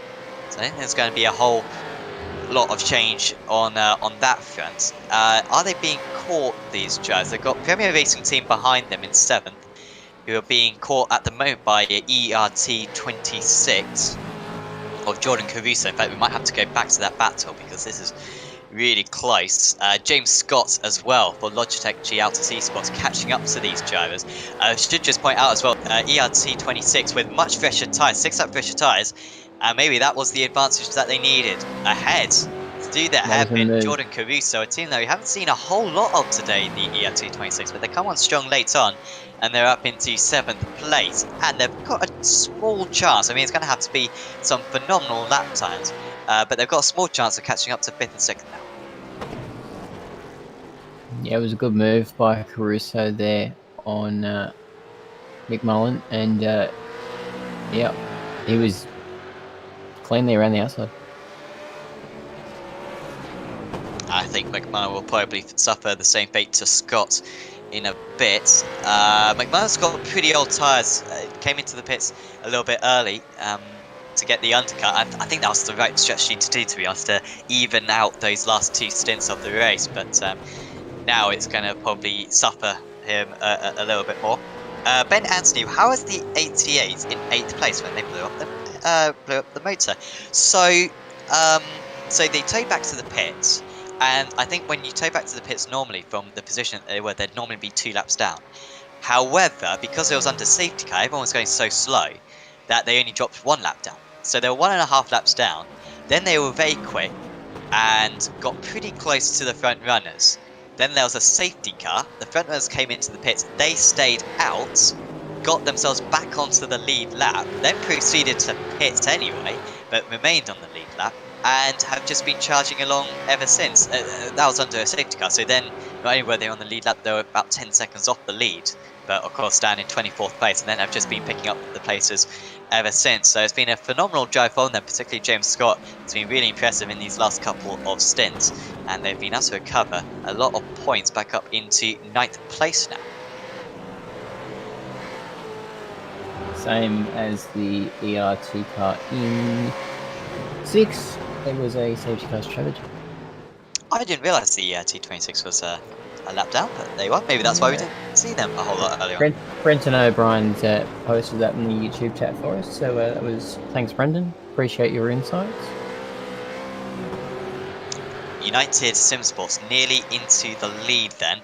Could be a change of position here, and Fishy Motorsports aren't going to have any sort of defence, much older tyres of course. And there goes United Simsports back up into the lead here in the Acuta AOSC Super Series. Were very strong of course at, well, I think they got a podium at Spa, and they got a podium at Daytona. Then they were so close to winning out at Montreal, I mean so close.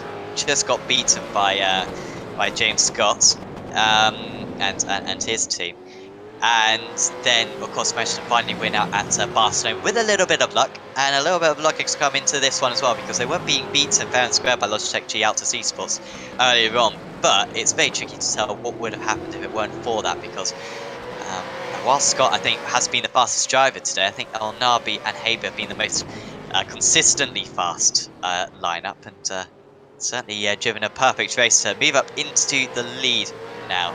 Fishy Motorsports with Joshua Thomas should come into the pits, I think, on this lap. Yeah, I'm pretty sure he will. Looks as though once Forzen got through into the lead, that was that strategy over and out for the Fishy squad.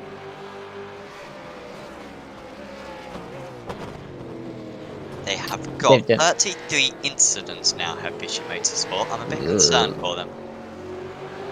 That's not something you want in the closing. So there we go, pitting now.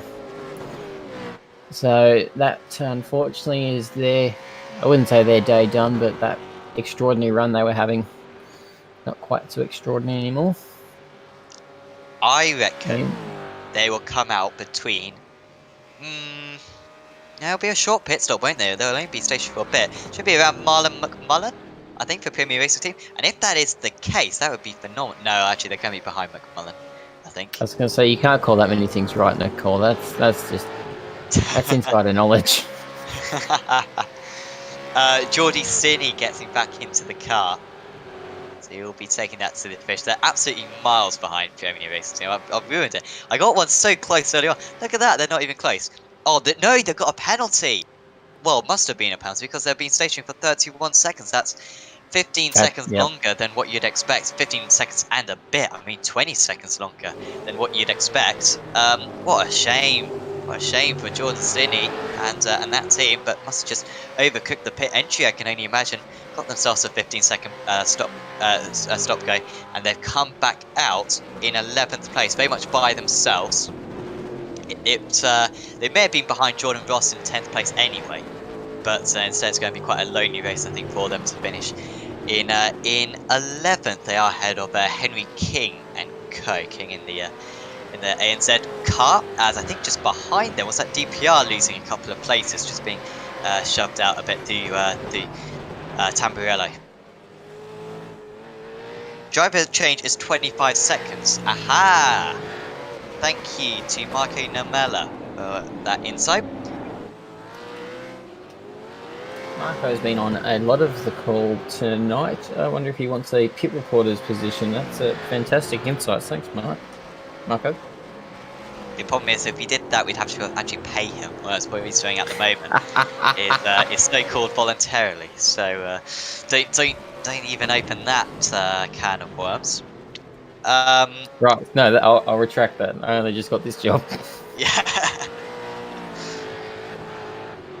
Yep, that's all. It was no penalty, no conspiracy, Jamie.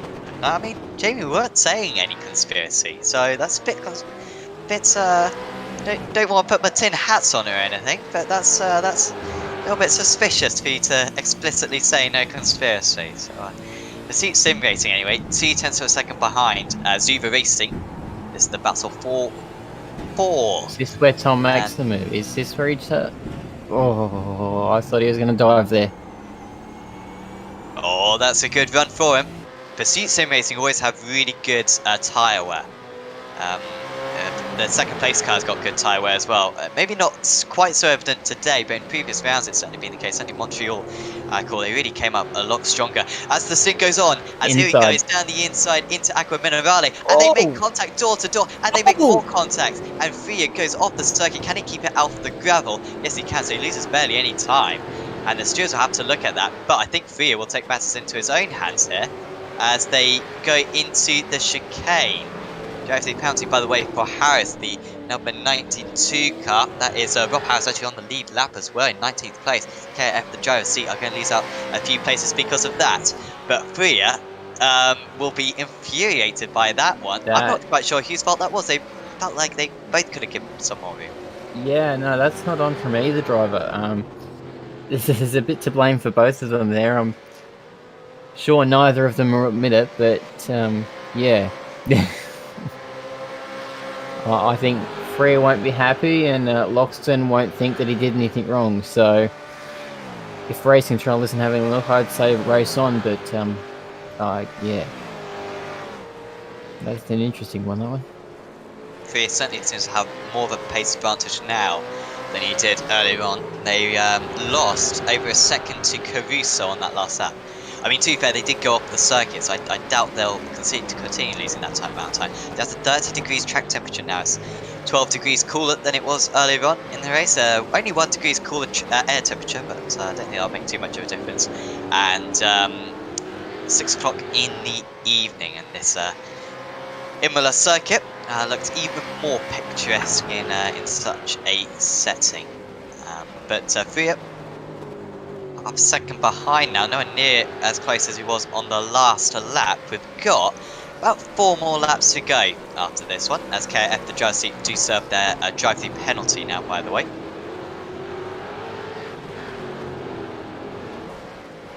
Alright, yep, seen that.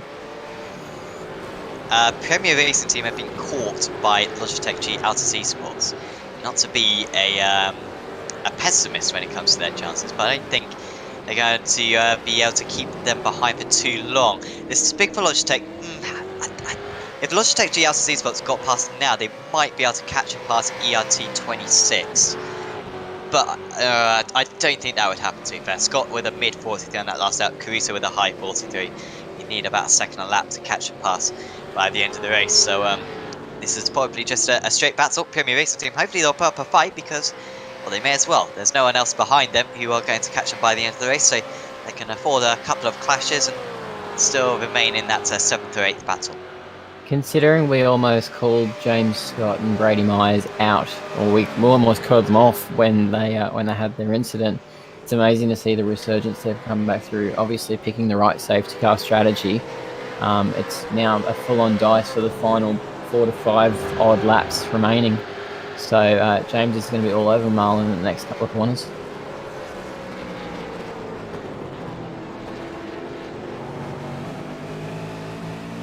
Probably this one. Yeah, here we go. There we go. And McMullen, just as we saw earlier on when ERT went for the same move, giving a very wide berth and not biting it too much.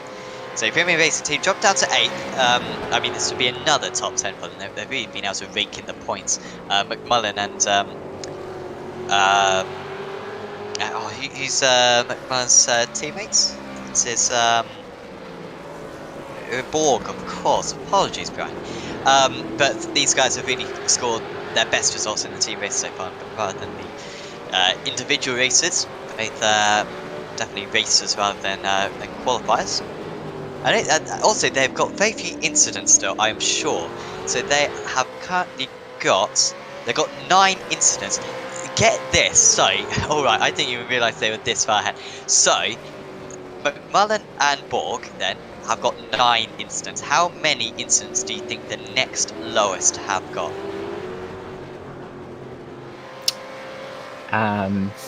9, did you say? 9 for Premier Racing Team, yep. How many have the next lowest got?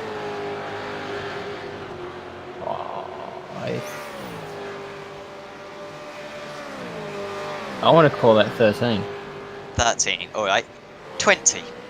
20, that is how far ahead Premier Racing Team are in that category. They got half the amount of incidents as the next lowest, who are running, at least, obviously. So terrific job from these guys, and I swear they haven't picked up, I think they picked up 1 incident in the last 2 hours.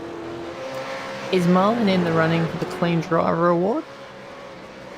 Well, after this, I think he will be. I think he's got a couple of wins so far. I think I saw I think I saw that he was in the running for that. So that goes to show how clean their driving has been if they've only got 9 incidents tonight. So him and Brian together. McKnight's on 3, Vaughan's on 2, and McMullen and Borg are on 2. So they would be on joint highest with Jamie McKnight if it ended like this. Wow. And they get $30 for that.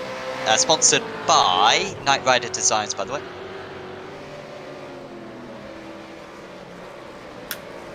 Also, we have the Motum Simulations Pole Position Award. James Scott leading that one with 5, I think, after today. Andrew Gilliam with 2, and everyone else with 1. That Michael Whiting giving Craig Anspach a bit of a... Or is that Craig Anspach giving Michael Whiting a bit of a run for his money?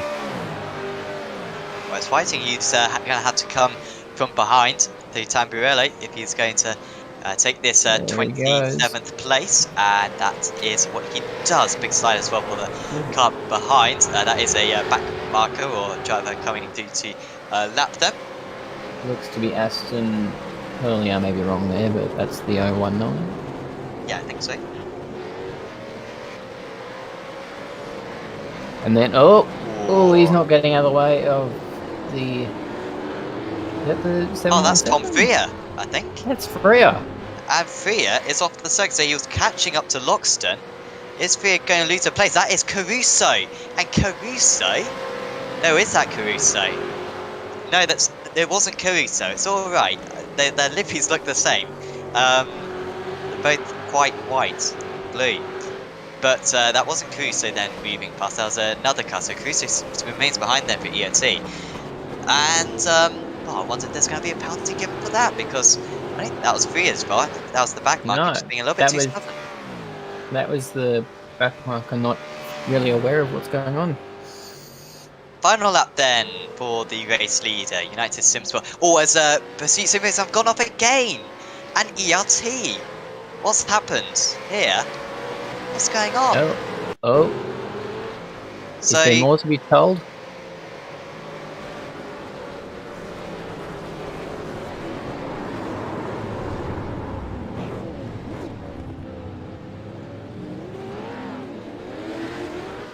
So a little bit squared off there was Freer, and what a disastrous couple of last lap for him, or last couple of laps for him, with the back markers. And he's dropped back 2 places. What a shame for Tom Freer. He's driven so well throughout the event, and that was for a 10-second slower lap time with those 2 spins. Jordan Ross has also just got past Cummings, I think. By the way, Caruso is really on the edge in terms of incidents. So just keep an eye out on Caruso. He's now on 34 incidents, is Caruso. So he might get a penalty if he picks up another one on this last lap. But out in the lead, Forzen El Nabi, him and Harley Haber put together an awesome run. They were beaten by James Scott earlier on, and just when the Altus Esports car blew up, they were catching. Who knows who would have won anyway. But they have made no mistakes, and it's going to be back-to-back endurance race wins in the Acuta AOSC Super Series. Forzen El Nabi, Harley Haber, United Sim Sports win at Imola. Round 13 of the championship comes to them, and that is their second race victory, and it's another exceptional endurance drive. Pursuit Sim Racing get another podium. They get in second place. Gilliam didn't have the pace to track down El Nabi, and Sam Sutton for one performance. It's going to be their first podium in the championship. They were overtaken by Gilliam in the last stint, but they won't care. Third place is still a terrific effort. ERT and PRT are quite close for the battle for 6th place. We might have to go back to that one. Also, United Sim Sports with the culture and a lot of changes on this final lap has really ignited this race. McMullen isn't going to get Caruso though. Caruso finishes in 6th place. By the way, James Scott then finishes in 5th place for Logitech G Altus Esports. Needed a bit of luck with the ERT and the Pursuit car losing out in the closing stages, but still 5th place after a blown engine. Incredible recovery from those guys. Zeitinger trying to overtake Fishy Motorsports right at the end. Is there a move possible? He's glitching in and out. He doesn't know where to go, Zeitinger. And the run to the line is very long. I don't think it's going to be long enough though. Fishy Motorsports should hang on for a very good 11th. Live Production Esports as well, finishing in 12th. GRM Enduro, after running in the top 3 at points in the race, they behind those guys in 13th, and the rest of the Orza then will come through for you. Top 19 drivers finishing on the lead lap then today. So another great drive then, I guess, from El Nabi and Haber. I mean, it's difficult in these 4-hour races to not make any mistakes, but there never seemed to be any sign of mistake. I think that was what's incredible. They had such a confidence aura around them, and they won out comfortably in the end. Absolutely, they were the only car running with James Scott and Brady Myers in the beginning of the race, and they were literally it wasn't a Bradbury. They won it because they actually won it, but they definitely went and won that one today.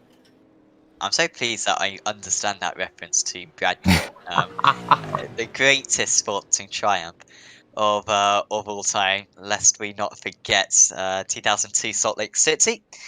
No, absolutely epic. So the race results then from this round 13 of the championship. Then the 5th enduro of the season. We've only got one more enduro. We've only got 3 more rounds to go. But for this round, it is United Sim Sports who win out. 9 seconds clear of Pursuit Sim Racing. One Performance Racing were in 3rd place. Then it was Zuba Racing, Logitech G Altus Esports, ERT26, Premier Racing Team, Pursuit Sim Racing, Synergy Sim Racing, and United Sim Sports. Then outside the top 10 was Fishy Motorsports, Live Production Esports, GRM Enduro, DPR Racing, Bad Life Choices Racing, Synergy Sim Racing, GRM Gone Rogue Motorsports, DPR Racing in 18th, and then in 19th it was Back1 Esports Yellow, who were the last drivers on the lead lap. ANZ Motorsports, despite running up in the top 10 at times, finished quite a distance back in 20th. There was Viper Sim Racing, Astro Gaming, Altus Esports, they were up in the top 10. I mean, they really could have fought for a top 5 today. But a few things went against them. Then it was KRF, the drive suit, with a late penalty, I believe, which cost them quite bad. DPR Racing, SSF Penrite Racing, Fastlane Esports, Tanks SRT, and Middle Finger Racing in 28. Then it was Fishy Motorsports, Middle Finger Racing, Fishy Motorsports 08, Middle Finger Racing 17, PRA 37, Fastlane Esports 2, KRF Penske Racing Shots New Zealand, EXG Motorsports White, Bow Repairs RRT 031, High Torque Racing. You can see the Acuta safety car. He was not a contender, but did do many laps for safety car periods. KF Motorsports, EXG Motorsports Red, Blue Hawk Racing, JPSS Drive Sim 88, BRM Simsport, and KF the Racing Depot. 131 laps. Now, a few of those teams didn't start the race, which was a bit strange. I don't know what that was about. But there you go. So, interviews then for the drivers. Who we can have? Well, there's only one man who we can have a chat with, to be honest. First, Harley Haber, who is in the comms box with us now. Congratulations, Harley, for another race win for you guys. I mean, in those early stages, James Scott was ever so quick. I mean, what was your thoughts? How were you rating your chances of beating those guys at that point in the race? Yeah, thanks, boys. It was one of those things that was a little bit unexpected. I guess we rocked up.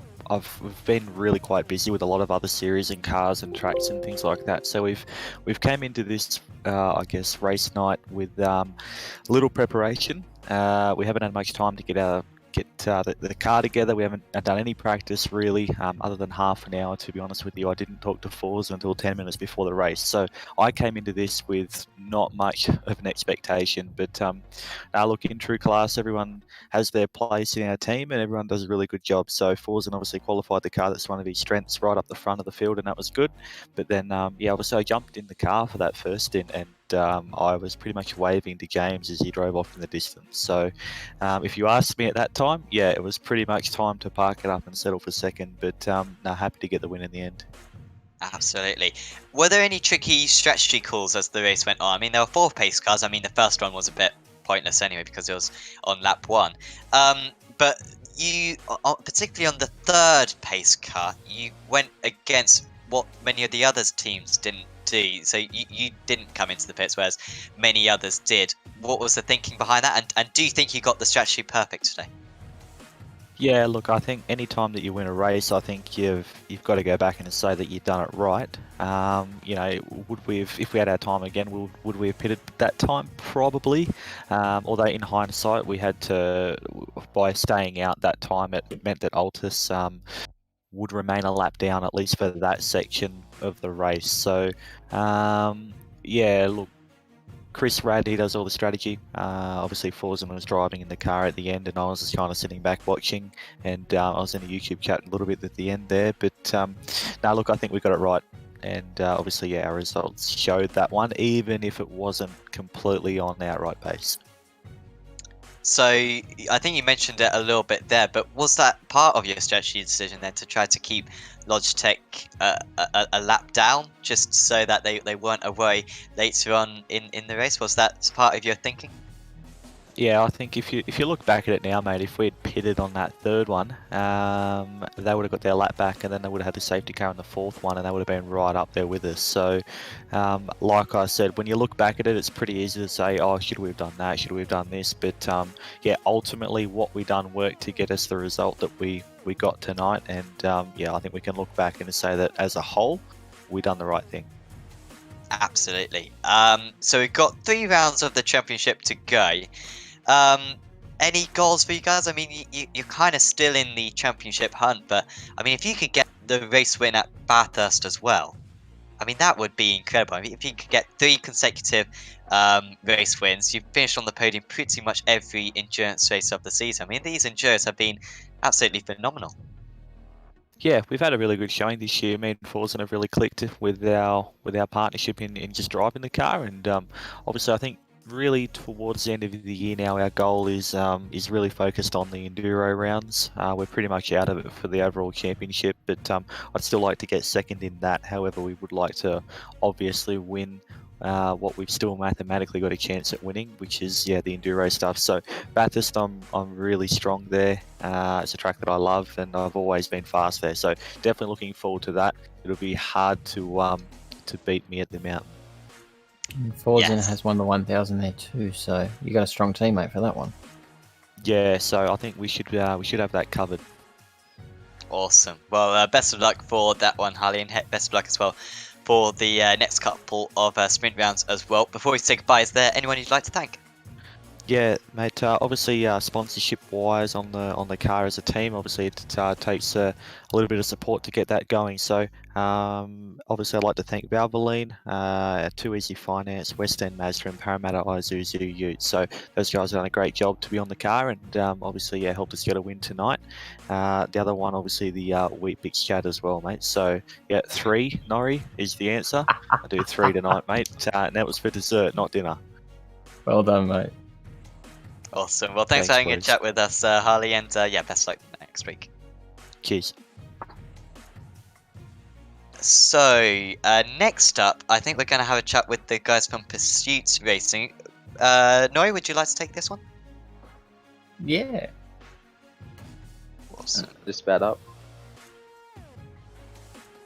G'day, Andrew Gillingham and Michael Teleangic. It's P2 tonight. How was your run? Yeah, I think it was a very cruisy run in the last couple stints when all the or after the last safety car, it was a very cruisy run home. Forsen had the pace, and then we had the jump with a faster pit stop than third, so cruisy run home. But the rest of the race was pretty action packed. Because you left Mike in the car for a long time in that middle stint. I thought it was a bold strategy, but it ended up paying out for you. So it was an excellent call by the looks of it. I don't think it really would have made much difference in the end. We were just trying to get the fuel advantage. You knew the likelihood of another safety car was probably pretty high, so we were just hoping to have that little bit extra fuel if we wanted to stay out there and not go in for the pit stops. But yeah, when we went in for one of those last safety cars, we thought we were really in the race, but yeah, another one came and sort of changed that. Sort of threw a curveball in at the end, didn't it? So, any sponsors you want to give a shout out to? Yeah, I'd like to thank Track Breaks, MXTV, and 6 Gear Imagery for all their support.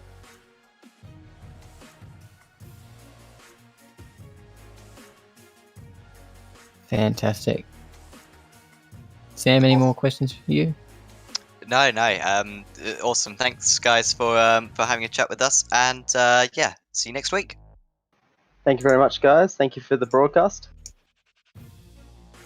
Awesome. So that was a Pursuit Sim Racing, Andrew Gilliam and Michael Taliancic. Finally, we're going to have a chat with one performance racing driver, Sam Sutton. You managed to get a podium today. Sam, congratulations. I mean, how competitive were you expecting to be? You qualified in 5th place, but for much of that race, you were, in 2nd place. At one point, you were fighting for the lead. It must have been great fun. Yeah, it was good. It was kind of good considering Barcelona at 650. We weren't that competitive after the tyre change, but we've made some gains with the setup last couple of weeks, and we qualified probably not where we should have been. I just put a lap in, and we sat where we were on the grid. We were up the front half, which is what we wanted. Sized up who was around us and figured with Brad in the car we could get up to 3rd or 2nd. It helped that Brady launched the motor on the 088, and it gave us a good run at Harley. I think Brad was a bit surprised by his pace there, but as the race went on, we sort of lost the balance as the track cooled down, and Andrew ended up getting past us, and we put in a bit too much fuel at the stop there. So all in all, not too bad to come away with 3rd. Definitely. And how have you found this Imola circuit? I mean, this is quite a unique race to have an endurance. We've had some kind of big circuits, Daytona and Barcelona, and a couple of other Spa, of course, so far this season. This circuit a little bit more closed up, a lot more lapping of drivers as well. How did you find it? Yeah, I don't mind Imola itself in the supercar. I think it's a good racetrack for the car. Got a nice mix of high-speed corners, medium-speed corners, and some long braking zones. I feel like the traffic, just because we all condense, all the drivers into 40 cars, so there's really 80 drivers out there. Probably not the caliber you'd expect us in a normal top split race. Some of those lap cars are a bit questionable in how they drive, but overall, it just keeps you on your toes, really, towards the end of that. I would say, as the season's gone on, I mean, particularly your performance, I think it was at Bel where you really should have got a podium, and you've had some really good results besides that as well. Would you say you've improved as the season's gone on? I think I've just got more comfortable with the car. Knowing what worked with the setup, it changed a fair bit going from the old car where I was pretty quick to this car, and we've sort of found a nice balance with the team now with what works for the car, and we're just sort of running with that at the moment, and it's worked everywhere else so far, so we're just going to keep. So next up, we've got Lime Rock. It's back to the sprint rounds. How have you driven the V8? I guess you probably have driven the V8 cars around that place. Maybe not this generation, but the old generation at least. What are you expecting from that one? What stands out from that track towards you right now? I think the extra aero on the new car is going to make it more interesting. The old car, it wasn't as fun. We didn't have enough aero to really throw it at the corner. I think with the more wing we've got, the more downforce. It's going to be quite a fun race. It's going to be probably hard to pass. I think you'll hit a wall at about half a second behind the car and probably see a few lobs into turn 1. Well, congratulations today, Sam. And before we let you go, is there anyone you'd like to give a shout out to? Just like to give thanks to all the guys with OPR, Brad for the drive tonight, and HM as well for the... Awesome. Well, thanks for having a chat with us, Sam. And best of luck for next week. Cheers, guys. I think I'm just getting some late race news that the 88 might get a time penalty, or an equivalent penalty, for exceeding driver minimum laps. Yeah, so that was the Logitech G Altus Esports car. So they did 088. If I auto it by number, that would help. They did. Myers did 43 laps. Scott did 88. I'm not quite sure what the rules are on that one, but it's doing over double the amount of laps as Brady Myers did. So maybe that was too much, and have been seemingly disqualified according to Brent Snow, but not totally confirmed. But this does seem to be the case, which would be problematic for Scott.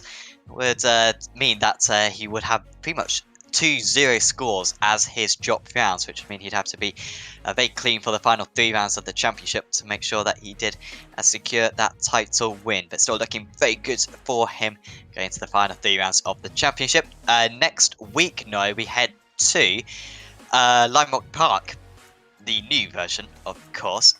I mean, that's going to be a crazy race. I'm really looking forward to that one. It's a very narrow circuit, not easy to overtake usually either. But, and also it's mega short as well, so I think the strategy will be really interesting. Coming into the pits early might work for you, but it might put you out into a lot of traffic. It might put you a lap down potentially with the shortness of the track. Overtaking is going to be troublesome, so qualifying is going to be important, but it's always great fun whenever you visit that place. Lime Rock's a staple of iRacing, and it's fantastic to visit there in any car, but the V8's definitely out of complex over the hill and around the back of the circuit down the hill as well, so it's going to be fun. It sure is. So, the sponsors we should give a shout out to for making this series possible. I mean, literally, without these guys, the series would be nothing like what it is. So Acuta Solutions, who provide rigging hardware and safety equipment. Next Level Racing, working on racing and flight cockpits, and Bitsy Raceware, providing custom sim and real racing gear. You can have your own designs on them, it's really cool. Mates and Simulations, you have VR racing centres across Australia, from Western Australia to East Coast as well. Night Rider Designs, creating personal liveries for drivers and teams. Wolf Graphics, providing personalised stickers and signs. Blacklock Media, who will be doing the race highlight photos. You can check them out on the Acuta AOSC Facebook page. And Race Management Service for helping out with the live race control. And of course, thanks to all the stewards as well for doing the live race control and setting up this fantastic series. Thanks to all the drivers for making it such an entertaining race, and thanks for you for tuning in. Hopefully you enjoyed it. That 4 hours, unlike any other 4-hour race we've had so far this season, absolutely flew by. Went really quick. Was fantastic fun. Hopefully you'll join us back again then for next week. That will be round 14 of the championship from Lime Rock, like we've already discussed. Should be a really tight battle out there. Can Scott redeem himself? Are we going to see Haber take another race victory? Are we going to see Gilliam get himself back into the championship hunt?